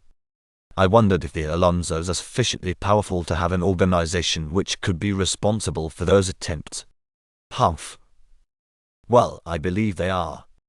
And since you mention it, 2 of our important directors were mysteriously ill at the time of the last meeting. They recovered in a day or so, but their medical men are still at a loss to know what was the matter with them. They have been taking every precaution since. In fact, they have had themselves and their homes strictly guarded. De Castro announced, then added. But there is no one they suspect, and as far as I know, there seems to have been no way to connect their illness with the Alonsos. But the fact that the men were ill is in itself suspicious. I should say that it is very. May I ask what happened on your way here, and how you escaped? I escaped because of my son's promptness in acting, and Bob's cooperation. Mr. Austin went on to tell the story since the arrival at Miami, where the supposed Marine tried so hard to be taken to Havana, and the discovering of the dwarf after he had attempted to drug the flies. The De Castros listened tensely during the recital, and at its close the older man got to his feet and paced up and down in his agitation. Barbarous, simply barbarous. The assassins. You say the chemist was unable to classify the drug? He did know it. We sent the tube north and hoped to get it analyzed, but he had no idea what it contained. Great guns. You boys must have had a wild time fighting that dwarf. Carlos exclaimed. Jim did the fighting. I was frozen to the controls. Bob answered. Sure he was, but I'd have gone into the briny with a bumped head if he hadn't kept the lark. Doing stunts. When we did slide off, he dove down under me so that I dropped on top of the wings. They sure did look good to me, Jim declared. He didn't look around for the dwarf. As soon as a chute opens, a man begins to fall slowly, and if he has his wits about him, he can guide himself in any direction. I knew that when Jim saw the plane coming under him, he'd make for it even if I didn't get in exactly the right position. We were in a fog, and the dwarf just went tumbling on, going faster and faster. He was out of sight before I had picked up Buddy, then we were getting pretty low, so I began to climb. I didn't know anything about what the water was like, so I didn't dare go down. I might have landed on it half a mile from where the dwarf dropped. Bob told Ben simply. And with the force the fellow would keep dropping. Yes! Well, my boys, you tell it as if it were a mere incident, but I know those are anxious moments for you all are. Here are our two associates. Now, I am sure that we shall have things in our own hands and that all will be well after the meeting. Carlos, to take the boys where they can rest, and tomorrow perhaps you can show them something of our land. We think it very marvelous. I say, maybe they'd like to fly to Amiran. That's mighty interesting, and I've always wanted to get there in a plane. It's an old Indian place. I won't tell you anything about it. You can see for yourself. No one ever goes near it much, but there's an Indian woman, no one knows how old she is, who lives nearby. Carlos told them. That surely sounds as if it would be worth seeing. The buddies agreed heartily. Suppose you'll be staying over tomorrow, Dad? I believe that I may have to. Mr. Austin answered. Stay over the day. Indeed you are. You shall stay several days. De Castro announced emphatically. Room 12. Amy ran fastest. The meeting that evening at De Castro's became before its closed what the fine buddies and Carlos termed a hot session. It was held in one of the huge cool rooms, and the three young fellows stationed themselves on a balcony which gave them an excellent view without revealing their presence. The Alonsos and their faction arrived promptly, were greeted with great politeness by a young man secretary, and took their places round the heavy table with expressions of grave importance. To Jim, the younger man seemed to squirm a bit uneasily in his chair, but every other face registered imperturbability. However, there were hastily exchanged glances when a second group of three men entered, but their appearance seemed to cause no special alarm. Courteous pleasantries were passed back and forth as all were seated. 8 men were assembled. There was no show of impatience, but an occasional glance toward the door through which they expected the elder De Castro to enter. The secretary had arranged a neat pile of notes and books at the head of the table, where was only an empty chair. Then the portieres rustled slightly. The tall Peruvian stepped forward with Mr. Austin and 2 other gentlemen beside him.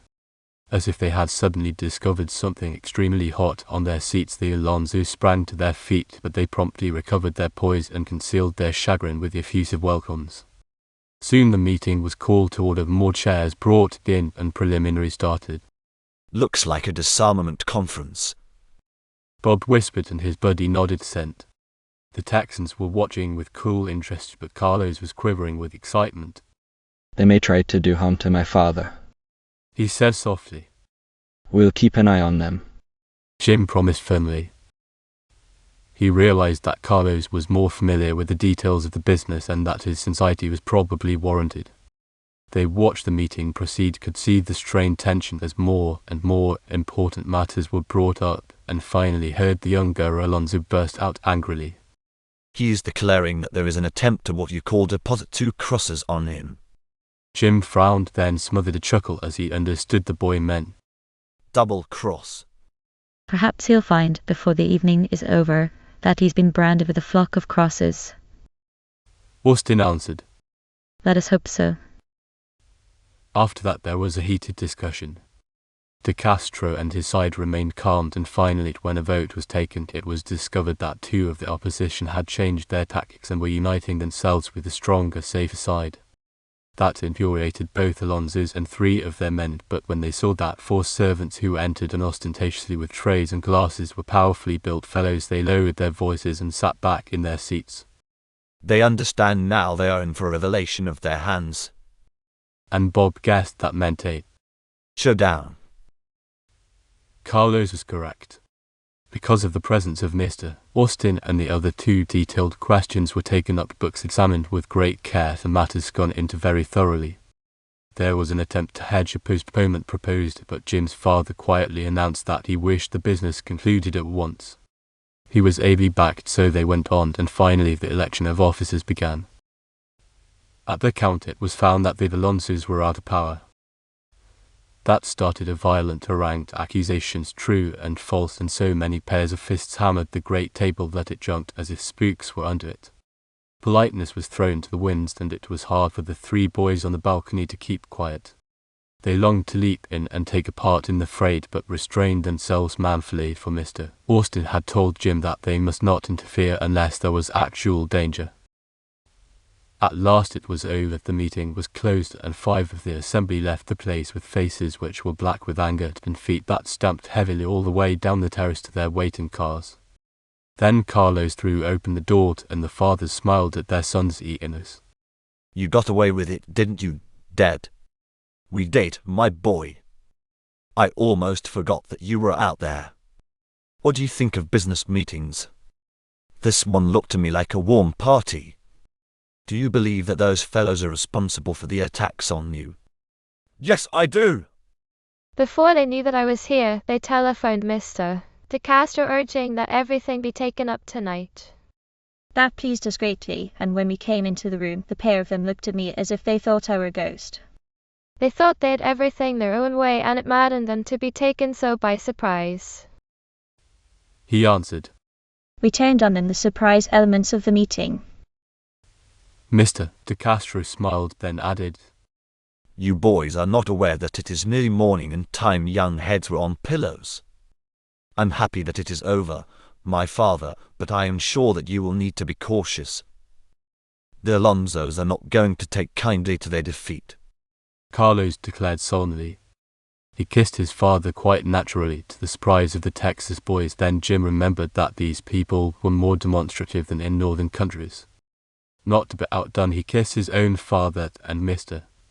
Austin accepted the salute, then turned and embraced Bob. Frolicking frogs, but I'm glad you could get here, Caldwell declared, and didn't even flush at the demonstration. I'm particularly grateful to you two for getting me here. Now, as Peter says, it is time heads, both young and not so young, were on pillows. Mr. Austin told them. Shall we stay over tomorrow? Jim wanted to know. I think probably it will be necessary for me to stay several days, my boy. Things we took up tonight need to be carried through, and I should not care to leave all the responsibility to my friends. That is splendid. We shall pay the visit to Amiran, Carlos declared with delight. It will be the pleasure to show you something which is magnificent. It did not take long for the household to quiet down for the balance of the night. Before they finally turned in, Bob was frowning seriously. I say, buddy, Carlos seemed to think that his father may have a mess on his hands with those fellas. They must be just as saw it, Dad. He said finally. Reckon they are, but I had Dad and Mr. De Castro discussing that this afternoon, and they agreed that if the Alonsos fail to put through their scheme, they will be mighty careful. They are influential men, that is, I mean prominent in a number of ways, and if it came out that they tried to put over something underhanded, they would all be ruined. There is plenty of evidence against them, so that anything that went wrong could be pinned on them hard and fast. Jim explained. I see. Then they'll be more likely to do their utmost to see that nothing serious happens. Bob remarked. Exactly. Dad and Mr. De Castro have them where they want them. They're hog-tied good and plenty. Fine. Good night. The Flying Budders went to sleep with contented minds, satisfied that the job they had undertaken was well done. It was late when they awoke, but the household was stirring quietly, and the De Castro family were radiant over the successful outcome of the meeting. As soon as they could get on their way, the 3 boys set out for Amiran, young Carlos in the seat, with Jim and Bob in the rear cockpit, where he crowed over his stepbrother because he could observe without interruption the world over which they would travel. You'll have to pilot the return trip, Jim declared. Suits me. The young fellow laughed. Carlos had a map of the country and pointed out the section of the mountains to which they were going, and presently the La was soaring gracefully over the city. The course was set, and the Texans both thrilled with wonder at the beauty of the Andes rolling under them. It took half an hour to reach the point, and Carlos shouted they had gone far enough. Then Jim circled again, picked out a flat stretch of high tableland, and glided down. The plane lighted easily, the three climbed out, and the sky buddies gasped in awe at the magnificence of their surroundings, while young De Castro smiled with gratification at their admiration. This is almost inaccessible from below, he announced. Only a few white people have ever been able to get up here. The place where they stood was about half an acre wide, seemed to be of solid rock which ended abruptly a few rods ahead, and as they had landed, Bob had noticed that the sides were perpendicular and seemed to drop in jagged formation at least 1,000 feet. From the elevation they got a gorgeous view of sharp cliffs, lower hills, the plains, and finally the sea stretching into the horizon. Behind them was a small lake which lay like a glittering blue jewel in the deep bowl. The plateau was in the shape of an S, and after they had stood staring some time at the scene, Carlos touched Jim's arm. We shall leave the plane here, and I'll show you something more astounding than this. Hadn't we better block the bird? Bob suggested, but there were neither logs nor rocks available. I'll raise the wheels and let her rest on the floats. They clutch the surface like a tire, and if it should blow up much, we'll have to get away quickly, Jim decided. Presently that was accomplished. Then Carlos led them cautiously along the narrow S until at last they were near the further end, where they paused again. Gee, look at these sentinels. Don't they look like something built up here? Bob exclaimed as he saw a giant rim of smooth stones which rose like a wall close by them. They were brought here, but no one knows how. Carlos told them. How do you know they were brought here? Bob demanded. When you examine them, you can see that the rock is much different from any around this part of the country, and also you can see that they were set in like a foundation. There is a story that the conquerors who came here found an unfinished temple. The stones of fine quality, such as the ancient temples to the sun god, were made of, but these were so firmly planted and high up that they could not be hauled down or destroyed. Where they could, the conquerors wrecked the temples and used the stones in their own buildings, but some of the walls of the temple of Lake Titicaca are still standing. There isn't a crack in them where they were joined, Carlos replied. Must be a great piece of work, Bob remarked. It is, and no one knows how it was done. So many of the Indians were killed that their amazing skill was lost in a few years. Some of them were fine jewelers. They knew a lot of things I've read about Lake Titicaca and the temple there, Jim said quietly. There is a difference of opinion as to whether that was the Emerald Temple or this place here. Once when I was a little fellow, I came up with some other boys, but we didn't hang around very long. We had to do some dangerous climbing, throw ropes ahead and haul ourselves that way. The land hereabouts belongs to what is left of one of the tribes and cannot be taken away from them, but as far as I have ever heard, only one very old Indian woman is ever around. A funny thing happened the time I came. I was scared out of my wits, and I went along that wall pressed as close as I could get because I was sure that I'd fall. I felt one of the stones move and it slid open. When I reached my companions, I told them about it and we all came back, but I couldn't find the place. They laughed at me, of course, but just the same I'm positive it moved. Remember where it was? Jim asked. Perhaps we can move it, Bob added. Carlos led the way he had taken as a youngster, but although they pressed hard all the way, every section remained firm and unmoved as the mountains themselves. Everybody has told me that it was my terrified fancy, and I suppose it was, but I'm not gifted with a very lively imagination, Carlos said. When it was open, what did it look like? Bob inquired. It only opened a little way, and all I could see was a flat place beyond with some flowers. I raced off to get the other boys, then couldn't find it. Come along further and see the different parts. He led the way, and soon they were walking through a series of unfinished sections, some roofed and others open to the sky. The stone of the mountain formed the natural flooring, but here and there were huge inlaid pieces which still bore strange markings. On some of the stones were designs so weather-beaten that they could not be made out, and quite a number of them were highly coloured. Suddenly they heard a soft sound behind them, and whirling quickly they were confronted by a very tall woman whose dark face was as wrinkled as a black walnut and whose hands rested on the gnarled head of a heavy stick. She stood perfectly quiet, her eyes traveling from the top of Carlo's head to the tips of his toes. Then she turned her gaze on the two Texans. Bob felt the hair on his back chill as if he were leaning against a block of ice, but Jim had no fear under the close scrutiny. "Put forward your hands, all of you," she ordered, and they obeyed. The two emerald rings on the fingers of the flying buddies gleamed in the sunlight. She glanced from one to the other, then into their faces. "Go in peace," she said, then turned about and disappeared behind a partition. Carlos whistled softly. Guess we'd better not stay around, he remarked firmly. Jim and Bob exchanged glances. "I do not believe that she will mind our looking at the place if we are careful not to disturb anything," Bob suggested, because by that time he was sure there was nothing to be afraid of, and he very much wanted to inspect the marvelous monument that stood so sturdily as a reminder of its clever builders. "We'll be mighty careful," Jim added, but as they walked forth Carlos was no longer leading. He was perfectly contented to follow, and although he glanced hither and yon, they did not see the ancient guardian again. It took some little time to tour the whole place, and finally they came to the end, where they stopped to catch their breaths. "Phew, it's like something one reads about," Bob declared softly. "This high ledge dropping straight down to goodness knows where, and this wild plateau studded with spires of the Andes. No wonder the original owners have been allowed to remain in possession. A white man couldn't do a blame thing with the place. I suppose that tourists and mountain climbers come up occasionally," Jim added. "Very few.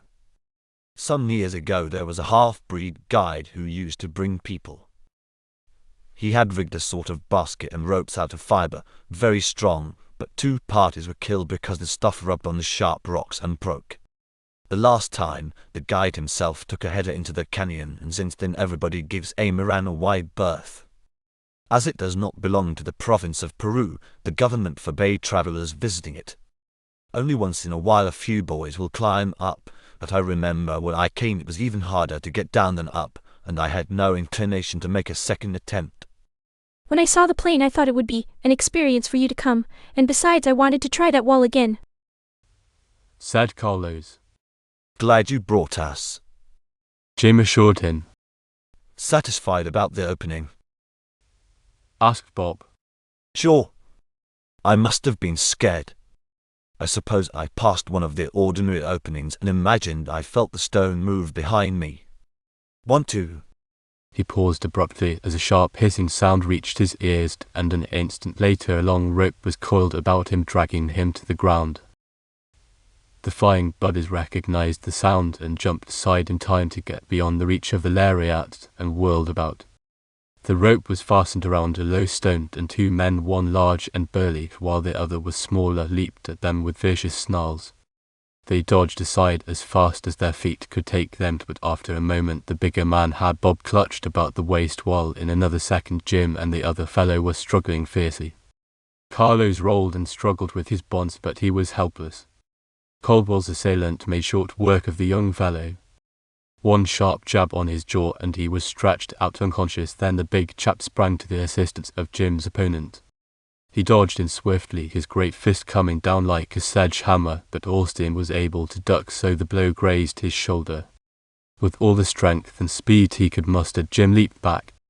He was conscious that the edge of the great cliff was within a few inches of his feet, and that a misstep would send him into the abyss below. Crouching, he kept his eyes on the 2 who leered wickedly as they came on inch by inch, but as they drew close Jim sprang forward and lighted on his feet a yard beyond them. Then he dared to glance over his shoulder quickly and back toward the great wall of the ancient temple. By that time Carlos was yelling at the top of his lungs, and Austin wondered vaguely why he did it. The sound of his voice echoed and re-echoed eerily through the ancient temple and seemed to die off in a moan among the cliffs of the Andes. Vainly the boy looked for a weapon, a rock or a club, but the winds of the ages had swept the spot clean, and he had only his bare hands with which to defend himself. The 2 had whirled and were coming upon him again. Then suddenly the small man paused. "Come on, Give the bunch of them the works. They got it coming to them, the blasted buttons. He smiled. Shut that howling trap. He indicated to Carlos, whose throat must have ached with his efforts. All right, boss. I was in favor of doing that right along. The big fellow sneered, and quite calmly the pair drew guns from their pockets. As the small man got his ready, something dropped from his holster. It looked like a piece of torn paper, but the chap did not know that he had dropped it. Austin had his back to the longest section of the wall. The other two boys were a short distance away. This guy won't know what hit him. The big fellow growled maliciously. Shut the other one up first. Came the order. Say, what have we done to you fellows? Jim demanded. If you don't know, we ain't taking time to enlighten you, see? The big fellow smiled. Their guns were raised deliberately, and although Jim thought of running, he was sure it would not help matters. He faced the two men, and his fists clenched. You are a pair of cowards. He taunted them. Go on and shoot. Blast you, I will.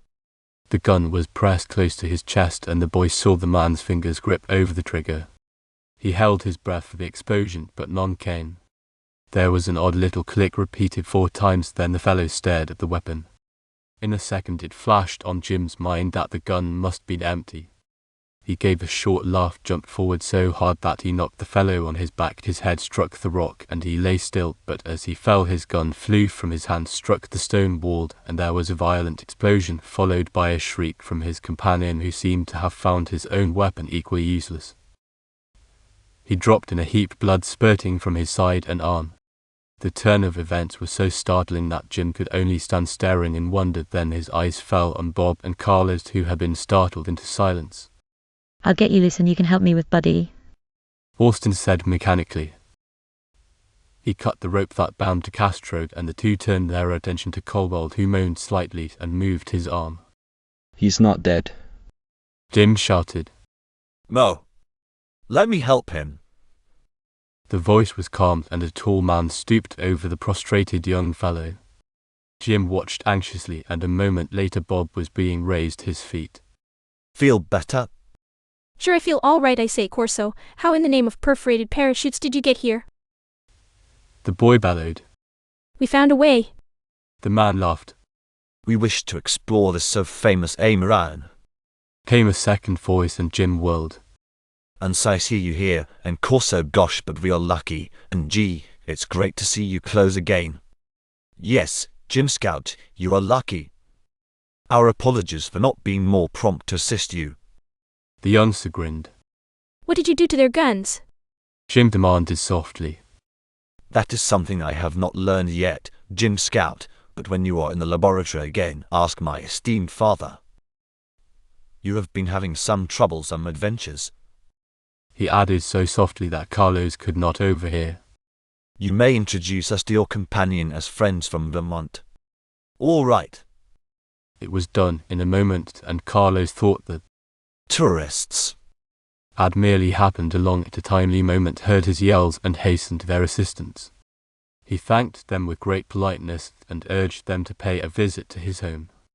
It did not occur to him to inquire how they got there, and they made no attempt to enlighten him. Gee, I wish we were staying on while you are here, Bob said cordially. But we probably have to start Dad home day after tomorrow. We are leaving tonight, Corso told them. Just then they heard an angry snarl, turned quickly in time to see the small man lower himself over the edge of the cliff and disappear from sight. The other chap had not moved, and now Corso went to him, but there was nothing he could do. I saw that fellow drop this. Jim picked up the piece of paper. It was the same sort that he had found in the old room dug from the root cellar at the Gordons' ranch, and he whistled as he examined the piece. There were a number of dim lines like some old-time diagram, and only a part of one word was left. Quietly the boy handed it to Corso. The man looked at it, then smiled. This is the part he should not have lost, he announced as he tucked it into his pocket.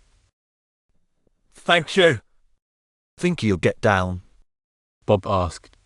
He may, and we will do nothing to injure him while he is trying, Corso told them.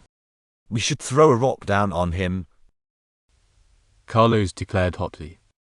I wonder who the fellow is. I believe that he is the last of a gang which was apprehended in Texas a few months ago. At that time he escaped. Well, he'll dash his brains out going down that cliff without a rope. Carlos declared. I know what it means to get to the bottom. Expect we better spread our little wings and fly, my brother. Bob proposed. We've lingered here quite a while. Jim agreed. Hope we meet you again, and Cicere and you too, Corso. It will be a pleasure. The flying buddies were anxious to get away before Carlos became too inquisitive about their touring friends, so the three hurried along the Wild Ass and finally reached the Luck.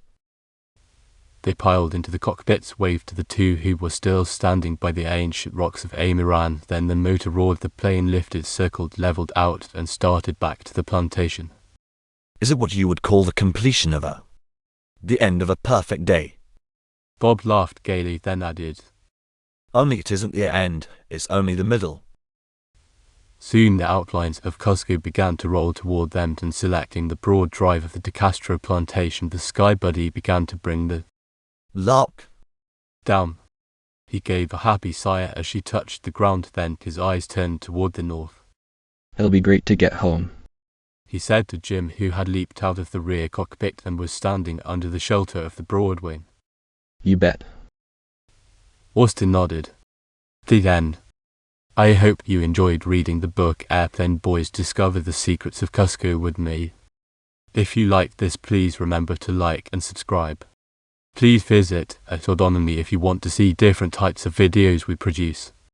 For statistics on our videos, visit @Autonomy Corps. Happy YouTube travels.